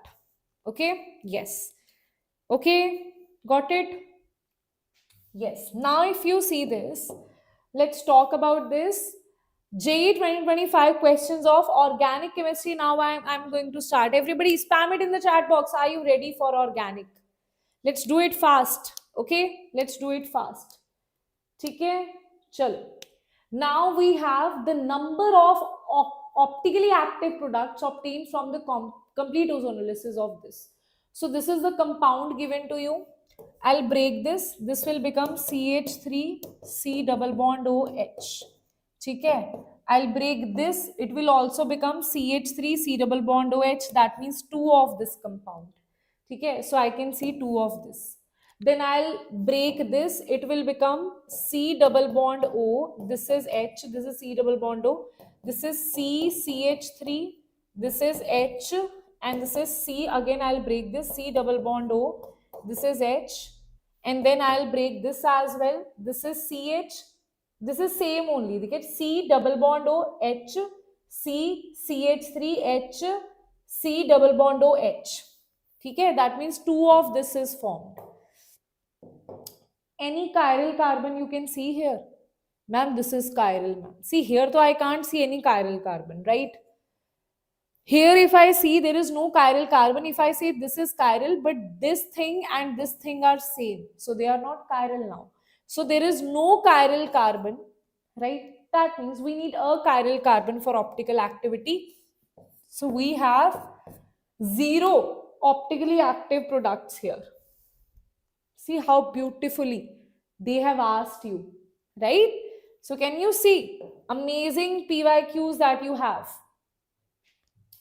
Trust me, if you now solve PYQs, you are good, right? If you don't, if you now also you're not solving the PYQs, you're doing a big mistake, right? Which of the following are aromatic? See, aromatic means PCC should be followed. Planarity, double bond, single bond, single bond, single bond. So it is conjugation is not followed here. Double bond, single bond, double bond, single bond, double bond, single bond, double bond, single bond, double bond. Okay, so here to how many electron? Benzene is there now. Because of benzene, it is aromatic. This is 1, 2, 3, 4, 5, 6, 7, 8, 9, 10. 10 aniline is non-aromatic, guys. Have we discussed that? Tell me. Have we discussed about 10 aniline? 10 aniline is non-aromatic. Why? Because of repulsions. This is 10 aniline. I told you that 8 aniline, 10 aniline and 12 aniline are non-aromatic. 8 aniline because it has tub-like structure. So this is also not. What about this? 1, 2, 3, 4, 5, 6, 7, 8, 9, 10, 11, 12, 13, 14. 14 aniline is obviously aromatic in nature because 14 means 14 pi electrons. So here number of carbon defines the pi electrons in anilines. So it will be 4n plus 2. है ना? If I put n is equals to 3, 4, 3, 12 plus 2, 14. So it is aromatic in nature. So answer is B and D are aromatic in nature. ठीक है? Okay. Next question is which will undergo deprotonation most readily in basic medium? Basic medium, with what a basic medium does? Base will do what? Base will abstract proton. If base abstract proton from here, it is negative. Here it will be negative. Here it will be negative. Which negative is most stable? Where negative is getting withdrawn by something. No one is. Carbon ion is stable when you withdraw electron from it. So in all these cases, you have C double bond O, C double bond O, C double bond O, conjugation is there. That means there is no difference in all these compounds. But there is one difference. Here you are giving electrons with this oxygen lone pair. Okay? This is providing the electron. So what is happening here? This is providing the electron to this oxygen. That is why this oxygen is not under conjugation with this negative. Not that much conjugation is not there. Here you have two MEs. That's why conjugation with this negative will be less, because conjugation here will be going on. Here you have conjugation here that is going on. Here you have no extra conjugation that is going on. Only this negative is in conjugation with these two. So that means negative charge, nobody is giving. Everyone is taking negative charge. So it is happy. So A is the compound here. Okay? Okay. Tell me. Undergo deprotonation most readily. Answer is A is the correct answer. Okay? Got it na? Here there is no oxygen. What is happening here? Oxygen is giving electrons. It is giving the electrons. That is why this negative will not be stable, because this oxygen is not available. This oxygen is not available for conjugation with this negative. ठीक है, this oxygen can be available for only this negative or this. ठीक है. अच्छा, next question, let's see. JEE Mains 2025 question, right? Yes. Don't we see minus I effect? Minus I effect of which one? Beta, minus I effect is not dominating in this case, na? Oxygen minus I effect is not dominating. Plus M is more dominating. Mesomeric is dominating always, except for halogens. Okay? Let's talk about this question here.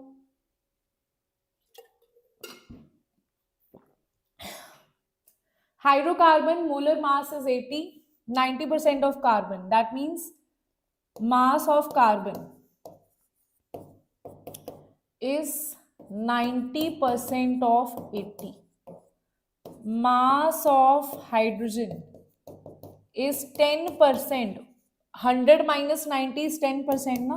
10% of 80. So it will be already there. Now, if I talk about what is the number of hydrogen atoms here, tell me. Number of hydrogen atom or carbon atoms here, right? Number of carbon atom, I'll just write it here only. Okay? Number of carbon atoms will be, see, this is gram per mole is given, na? So what I'll say number of particles, number of moles you have to calculate, basically number of moles multiplied by Avogadro's number, because it is per mole, that will also be cancelled by 6. So in all what you can directly write is number of carbon atom is given mass by molar mass, number of hydrogen atoms. Given mass is what? Given mass is 8 divided by molar mass is 1. Okay? So this is going to be 12 into 6, na? 6 will be there, na? Carbon atoms will be this, that we calculated. Achha. This will be 6. What they are asking you? They are asking you degree of unsaturation. Degree of unsaturation. You know what is the formula of degree of unsaturation, guys? What is the formula of degree of unsaturation? Tell me. Degree of unsaturation will have the formula where you are like, you will add the number of carbon atoms, you will subtract 1 from there, then you will add number of you will add the number of carbon atoms. This will be number of carbon atoms. I will say, I'll just write it like this: carbon atoms plus 1 minus hydrogen or halogen or nitrogen. Okay? Now halogen or nitrogen is not there, only hydrogen is there. Okay? In fact, that will also be divided by 2, na? Divided by 2. These all will be divided by 2. So I'll just write it like this. Okay? So this will be minus of hydrogen atom divided by 2. So that will be 6 plus 1, that is 7, minus 4, that is 3. So degree of unsaturation will be 3. Okay? Tell me. Got it? So what do you just remember the formula? C plus 1 minus of HXN divided by 2. Okay? Okay? That will be your answer here. It is also written over here. Okay? So that I have written already. So next question is what? Everybody, let's see the next question here that we have done. Let's see. Very few questions we are left with. Fast will do. Right? Now the very simple reaction based questions we are left with. Right?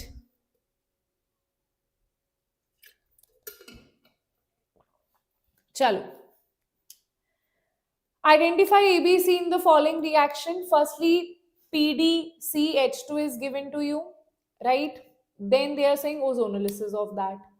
So firstly, you will convert this into alkane, alkene, that is this thing.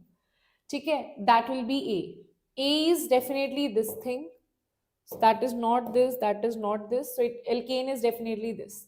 Then you add ozonolysis, reductive ozonolysis. So this will be CH3, C double bond OH. This will be H. This will be C double bond O. This is H. This is H. This is reductive ozonolysis. So I'm not going to do further ozonolysis here. CH3, CHO and HCHO is formed. So answer will be B is the correct answer here. Right? Okay. Tell me. Clear? Acha, next question here. What is that? They are saying that what you have here, alkene you do acidic hydration or you do hydroboration oxidation. Here you will firstly make carbocation. In this case, what you will do, you will firstly make carbocation. I'll just write it here. A will be equals to, I'll just write it here. A will be equals to what? How should I write it? Like this.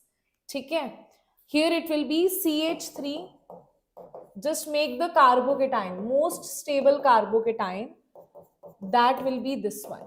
Okay. This, you will add one hydrogen here. After this, after making the carbocation, no rearrangement is required. You will add OH here. Right. So that is, this is formed. So this is eliminated, this is eliminated, this is eliminated. Answer is B. So anti-Markovnikov addition. Anti-Markovnikov, anti means what you will have? Anti-Markovnikov.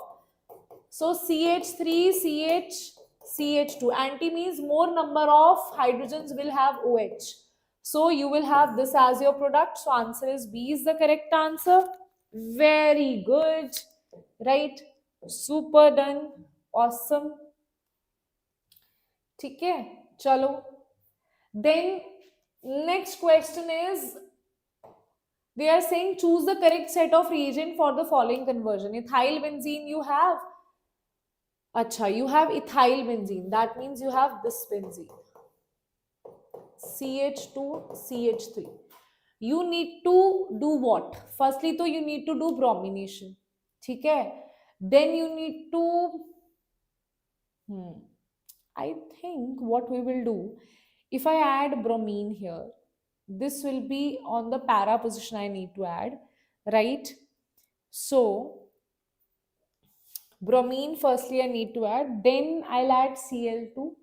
If I add, I think this will be the correct one. Okay, I'll tell you why. Because if I have this and I add Br2 with Fe, so ortho and para product will be formed. Para being the major product, you will have this as the answer. Then if I add Cl2H mu, always benzylic substitution is there. Benzylic substitution will be there. That means this reagent is for benzylic substitution. So you will have this kind of situation. I can also write it like this. Then you add KOH alcoholic. KOH alcoholic will always cause dehydrohalogenation. Halogen will be eliminated, hydrogen will be eliminated, double bond will be there, and hence you will have this as your answer. Right? Okay. So answer will be very good. E2 in the last step. Awesome. Answer will be C is the correct answer. We don't need pages, right? But I have, sometimes I feel I need extra page, so that's why I add pages. Acha. Let's see this question here. What they are saying. The major product of the following reaction, KOH and E2H, that means alcoholic KOH is added. Dehydrohalogenation. Always this will happen. So here halogen you take out, here hydrogen you take out, you will have double bond here. Here you take out, here you take out. So what you will have in the answer, you will have benzene as it is. Okay. You will have this C, this, okay. So here you will take out halogen and you will take out hydrogen from here. You will have double bond here. you take halogen, you take hydrogen from here, you will have double bond here. So answer will be what? Achha, here देखो IUPAC naming you need to know. You say 2025 IUPAC naming, indirectly they have asked you. Tell me what will be the answer. IUPAC naming you can answer, na? IUPAC naming to you can answer, right? Tell me. IUPAC naming I can expect from you, isn't it? So alkene will be given more number, so it will start from here 1 2 3 4 5 6 7. On second position you have phenyl, right? Hepta, then you have 2 and 4 diene, isn't it? Tell me. है ना? C is the correct answer, absolutely correct. Okay, chalo. Now let's see the next question here, that is they are saying CH3 CH2 Br with NaOH. Two things you are doing. First thing is alcoholic, other is aqueous. So this is NaOH alcoholic, this is NaOH aqueous. This is always alcoholic is elimination reaction. This is always substitution reaction. So here answer here will be CH3 CH2OH. Here it will be CH3 CH double bond. So here Br will go. Okay? This Br will go from here. H will go from here. So dehydrohalogenation will take place. So halogen will move from here. Hydrogen will go from here. You will have a double bond. Total number of hydrogen in A and B is what? In total, hydrogen will be what? Hydrogen atoms here are 3, 4, 5. Here it is 4. Nahin, it is 6 plus 4. 3, 4, 5, 6 plus 4. That is 10. So total number of hydrogen atoms are 10. Okay? I can see you guys answering in the chat box. Great. Good. Chalo. Just few more questions. How many? 1, 2, 3. No, 2, 3 nahi, sir. 4, 5 questions we are left with. Okay? Let's solve. Let's see how to solve this, everybody. Tell me how to solve this question here.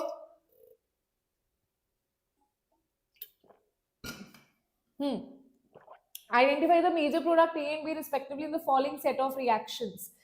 This though I'll have to solve in a proper way. Firstly, though you are adding concentrated H2SO4. Okay. If you are adding concentrated H2SO4, what will happen? Tell me. Dehydration, isn't it? Dehydration will take place. So concentrated H2SO4 will cause dehydration. You will have the formation of firstly carbocation, right? Firstly OH will leave. Acidic hydration. This is not dehydration. This is acidic hydration. Acidic hydration, nahi, this is dehydration only. My bad. Dehydration only. OH is there now. If you have alkene, then it is acidic hydration. Here it is dehydration only. Now this is alpha and this is alpha. From where it will go? Either from this or this or this. Okay? So if it goes from this side, it will not be Sedzev product. So for elimination, always prefer Sedzev product. So that's why either choose this or choose this. That is the same thing only. So I'll choose this. Okay? So firstly, this will not be the answer. This can be, this can be, this will not be the answer. Okay? Now I just need to solve with CH3CO, Cl and pyridine. Okay? Firstly, what we are adding? We are adding the base. What a base will do? Base will abstract proton here. Pyridine you have added, na? Pyridine will abstract proton here. It will become O negative. Then you are adding CH3, COCl. So COCH3 will attack here. Okay? So it will be CH3. This is O. COCH3 will be, this will be negative. This will be CH3 C double bond O. this electrophile will be generated that will attack here. This is COCH3. So answer will be this. So answer will be OCOCH3. That is this one. So answer is B is the correct answer here. Isn't it? Tell me. Isn't it, guys? Tell me, everybody. Is that clear to all of you or not? Is that clear to all of you or not? Right? Perfect. Shall I move ahead? Okay. Next question here. Let's see that. Oh, answer only I gave you. I'm sorry, yaar. Chalo. Let's see this. The correct order of pKa values for the following. Firstly, I'll say what is the value of acidity. Acidic strength value. pK will be opposite of that. We know negative, positive, negative, positive, negative, positive. Stability of carbon ion you need to tell. Carbon ion will be more stable if it has electron withdrawing group. Electron withdrawing group increases the stability of carbon ion. After C, you will have A, where there is no effect. Here you have nitrogen, which is donating the lone pair, so it has plus M effect. Here it is plus I effect. Here it is plus M effect with the plus I effect. Okay, of this CH3. Okay, chalo, even if I consider plus M effect, that will also go. This is minus M. This is no effect. So withdrawing, then no effect, then plus I, that is D. Then you have minimum is B, that is plus M effect. So pK value will be opposite, that is CADB. So answer will be CADB. B is the correct answer. Okay? Okay? But why it is written BDAC? BDAC?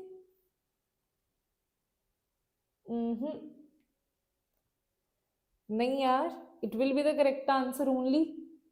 Because my acid minus M it is there. This is only CH3, only plus I effect is there. Here also you are donating the electrons. Okay, because of the lone pair of nitrogen. So maximum acid is this. After that it will be A, no effect. Then there will be D, then there will be B. है ना?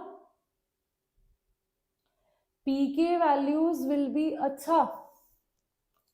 Even after solving, I have solved it incorrect. BDAC, BDAC, huh? Even after writing this here, I am writing it wrong. Okay, ma'am, pK values, ma'am, you have solved it correctly, then we are marking it wrong. Because sometimes this also happens in the exam. So be aware of these mistakes as well. Okay, sometimes your brain is like so much tuck going on. So that's why even after solving C, I marked it wrong, right? So this can happen with you also, right?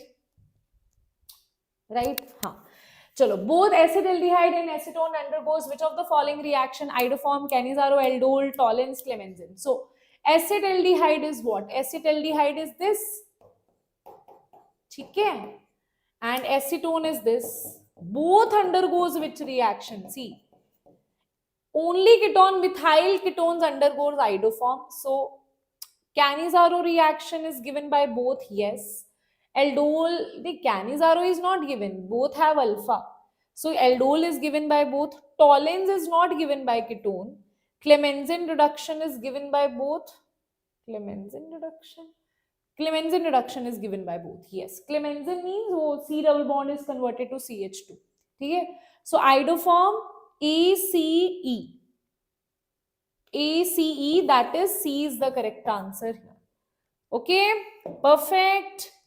Good, good, good. Next question, everybody. Let's see. Reaction of propanamide. Propanamide, that is 1, 2, 3.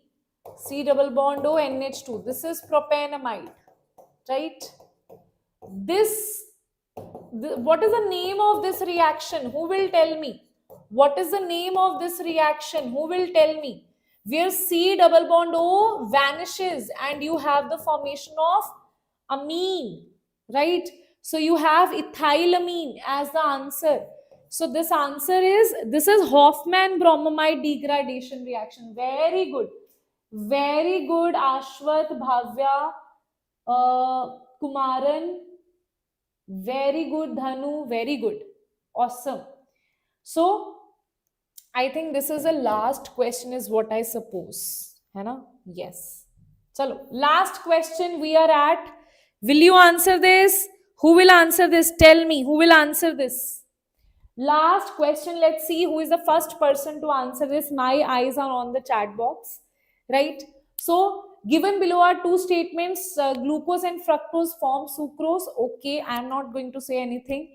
Then they are saying sucrose after hydrolysis gives glucose and fructose. Okay.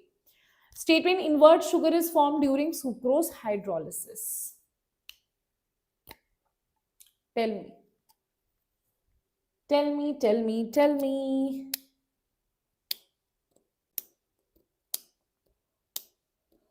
B, very good. You're absolutely correct. B is the correct answer. Statement 1 is false, second is true. Why? Glucose is D only, but fructose is levorotatory. Here they have written positive and positive here. That is the wrong thing. That's why this is false. Can you see 2025 minor thing? Everything. They are like, I have written everything correctly. Minor thing. Positive. This should be negative. Levorotatory it is. Okay? Invert sugar is formed. That's true. Because the rotation of levorotation is more as compared to the rotation of glucose. See, sucrose is levorotatory. Why? Because of this fructose. Okay, levorotation is because of fructose. Okay, ji. So that's it for today, everybody. That's it for today. Hello, Abhilash. Hello, Abhilash. I hope so. Your preparation is going great, right? Wait a minute. Now let me just show you a very important thing, that is our Eclavier test series. So guys, our Eclavier test series over here. Oh, wait a minute. Yes. So you can see this over here, Eclavier JEE 2026 test series. That is all the best for your JEE main exam. And if you see this over here, this is right now increased at a price of 1,999. That's what I was telling you yesterday. It was at 999 rupees, but now the price has increased, right? It will further increase, and that is why I'm advising you to purchase it right away, because the mock tests are going on. As you can see, from 9 to 12 p.m. daily the mock tests are going on. Full syllabus mock tests are going on. And your report card, your weaknesses, strength, everything will be given there. What you need to do, even if you're targeting on attempt 2, then also purchase this. Because right now, if you don't solve 2 months, how you will improve, right? So that is my advice to you, right? Everybody do that. Right, everyone? Chalo. Okay then, bacha, everybody, bye-bye. Take care. I'll see you all in the next class. Till then, bye-bye. Take care. Bye-bye, everyone. Bye-bye.